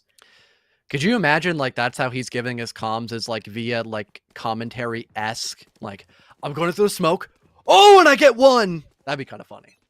We definitely need to hear the live conversation of MBU Spartans if they end up getting this fat W. So far, things are looking great, but now they have to go up against rifles. So that is going to be, of course, 10 times more challenging than what they had to deal with the round prior. But, I mean, still holding down the default 2-1-2. Nothing really to worry about just yet. Looks like Yoshi with Wings is trying to get overly aggressive here and could maybe catch Catnator off guard, but I believe he hears the footsteps and will actually deploy a smoke to now impair his opponent's vision. So honestly, this is probably going to be a pretty decent stall unless they have to deal with, you know, of course, all 5 defenders trying to blitzkrieg into B. Everyone's piling up. Look at the entirety of Sac State on the minimap, ready to enter into B, but they don't want to burst. One smoke is holding them off. They feel like they've been spotted, that the jig is up. And I mean, in reality, it is. There's so much time has been taken away that MBU has caught on, but Uzui trying to sneak their way into garage is able to step their foot in, but Blue Phoenix will deny full entry any farther, and on top of it will wrap around. The issue is it's just them in the chamber in this post-plant scenario. Having to retake the site through mid. Not a great position to be in, really, for the MBU Spartans. Could try to work their way through the smoke, but they're just kind of running in blind, quite literally. Yoshi swings out wide, gets theirs, and now Straws will end it out with a pretty quick 3K. Keeping so many of your player base alive for Sac State is honestly phenomenal for the first rifle round. That means they get to continue building their economy. And speaking of building things, they're building up towards some pretty key ultimates as well. And when it comes to, you know, Brimstone's Orbital Strike, they're going to have the Tour de Force on top of it. Lehnen taking their time, but eventually is going to get to that Resurrection, I reckon, in round 5 or 6, when it's going to be a key turning point in the half. And speaking of key turning points, if Missouri can't kind of even up, take a few guns out, then they really are going to find themselves between a rock and a hard place when it comes to staring the banks in the face. Once again, we've got Sac State going in for a rather funnel-esque kind of play, just fully rushing in through A and just committing to this one play. But I mean, they've already have site control, opting to go for that plant. And the only major thing they have to deal with now, of course, is that retake. But so far, already gathering so much map control is honestly quite impressive. And I'm really shocked we didn't have the MBU Spartans try to hold any further out in A. They just kind of let that site be taken for free. And in terms of weaponry, I don't think they're going to be in that good of a position to retake either. I think they went for full pistols so they could buy up rifles moving into the next round. So, I mean, the best thing they can go for here, just playing for those exits, maybe isolating a couple of opponents as well. Looks like they'll define that at least to some sort of a degree, but it's a constant back and forth. And now with a 3v2, turn 3v1 with Sac State in that major lead, it is only Butu left in the middle of A, and he'll just fall like the rest of his teammates. That is brutal. Just like the rest of the teammates, all gone. They've disappeared, vanished, snapped. I mean, if half the, you know what, that kind of makes sense. If you brought this into the MCU, you could then snap half the server and you'd have one of each agent, right? That is Is that true. not how it works? It is a mirror matchup, so you are right. I mean, that's not exactly how probability works, but we're gonna pretend. We're gonna live out my little narrative here. And speaking of narrative, we were talking about ultimates before. Finally, they're coming through. Catinators also went off from their own orbital strike. Things are starting to parallel. We're starting to see everything unfold. This is what's going to tip the scales all around. Number 5. At least this time we don't have a immediate full rush into A. Looks like Sac State will try to be a bit more methodical about how they want to approach this one. Once again, though, not having really any main intel gatherer, like you had mentioned, Ashcon, it's just kind of a guessing game between both Sac State and MBU Spartans until someone throws out a smoke, and then you're kind of like, well, maybe they want to push from here because they're denying these sight lines to better get into this part of the site. But going in for a B plant, especially against rivals, is such a hassle, having to worry about that crossfire and a potential flank, which we have seen in option by the Spartans beforehand. It may have not worked out for them because they were kind of figured out pretty early in that round once we went to the post plant, but looks like we finally have a decision being made here for Sac State. They want to go for this A play yet again with only Buchu holding it down. It'll most likely have to come to a retake position unless this man can just frag out of his mind with the Empress. Gets the spike carrier, finds a second as well, but finally will be finished off here. Now Sac State can recover that spike, go for the plant, but they are still at a man disadvantage. And once again, it's only a matter of time before the Spartans just end up rallying up, getting their abilities ready, maybe even an ultimate or two if they feel fancy, and just go for that retake with that advantage to boot as well. Here comes an entry, an operator to hold the initial angle. Contact on Graffiti is not even going to happen because Strauss is holding the drop-down box out of heaven. They're good for 3. They looked at MBU Spartans Reyna and said, look, I can do you one better. And now the post plan is secured. Mipichilla opts to get off the aggression. They want to keep the operator, need to keep it for further rounds. And honestly, smart choice. You can find Spick as well. Not too shabby. Can't get any better than that. Can save over the operator like you had mentioned, so nothing really to complain about there. Now, in alternate universe, I'm kind of catching on to the Chamber Sage synergy where really Yoshi is just taking these very aggressive angles, playing for first contact, getting a little bit of chip damage, and then teleporting out. Where, all right, Blue Phoenix can come all the way back around, go for a heal, and put Yoshi back in Uncle Yoshi back in fighting condition. The question is, why not a Sky for hard flashes? Both characters, same heal. You could say for this purpose, Sky's is even better. Larger health pool in one heal.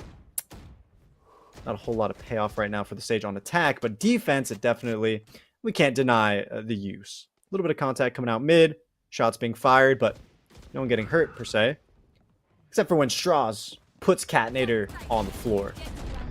Oh, at least we've got Blue Phoenix able to refrag, currently blinded out by the Leer, but can go swing for another one. Very low in HP, but can end up just healing themselves, end up doing just that. And oh, nobody checks logs. There's Butu to get rid of the spike carrier, unfortunately, of the Sage. And we still have MBU Spartans in that advantage. They actually did not kill carrier, unless if they did, then it was quickly recovered by Yakubu, so now he can go rotate around to A and go for that spike plant, but still relatively decent holdover in C. They just, of course, have to rotate now into A once we have that spike inevitably go down and give away the intentions of Sac State. Now, Sac State, they need to play aggressive. They need to get one pick. They can't allow themselves to play back in short or long. They can't double up. Trades are going to be played, and the trades are in the advantage of Spartans. Even more so now that Catinator's been rest. They can't let Missouri get away with walking in so many players for free. And they are. This is what's happened. Yakubo sitting here by the spawn, the default plant. Kind of out in the open. Very dangerous position. Not able to line up any shots, and the pressure is on. Yeah, it only has Yoshi left alive here, unfortunately, Ashcon. Don't think the lone man can do it here. He's got the orbital strike at least to stall that defuse, but I think there's still plenty of time. Correct me if I'm wrong. Yeah, I think they should be able to get this defuse. It'll be mildly close, but not enough to really be too concerned about it. Yeah, a second and a half. I figured they had that one in the book. So, hey, strong retake. Did cost a small amount of ultimate, specifically just that res, but, could be worse, of course. anything to pick up an extra round, anything to put you closer to the finish line is worth getting you there. That's saying I was taught long ago, again by another member of the fighting community. There are good sides and bad sides of every esport. Gotta love them. Something I'm interested in looking at is Uncle Yoshi with a stinger, and this is kind of the uniqueness that is provided by Chamber, that you can use every aspect of Valorant's arsenal and still be effective because the Headhunter is a Vandal Jr., basically. Especially when you click those heads. Very nice weapon to have. That intro to force as well. Oh no. This is the problem, not having any kind of intel gatherer. You can have Katner just sit in a rat angle like that and get a freebie on Straws. You hate to see it, but man, great patience done by the Brimstone at the very least to secure that opening blood. And now we have a bit of a standoff here in the middle of Garage, so we probably won't have C as a point of contention, because if you cannot clear out Garage, it just kind of turns into a funnel, and then you get pincered once you go into that post-plant position. So now a road type most likely have to come in through, but that's going to be in B, which can allow a very easy retake position once again by the Spartans, especially since they're at a 5 versus 3. Really nothing is looking swell for the offense because they just haven't made any headway in this round currently, Ashcon. Spike down mid. Feels like they've allowed themselves to dwindle one by one. The contact made should have been a quick indication that they need to rotate out, but instead allowed themselves to stagnate in the mid. And I mean, of course, there was a lurk up towards a long, but just because one player falls does not mean that you have to completely abandon the idea. They funneled themselves towards C. Okay, are able to get the pick. The long angle does synergize well with the tour de force, but when you're smoked off and sprayed out, what is there to be done? Boo 2 is just going to block the way for the spike.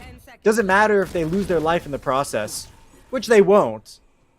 But the time was ticking away and all the pressure was on Yoshi with wings. Not a whole lot you can do there.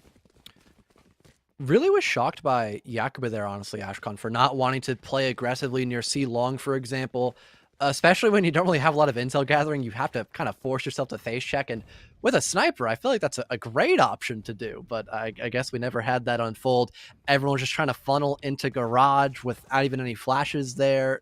And then just costed them a bunch of death that was completely unnecessary. So very odd to have that ultimate be essentially wasted there, but, you know, it happens, I suppose. Maybe they could play off of Straw's Empress, perhaps, and yeah, I think they're looking just to try to go for a very aggressive rush into A and just hope that it works. Uh-oh, Uzui, check your corners, buddy. Okay, Yoshi got a little bit too impatient there, but Butu is going to do some damage to kind of correct the error, leaving Uzui on 17, and oh, now they're backing away. Now they don't want to make room. They don't want to make space for the rest of the team. The Lear's out. Straws could go through as well, but look, the entirety of Sac State is waiting for their jet to go in, and Uzui is fearful. They don't want to get dropped, even though it might lead to a trade or territorial take. And that means we're going to hit a reset phase. You saw that the Spartans went over towards the A side of the map, and now they're going to retake their positions on what was initially there. Straws getting into a fight with enemy Reyna, but Butu will claim their head. Well, that is probably the one person you do not want to have fall. That Empress could have really paid dividends later on, and he was your top fragger as well. So, at that disadvantage, you can potentially get site control, but there's Meepy, able to land a clean shot. Uzi's going to fall. The smoke will go away, but he's not able to land the shot at just the right time, but thankfully the rest of their team is able to pick up the slack. Operator now dropped, but it's only that 3 versus 1. Phoenix may be caught on the reload, but it is only Yakubu, of course. They find their third. Things become slightly more doable, but they don't have anyone to cover for this plant. They'll most likely have to go rush their opponents and just hope they can ace. But on 50 HP, that could be very challenging. And simply because of that HP disadvantage, Uncle Yoshi will win that duel, and it'll be a 5th round for the Spartans. I've noticed a pattern from Sac State of commit everyone to one site, and maybe we have one person scurry around. It's not working out for them. They are overcommitting to a site, allowing the rest of the map to kind of become null, become useless territory. And it's giving Spartans a lot of opportunity. They are extremely lucky that the defense hasn't caught on to this habit and aren't pushing out. Oh, I spoke it into existence. I'm so sorry, Uzui. Well, no matter what happens, some sort of caster curse has got to happen. Oh, no. Lena. So unfortunate. She's going to fall as well. Sac State, once again, in a very bad position. And they don't have a lot to properly close that gap, to really make the space they need, unless their entry players can kind of get dirty, I suppose, get their hands a little messy. Speaking of which, one of the duelists at least will get rid of Catnator as he overextends a smidge. But still a man advantage, though. They're not expecting Meepy, but wow, what a shot by Yoshi with wings. Things all of a sudden equalize just based off of the overextension, and now things actually become winnable here for Sac State just slightly, so long as they can retrieve those rifles. No, don't retrieve. They should just stick with the sheriffs.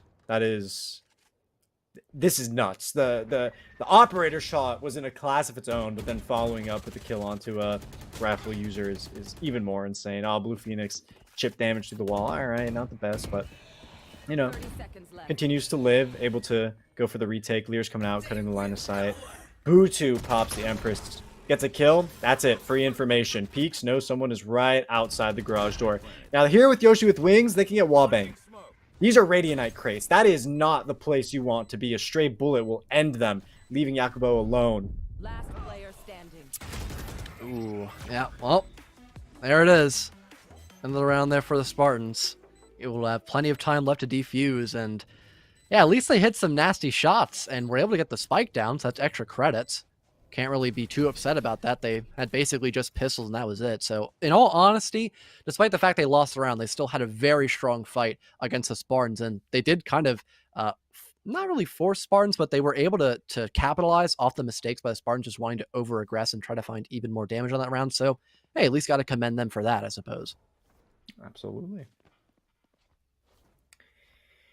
6-3, the momentum has gone heavily in the favor of Missouri, and kind of interesting to see that, you know, what is generally considered an attack-sided map with all the avenues of aggression has become very defensive in this specific matchup. And I think what it has to do with is specifically the lack of initiators. We were talking about the options the attackers have, but those options are rendered null if you have no information to go off of. Now, that isn't to say pure gunplay can come into effect. We see that in the advantage of Sac State as they get the first blood in this round. But if we're talking overall navigation, the Spartans are really taking control and utilizing a lack of utility from the enemy to their advantage. The issue is they're going to fall into the exact same problem when they're on attack. Oh, unfortunate there for Blue Phoenix. They're not able to win that gunfight against Yakubu. Got Butu from behind. That's at least one thing to note here for the defensive side. And of course, that orbital strike going off in the background, which nets 2 picks. Not able to get out from the sun, apparently. It scorches them in the midst of C. The spike may have gone down, but they've lost that man advantage. Thankfully equalized, though, by Yakubu. Now as we have this retake being attempted, we have Schraz as well winning a very important fight now, leaving only Catnator left to stand. Pops out the stim in the middle of the hallway from garage into sight, but is not able to get anything but that nice double K with the orbital strike, and it'll still be a round win for Sac State despite the close call after that Brimstone ultimate. I'm going to harp on Brimstone's selection for a little bit there. That it feels like the buff coming into Brimstone's stim beacon is great. A little bit of extra movement, sure.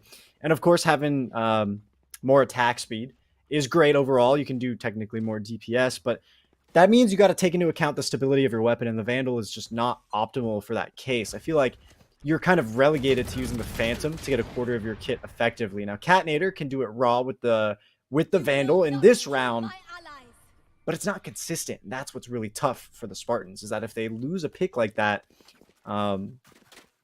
it's going to heavily weigh against them. Sac State getting the res off means the numbers are in their favor. And now with extra information, they could choose to rotate, or they can choose to walk into a bullet spray. I mean, not my personal selection, but hey, it happens. It's okay. Once again, they take the lead, fellow. Well, at least Sac State could potentially go for a full rotate, offer that plant into A. We also have a nice cutoff angle being established too by the Jet as well, watching through B, so that could maybe get them at least something for their troubles, and in fact will. A 3K now for Uzi, as we've got only Butu once again holding A. They at least catch off Yoshi. They have to play around these Radiant crates though. This could be a very challenging position, but they keep isolating against Butu. This guy's going absolutely insane. Now it's only Uzi left alive, having to ace, but they only need one more pick, and they know where the rain is playing at. They can thankfully at least try to updrafting over the actual barrier ore, but I guess they'll think better of it perhaps. Nope. Looks like they'll still opt to go in through the back defender lobby. Oh, he's not going to check for this position, is he? Oh, if this I works. don't think he knows. No, no, Oh, no, no, it's no, gonna no, work. no! Oh man, Butu already dropping a 20 bomb after that 4K. Ashton, what a ratty angle to be positioned at, and I mentioned the isolation just slightly there, but that was a great example of it when they were trying to flush out Butu. Have you ever heard of object permanence, fellow? I think I've heard of it a couple times. Would you want to run it Yeah. by me again though, just in case? Yeah, that if you if you don't see something, it doesn't exist. Yep. I think Butu took full advantage of that. Uzui like just was not aware that angle was there at all, and just completely let it slip their mind. Which I mean that is the beauty of Sage. That's the beauty of the barrier orb, is you can create those wonky angles. But man, that is unfortunate. Yep. Hate to see it. Interested to see if Saxay want to commit for this B plant. Be very interesting. They have both doorways smoked off, and now they've got Uzi just in the middle of B, just trying to clear out any angle they can.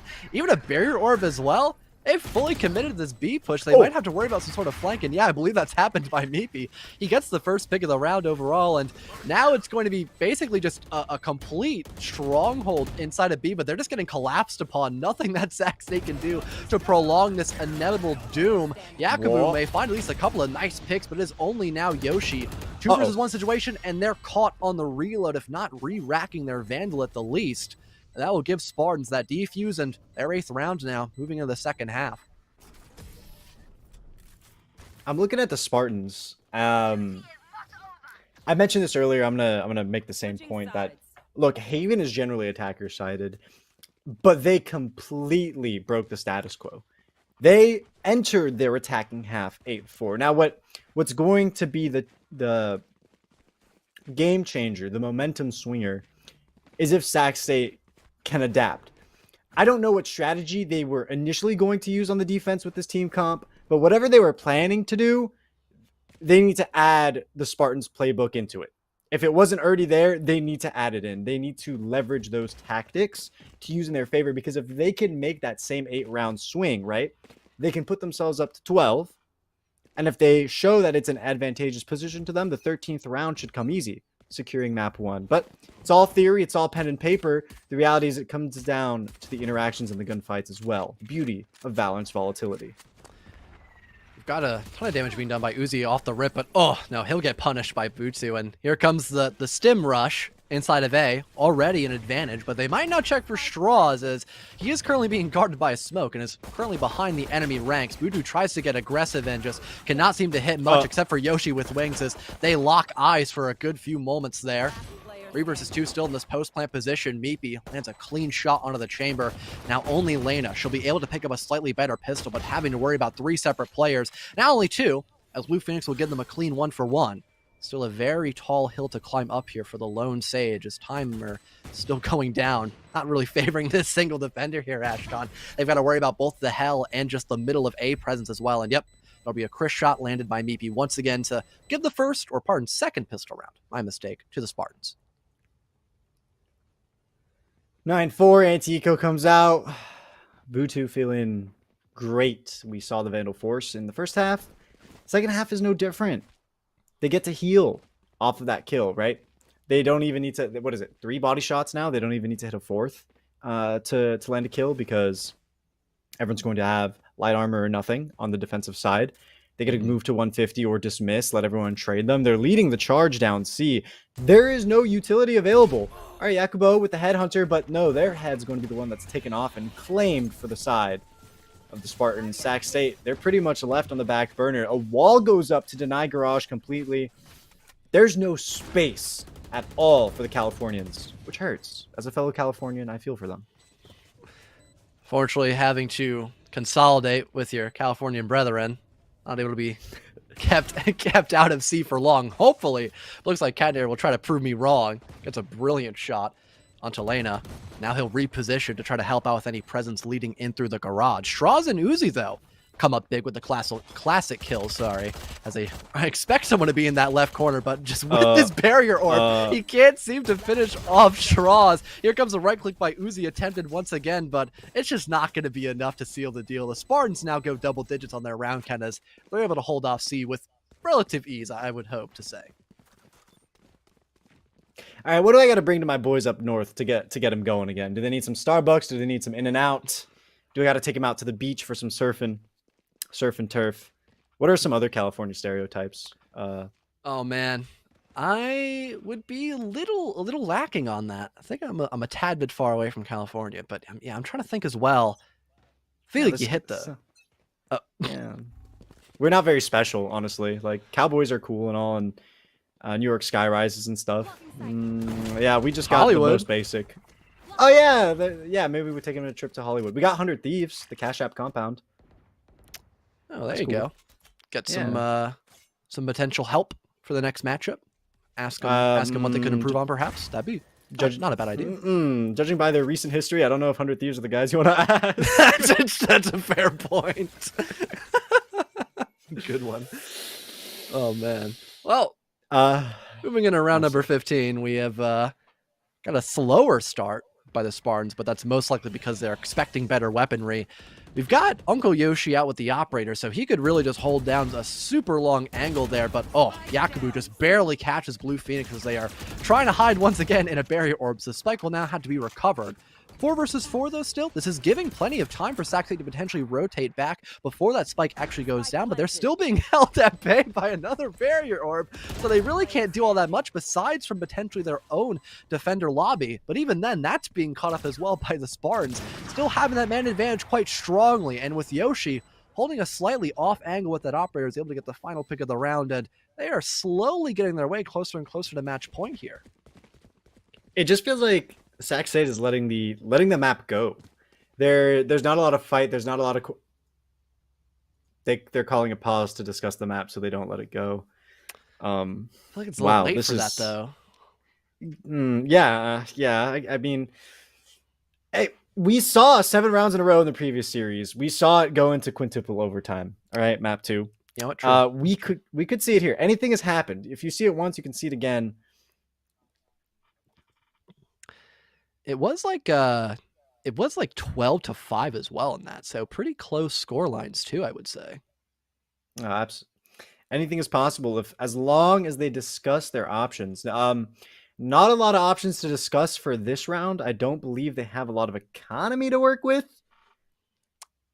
and they might buy Spectres, but they really should be saving for a rifle round, and that is really where it's going to come through, that their coordination and the combination utility will shine.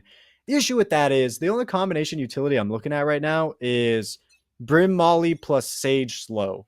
Like Valorant release beta season utility combination. Because there's no flashes on either side, the aggressive plays are a lot riskier for the defense. Yeah, funny enough, if we honestly got rid of the chamber and added either a Phoenix, like a Sova, this would honestly be a very, very noticeable release-esque kind of composition, I suppose.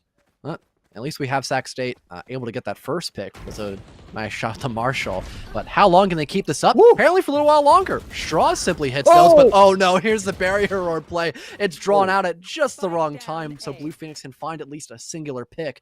But Straws is still hitting those like it's nobody's business, and now it's a 2 versus 4. Maybe a few rifles could get recovered, perhaps, by Sac State. So now they have an incredibly strong chance of winning out this round. But, I mean, the Spartans, they don't have Spike.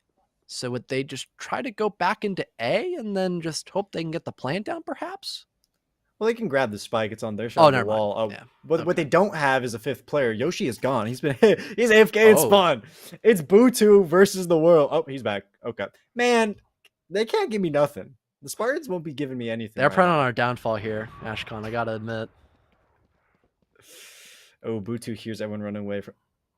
30 seconds left. Ooh, floating Vandal. Ooh. I thought they fixed that bug. Come on, small indie company. Yeah, can't have nothing on Haven apparently, man. Oh! Well, and I guess no one can live any longer either for the Spartans. Straws ain't having that either. That was violent. Gotta agree. Now it's 20 kills Straws as well. They've got Empress for next round. And you know what? I guess the timeout really did work wonders because they were rock solid that round despite their bad eco. I mean, after that 4K, so am I. Thrifty. Straws making up to the 20 kill mark. Butu. I mean, they're comparing. They're really being compared to each other. I mean, if you look at Straws, probably in both ears.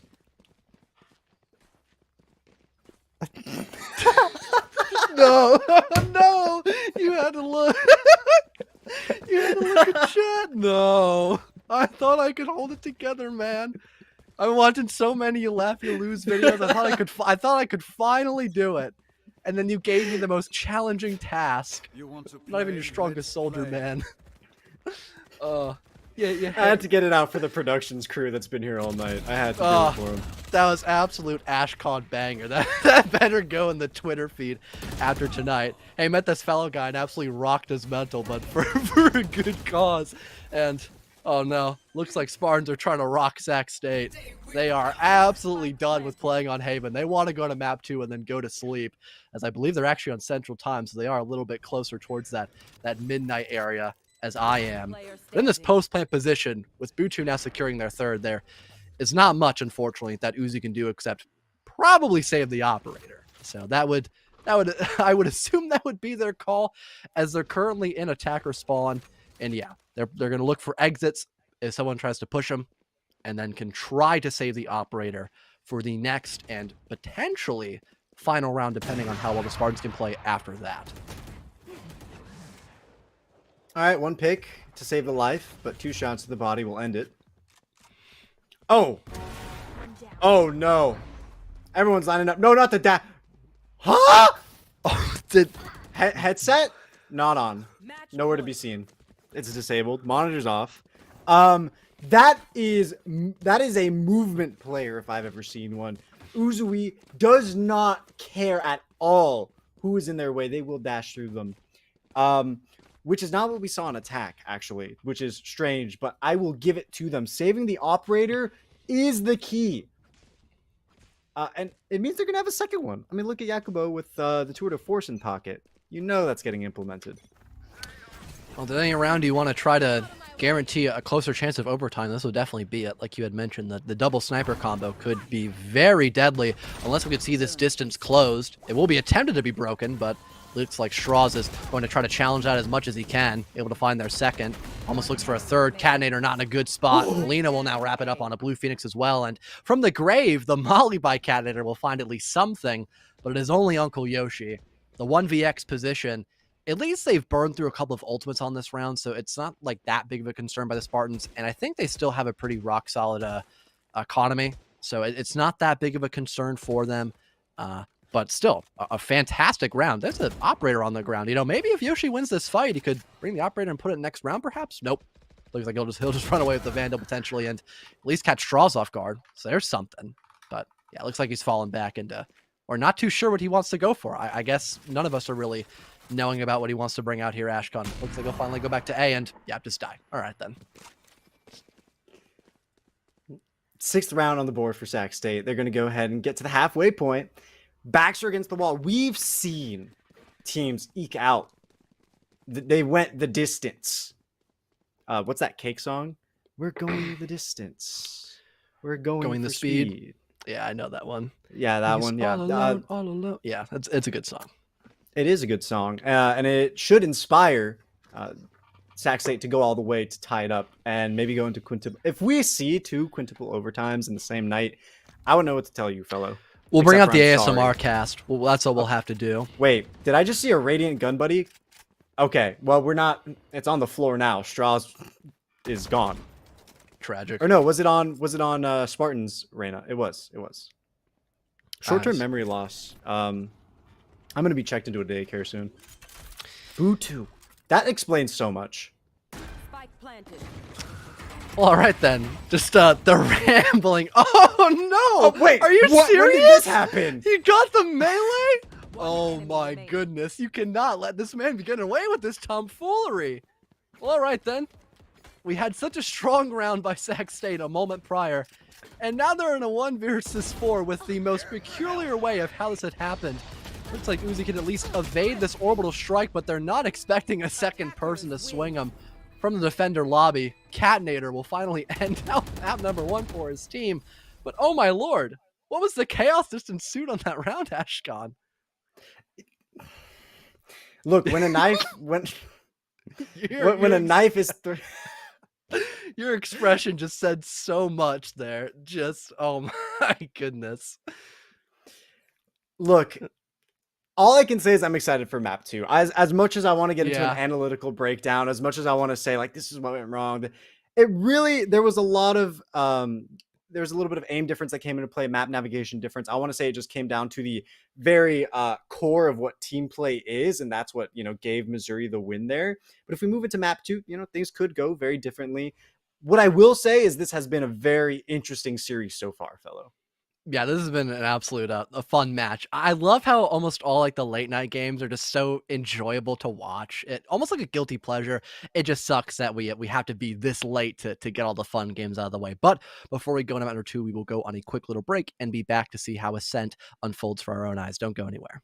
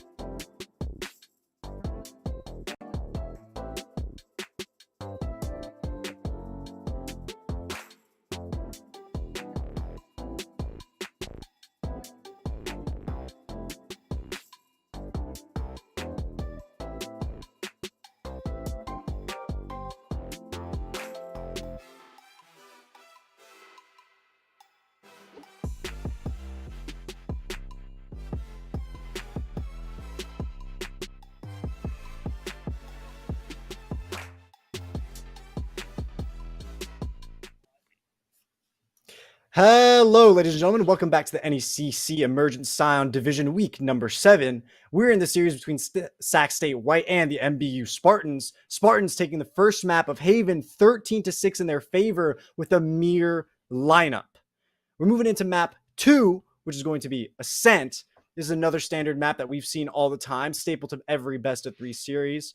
And I'm excited to see what they're going to pull out. We didn't see any initiators on Haven, where there's usually 2 on each side. Now, I wonder if we're going to see the meta rocked again with these 2 teams. Yeah, I think that was like probably the biggest thing we wanted to talk about besides just general team play was the compositions that we saw. Again, no initiators, very odd, and really no intel. It was a lot of like blind peeking and having to really just face check everything because there was nothing else to work off of except for maybe like a Lear every now and again. I mentioned briefly the chance of seeing a KO. That could be pretty fun. He's always nice because you could deny a lot of util, which is such a strong aspect of Valorant, just by throwing out a simple knife on the KO, and that would generally be it. But in terms of selections, what would you prefer to see here tonight, Ashcon? There's got to be a Sova. There's got to be a Killjoy, and I'm seeing those both on the side of Sac State. For the side of the Spartans, I am seeing... I don't know what to describe this as. They are trolling me. They are trolling me. This is, I feel, I'm just kidding. I'm sure if we do see a Yoru, we're going to see some wacky plays. But to be quite frank with you, I think the difference between these 2 teams is going to be how they enter into the sites. In the case of Sac State, the team comp that we can already see hovered, having these 2 initiators will aid the duelist. The issue with that is Straws. A sole duelist on Reyna will not be able to make space. There is no dash for them. Now, they haven't locked in yet, and I imagine that discussion is going on between which duelist they should really lock in. Meepy Chilla, confident in that pick, but we're not seeing it for both sides. Yeah, that's the one thing I'm really noticing here for the defense, just their general lack of high mobility, except maybe if they want to, use the stim beacons as like a tool of rotation, but that just seems rather odd and maybe a bit obtuse. So it's kind of like they need to stick to their ground and just hope they're able to fend for themselves, really, and maybe gather some pocket information. That way they know what they're getting themselves into. Besides that, yeah, I'm definitely a slightly... I can't even say I'm a fan of either line up more, because you look on the opposing side of the Spartans, and once again, they really don't have any proper information gatherer again, no initiator. They still have a bunch of smokes, but I feel like that wasn't the main problem that we saw last time. It was the fact of, again, we had no initiators on either team. So it's going to be a really awkward attacking half for them, to say the least, probably, Ashcon, because of that lack of intel. For me, my opinion on it is that, although I don't like Sac State's duelist choice, I would have preferred Jet or even Raze if you have to. I think that they still have all the utility, and if they got, lineups or presets to go with it, they'll be A-okay. Although Spartans showed a dominant performance in map 1, this team composition feels like you are in a competitive queue and no one turned on their mics to talk about what the team comp should be. Not to say that it's a bad team comp, but Chamber is very, I want to say, ineffective when it comes to Ascent, that you can't really bring out the full potential unless you're picking up shotguns. Especially on the attack as well in general. We'll probably have to talk about that later on, because we've got a bit of action to discuss with the Spartans still coming out on top in terms of their gunfights. And now they've got full site control as well. Catnator was getting aggressive once again, at least dealing some pocket damage. And Uzi now popping that stim beacon for us, his teammates, to try to break that distance. Straws will be able to use it, at least to a slight advantage against Meepy. But they're still at a disadvantage, still to retake the site, and have to worry about potential crossfire as well. Things are just stacking up against them. A slow orb gets popped, but thankfully Straws will still get rid of Uncle Yoshi despite that minor hindrance. Things will now equalize because of that. A suppression will now get removed off of Blue Phoenix finally.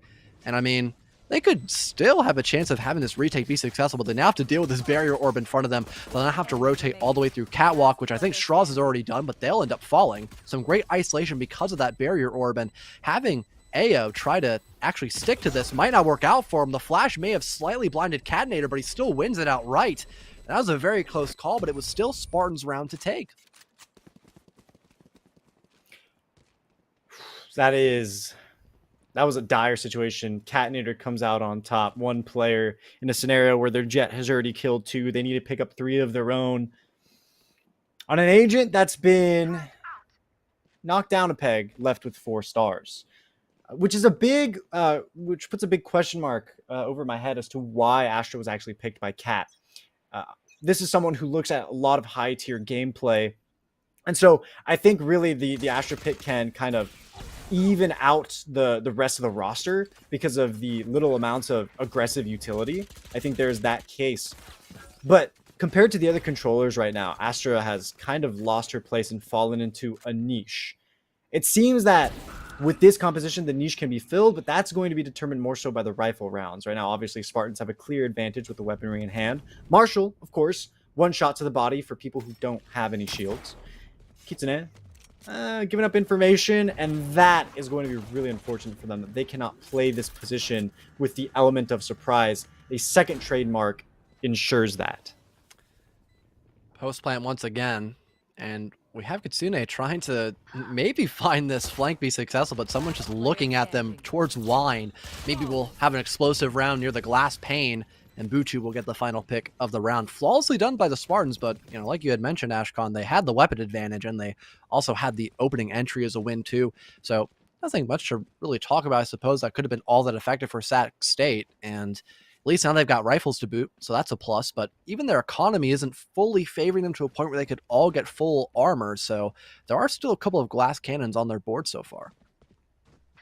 What I want to say is that Sac State have to switch up their strategy immediately. The way that they were playing Haven cannot be the way that they play Sen. The way they played Haven was sit on the site and hold, and then lose a player because someone entered in an awkward spot. With 2 initiators, you need to be aggressive on one side of the map. You need to be doing something on one half of the map to get information, get an early lead, even if it's just a little bit of damage. There needs to be territory taken. The defenders can easily be pushed into their corners one by one by one. The way the mid is structured forces the defenders into the very back of their sites, away from each other, split down the middle of the map. We see that happen early on with a pick in Tree Room because of a mid play, and Butu even gets to pick up a second on Kitsune, opening up a pretty much in its entirety. Straws will fall.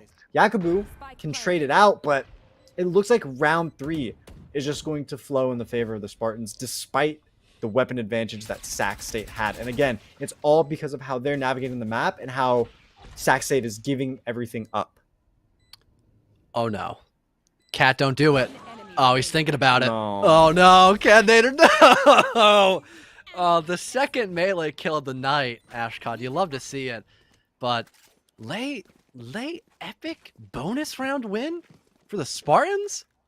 I didn't think that would happen, but I mean, you mentioned it perfectly, Ashcon, to think a competent color commentator would say something correctly. I'm shocked. The passivity by Sac State was just not the proper call, and it allowed a lot of space to be made for the Spartans, and they completely capitalized on that once again, finding the opening duel and then just running into sight and getting the plant done. I mean, there isn't much more you could really ask for an attacking team of having the man advantage and being in a post-plant position. Well, that's something you don't want to have to worry about, is getting picked off the bat first and foremost. I guess Catinator will be reprimanded for his past crimes, but hey, there is a chance they can come back from this. Whoa! You see the Marshall, and that is aggression. That will be Spartans' downfall if they continue to do that. They are clearly outclassing Sac State right now. Let's not get it twisted. But if they do things like that, where they peek without any help, if they open up themselves to multiple angles at once, they're going to fall. No player could survive. You shoot 10s from 5 angles, he's going to die. No one is immortal. Except for the 10,000 players on the leaderboard that have the ranking, but that's besides the point. I was going to make that joke too. I'll say, except you. It says you're immortal in your bio. This cannot be true. You broke your own fallacy. How can this be? Is this real? We do a little bit of tomfoolery. Thrifty. As it is late in the night, or if you're me, early in the morning. Tomfoolery in the morning? Unheard of. That's blasphemy. Not on Sundays, hopefully. Come on. Wait. Oh, no, wait, no, it's not Sunday, it's Tuesday. Oh my goodness. You can tell my brain is like half turned off. I literally needed to check to see what day it was. And even though I know every Monday is Valorant Day for NECC, I still had to check. Oh, you seemed so confident about that. I was like, oh man, is it really Sunday? No, it is Sunday, fellow. It's Sunday. Oh, my calendar must be wrong then. My bad. Right, production crew. It's Sunday. Oh, Daddy, no. No, no. They're all against me. Gaslighting fellow into believing it's a day before. I mean, it must be We true see a at this Lear. point. You are divided. This is an angle. Oh no, Kitsune. Oh no, why did you reveal it was not worth? Oh, Okay, well, if Meepy just okay. Rule of thumb, don't dash in when your team can't follow you. That's actually not a good thing. So Spartans are now down a player. Oh, it's a weapon in the hands of Sac State, an extra one. At least they still have the spike in hand. Now Boo 2 is going to go with this signature mid play. Again, with the Radiant gun buddy. Why does he have to be so good at this game, man? Why is he so talented? well, you can never be bad at the game if you never log on. So there at least is my counter argument. But it clearly looks like Butu has played this game very often. Oh, no. Not long enough, though. 30 Might need to get seconds that We were gun buddy hyping checked. you up! Maybe We were that... hyping you up! You can't fail the fight there! Fraudulent gun buddy. We need to replace it. Must be counterfeit. Fraudulent, as I've said earlier. Straws. His aim's not fraud, though. He's hitting his mark. Kitsune finds another as well. 10 seconds. And now this leaves Uncle Yoshi wondering, what just happened to all my teammates? At least I'll try to reenact what happened, maybe. Find some kills of my own. But I know it's only that first one. Yeah, the round's gonna end as a win for Sac State. Yeah, that whole like build up, the story you tried giving for Butu just being an absolute menace, and then he just dies to Uzi next to Dog. You can't make this up. It's right on the script, and we're following it so well. Script. Fellow, we're under an NDA, fellow. I wasn't given an NDA. You You what? were given one? Yeah, I was given an NDA. Bro, man. These people, Oh, they no. gotta get their money up about this NDA shenanigans. Not their funny up. oh no. How they know the games are scripted because you leaked it. Come on. Thought that was Okay, common so- knowledge. Fortunately. That's fair. Yeah, that's fair enough. That's why Sentinels has been losing lately, actually. They're actually still good guys, I promise. Copium. Oh, poor Uzui. They thought they had an angle, but it was all a bait. But we knew that, of course. Yeah, because the script, right? Yeah, well, Yeah. since the cat is out of the bag, like, yeah, I Now we guess. have to admit to it, unfortunately. Yeah. The catnator's out of the bag, so it's like whatever. Nice. That was- It's funny enough, I'm Yeah. really shocked that we haven't had Catnator go on like a duelist kind of role or like a flash kind of role, because they've been very aggressive throughout this entire BO3. I don't blame them. They're having a good time. They're winning their gunfights normally. That time they did not.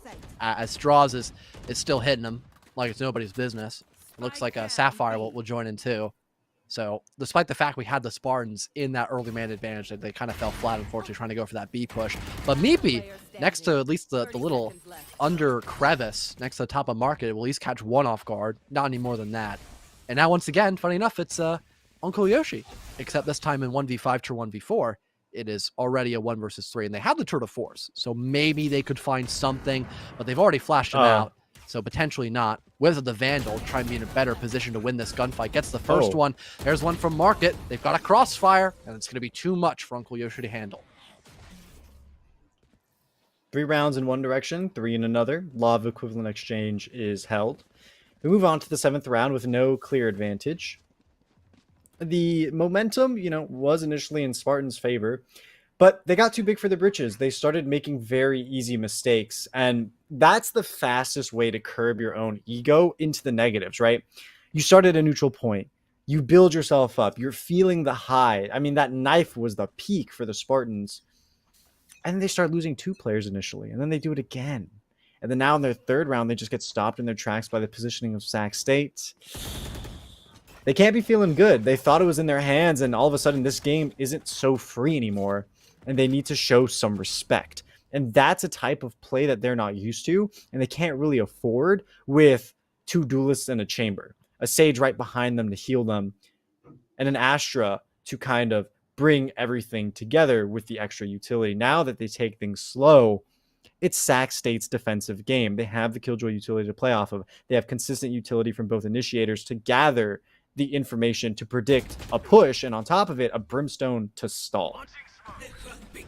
Well, you mentioned the stall. There is still a good chunk of time left here for the Spartans to make their final move. It looks like that'll most likely be through tree, leading into the A site to go for that plant. There's currently an Astra Nebula and also a regular smoke currently blinding some of these opponents. As an orbital strike will go in through, it's a great way to cut off a good chunk of this offense, but it doesn't really seem like the Spartans are all that concerned. They're still able to have a constant back and forth between their opponents, but now they have to worry about the flank from Door as well. There goes Alir to at least prolong that notable push, but as Butu tries to fall back, he'll get quickly taken care of by Uzi. A 4K for the Brimstone, and they still have all enough time in the world to get that defuser down. And finally, we're out of equilibrium now as well. It's been 4 in a row for Sac State to now have the round advantage in this first half, Ashcon.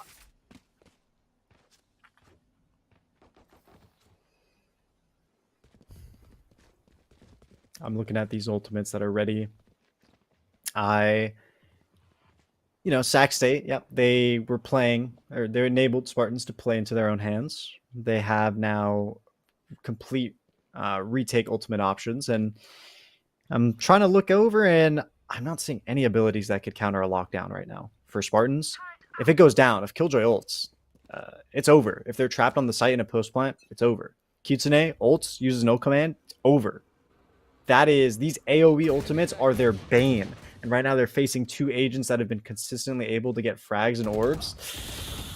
It's not going to go in their favor, but Butu can do more than just 1 kill at a time. Apparently so. Strawsley's found 1. But now we're in the post plant, and you still worry about that lockdown and the null, like you had mentioned. And the B site in particular is kind of like a death box, especially if your opponents do not give you time to fall back and rotate, which might be the case. Not too sure. No, it looks like they'll still just commit into holding into B. Maybe one player has gone into B main, perhaps? No, I'm incorrect on the map call out, so no. Everyone's just holding strong. The only person who wasn't directly on the site itself was maybe Butu up near Catwalk, but besides that, it is just a great retaliation so far by Sac State. The only one left to stand currently is Blue Phoenix, who tries to have ends meet, but unfortunately, that's not going to happen. And yeah, like you had mentioned, Ashcon, that AoE ultimate of the Null was just too much to worry about when they were trying to hold down B directly.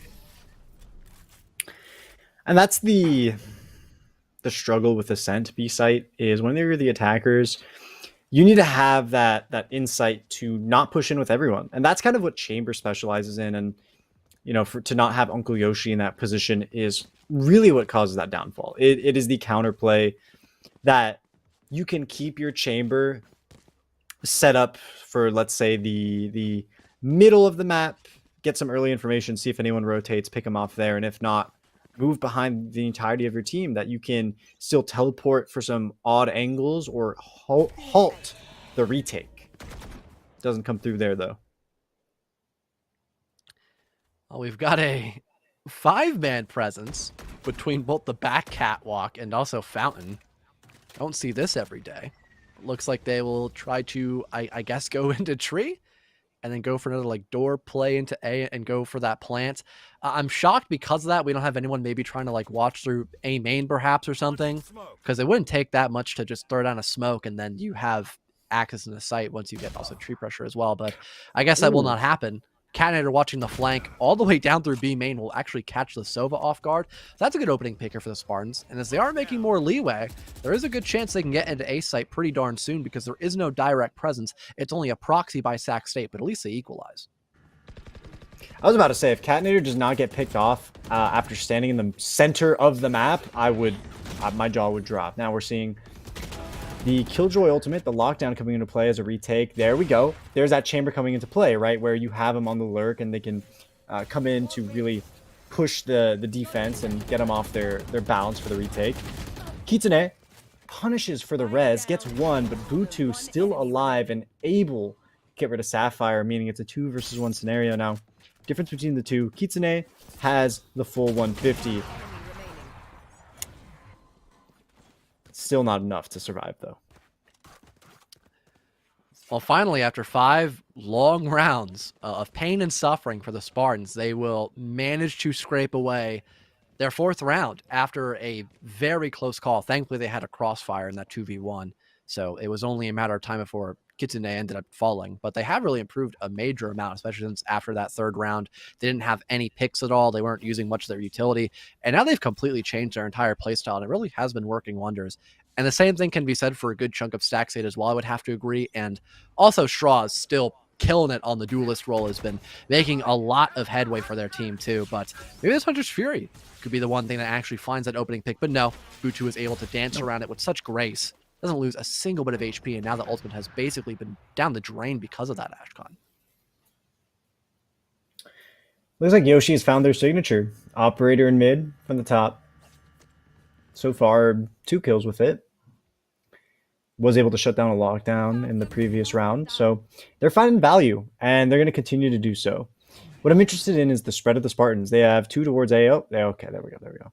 They reset back towards mid. They realize Butu has created a little bit of space. Less space and more information that B is relatively safe, right? At least there's no Sentinel utility. The line of sight! The line of sight at the last second. Uzui gets such perfect timing. That is unlucky. Well, all about the esports timing, as I call it. Almost fails in every single game. At least Meepy will catch Sapphire in a bad time, so that's at least something to favor the Spartans. But they still have to worry about Yakubu, who is playing relatively close. If they do not check for the Sova, he could maybe get away with robbery, but picks the worst time. But what? He still wins that fight, despite the fact he had his back turned for a whole second. All right, then. 2 versus 2. Maybe gets aggressive. Now the Sova will fall. They can still go for a plant.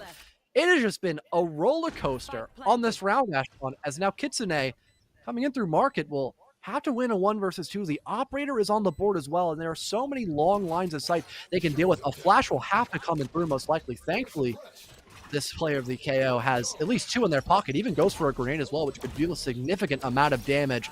It forces out the Jet to now play more aggressive, but never utilizing those flashes was the untimely doom there of Kitsune, as it just allowed Yoshi to land a very simplistic shot to the body and get that round confirmed for the Spartans. Yeah, I mean, he tossed it out and went for the timing, but it just wasn't a strong enough flash to kind of keep Yoshi off of that angle to really make them feel debilitated enough to go away. And that's kind of the I want to say driving force of now picking Breach, is that the other 3 initiators are relatively weak when it comes to flashes. Of course, Sova not having any whatsoever. But KO and Sky, while they can get you information, they can't give it a flash hard enough to really make someone feel threatened. If they flick away, they're safe. Placing swarm grenade. Well, wonder how well the safety of Sapphire could potentially be in these next couple moments. Apparently pretty strong, because Uzi can keep control of that tree for a little while longer.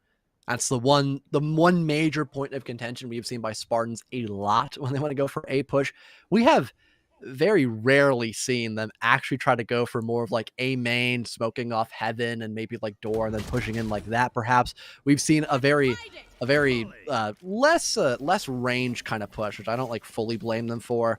But at least they're able to find a refrag. They have the Cosmic Divide, but I guess it's a bait. So now they're going to go rotate to B. You don't see that every day, but so far it doesn't look like it's completely backfiring. But this is genius. Yeah, this is like kind of, you were going to say? Kitsune is in the great spot. All the information in the world. You need a pick. You need to get a pick. Don't let Yoshi get out alive. Okay, Uzui backs off.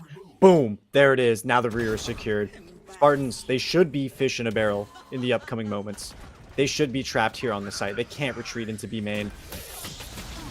Is this a kill? Orbital Strike takes out Blue Phoenix, fellow. Oh my goodness. There it is. Like you said, shooting fish in a barrel. And apparently when you bring napalm into the mix, it makes shooting those fish even easier. Actually, I don't know what you would like fully call the Orbital Strike, like what it brings down.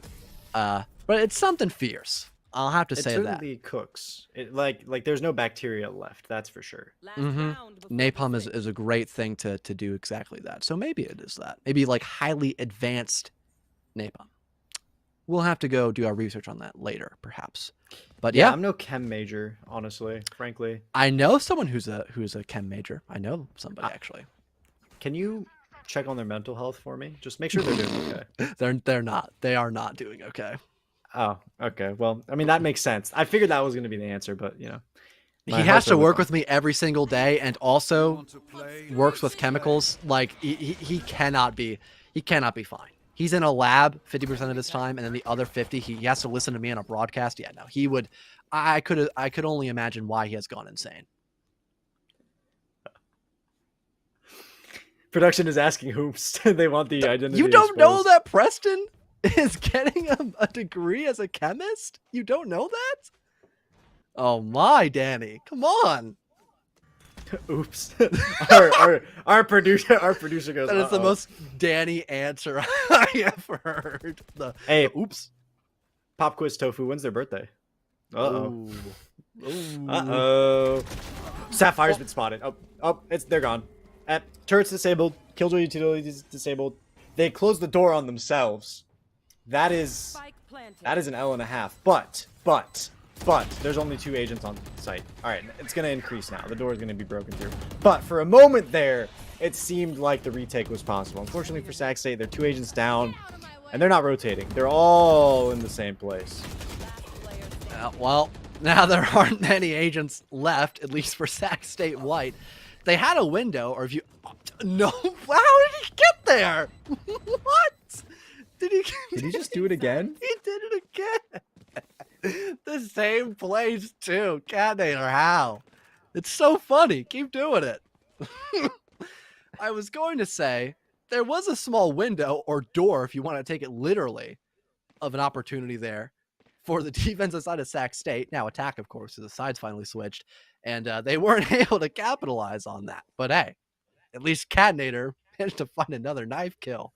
So we take those. We take what dubs we can in these parts of the woods. And honestly, I am quite shocked we had Spartans still come back from this position, because at one point they were at a relatively decent disadvantage. But now they equalize 6-6. That's not bad at all. Now this the aggressive utility available to them should be, lethal. It should be essentially the most disgusting and unfun experience for the Spartans on defense. But that comes down to whether or not the utility is used effectively, which the opportunity will not occur this round. You're on pistol round. You got 800 credits. It's going to be a slaughter fest. Right now, Spartans are taking favor. Butu. No. Okay, he survives. That would have... The disrespect that the Spartans are dishing out right now and just dodging away from is immense. It's a mental battle, fellow. That's the description I have of this series. Oh yeah, I think that's for everybody, to be honest. I mean, just the players. The chat, having all their fun. Nice to see Chad again. It's been a long time since I've talked to him. I hope he's doing well. Also, us too, having a lot of laughs, watching all the plays unfold. Some work, some don't. Such is life. C'est la vie. But yeah, I'm really shocked that we are having the Spartans still in that advantage, because their composition is very lackluster. But they are just taking gunfights in good positions and winning them, so you can't ask for all that much, I suppose. Also, we saw Catnator with the judge, and he's playing close next to Arch. Now, I don't know if someone's going to check that position, but I don't think they will. And Catnator is at least going to find 2. They are in their own smoke right now. He is just waiting for the literal perfect moment to strike, and that is going to happen. Oh, no. Leandro's watching through wine. Just self-baited himself there, but at least the bait was kind of successful for Butsu, as he did find 2. So I guess that was the 2K we were expecting, Ashcon. I can hear the comms right now. I can hear Kat screaming in the Discord, like, guys, don't let them get my judge, please. Like, I messed up.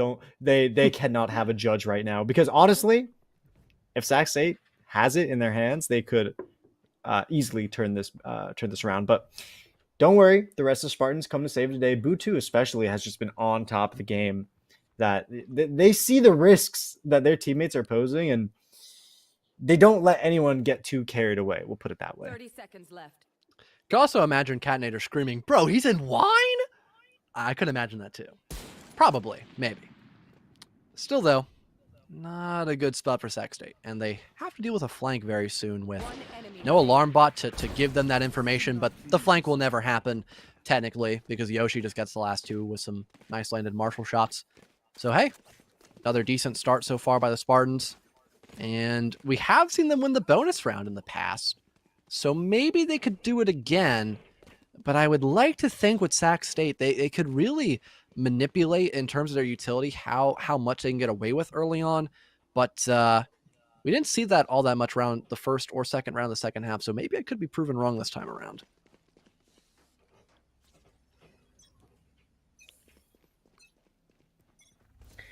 The problem with this comp for Spartans is the same problem that they had on Haven, and it's that they can't do anything aggressive. Unless Catnator says it's okay, because Astra utility is all they've got. It's like a checks and balances system, honestly, with their Valorant composition. If Astra vetoes it, it's not happening. That is true. Although if, as I say, I thought you were referencing like the present, for example, but no. Even if they don't like something happening, it just says they don't like it, and it still happens, unfortunately. But, yeah, this is not the worst position for the Spartans, although they did lose the man advantage. I mean, they have weaker weaponry, so just still getting those rifles off the board is better than nothing. But besides that, we need to see the retake hasten, of course. Maybe have someone go on the flank again, because the flank watch has been rather low for Sac State. And again, having that multifaceted approach when you're going the retake is definitely something nice to have. But okay, they're not even gonna try to check for anybody near tree after they pop that smoke. And apparently they won't check in the middle of A for Catinator. He still fights two somehow. Oh no, don't tell me Butu wins as well. Oh, he's gonna get his one down too. And now it's only Yakubu. Man, I had a feeling, Ashcon, that we would still have a triple round in a row for this setup by Spartans. And yep, it happened. We done said it. Scott went on a rave in the previous series about how like this is an extremely uncommon occurrence in Valorant series. Like it just shouldn't happen, and yet it was happening consistently in their maps. It's happening to us too, and I'm starting to think we've just manifested a new meta, and that's scary to think about, because being forced to not have guns on round 4 and possibly giving up round 5 or putting yourself in a strenuous situation in round 5, I would never want to be there, and I do not envy the position of Sac State right now. Great round score though, for what it's worth for the next minute and 30. Well, had Danny ask me a very dire question of will I change my Twitter to John commentate? No, unless we will never find the unless. We will never know what drastic measures will have to be made. And oh dear, looks like we've got a Butu coming in from a late position near Catwalk, and is now getting closer into Fountain as well. Could maybe find Kitsune, perhaps. Not too sure. They'll actually go wide, and they have backup by Yakubu as well. So this is double play, kind of near the lobby-ish area, slash spawn area. Kind of work out for Sac State White so far. But at some point, they've got to approach the site, and they've got to go for the plant. They're currently just kind of sitting in a bad spot and hoping that someone by the Spartans just over peaks. But right now, they aren't doing that. They're remaining patient and just sitting in weird positions that Sac State wouldn't initially want to check for, which could honestly give the defense the upper hand, especially if Sac State cannot land that one tap in the head.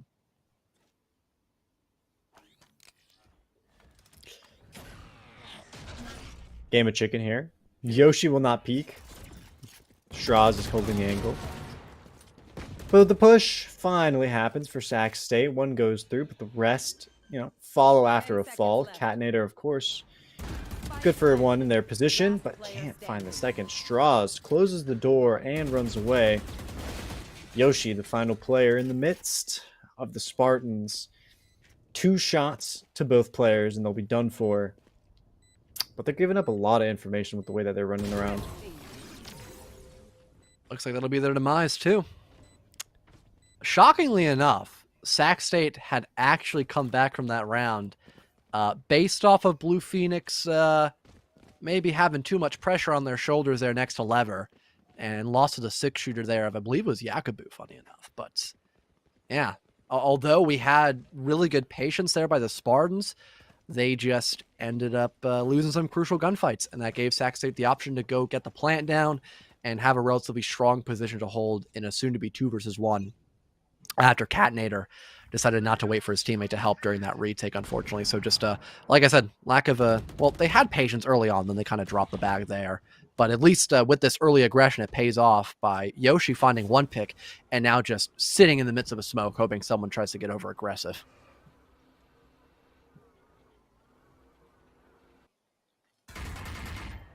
Side of Spartans, they haven't noticed the pattern that comes out of Sac State, which is if there's no one A, they're not going A, and they give up the area completely. And that's kind of working against them, that they're not able to capitalize off any of those opportunities. But I guess they don't need to, because when you got a guy like Butu walking up and just clicking heads, you can feel relatively safe. So you know what? I kind of respect it. Well, I guess you have to be correct about that. Him and Yoshi were able to... Radiant on the roster, what are you going to do? Yeah, I mean, he I guess, institutes fear no matter what they do. Like, even if like Butu were negative, for example, I think it would still be something to worry about no matter what. So just based off of having that singular charm on their weapon. 30 seconds left. Anyways, though, 20 seconds, and Sac State are once again in a position where they are currently hard stalling. They had a flank watch being attempted with a recon bolt, but it doesn't work out against Meepy. 10-7 now for the Spartans. They go in double digits once again, and although things are close, it looks like they still could be able to tip the scale fully to make this a 2-0. But the ultimate game by Sac State, it is looking pretty strong. They have all 5. Hopefully they use them. That's kind of the staple of collegiate Valorant, is holding on to your ultimates for too long. And then when it comes to Reyna players, they are a different breed. I see Reyna players ult maybe once a game, and it is a 6-point ultimate. It is one of the few 6-point ultimates left in the game. We just do not see them in play. All right, then. Yep, here's the blitzkrieg by Sac State White. Even caught me off guard. Wasn't expecting this much aggression. Looks like so far it relatively works out. Oh, poor Phoenix. Having nothing to work off of. Not even a teammate to play for their refrag. You hate to see it. And also this lockdown just giving so much space, because like you mentioned earlier, there is just nothing that the defense can do about that. The Spartans just have nothing to destroy that, leaving only Catnator now next to the switch. I mean, they could just go for exits, maybe wait for the bomb to fully finish off and maybe bring a couple people in the grave with them. But besides that, yeah, no. It just not looking all like good for Catnator. They still had someone in B main, so that was nice to see. But yeah, having just a metric ton of ultimates, they just pop 3 all at the same time, and they charge into B. I mean, it worked, so. But the fact that it took 3 ultimates is a detriment. I also do want to point out that Yakubo, that would have been the perfect time to get back at Catnator with a knife. That is a missed opportunity, but I respect it. Third point before I pass it is I think Blue Phoenix is struggling because they're rocking the default skin, and that is no drip whatsoever. And quite frankly, Valorant is a drip-based game. I know Shazam and other pros like to call it a momentum-based game, but gun look good, gun shoot good. That's just the facts. Yeah, those guys don't know what they're talking about. They clearly have they clearly have never played this game before at any good level. So do not listen to them. Buy expensive skin, consume product, then wait for next product to come out to then consume more product. That is what you should be doing. So yes, Blue Phoenix, you got a slap on the wrist. But that's it. Other than that, nothing to complain about for you. But we have these barrier orbs really forcing so much respect out of the offense. I don't know if they're trying to stab them right now in the background or just waiting for it to break down, but it's costing so much time, and it's allowing the Spartans to get really aggressive. I mean, Meepy's trying to go for some sort of hero play, and oh my goodness, he still gets it. You cannot make this up.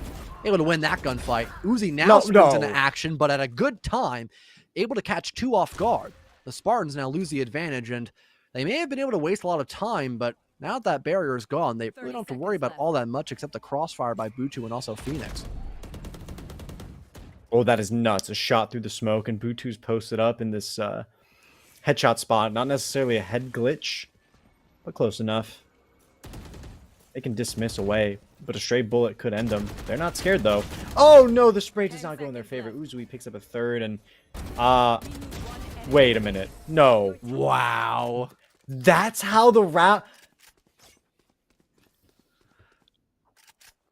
I have no words, fellow. That the fact they get stalled.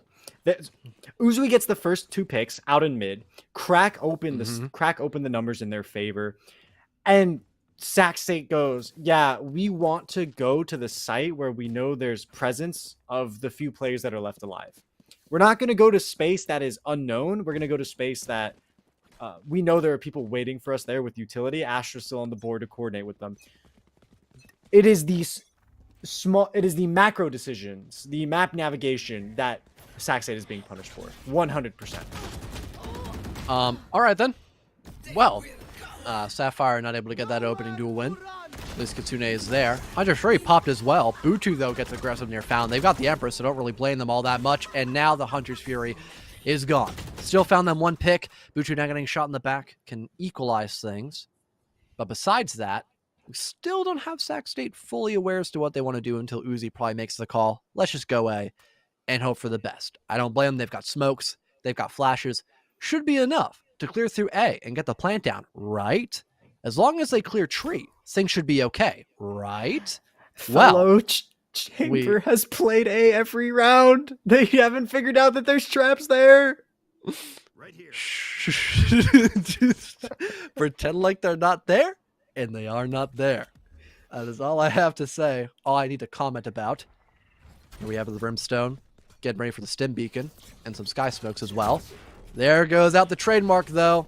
And now their intentions are fully aware by the defense. And oh no, they don't check door! No!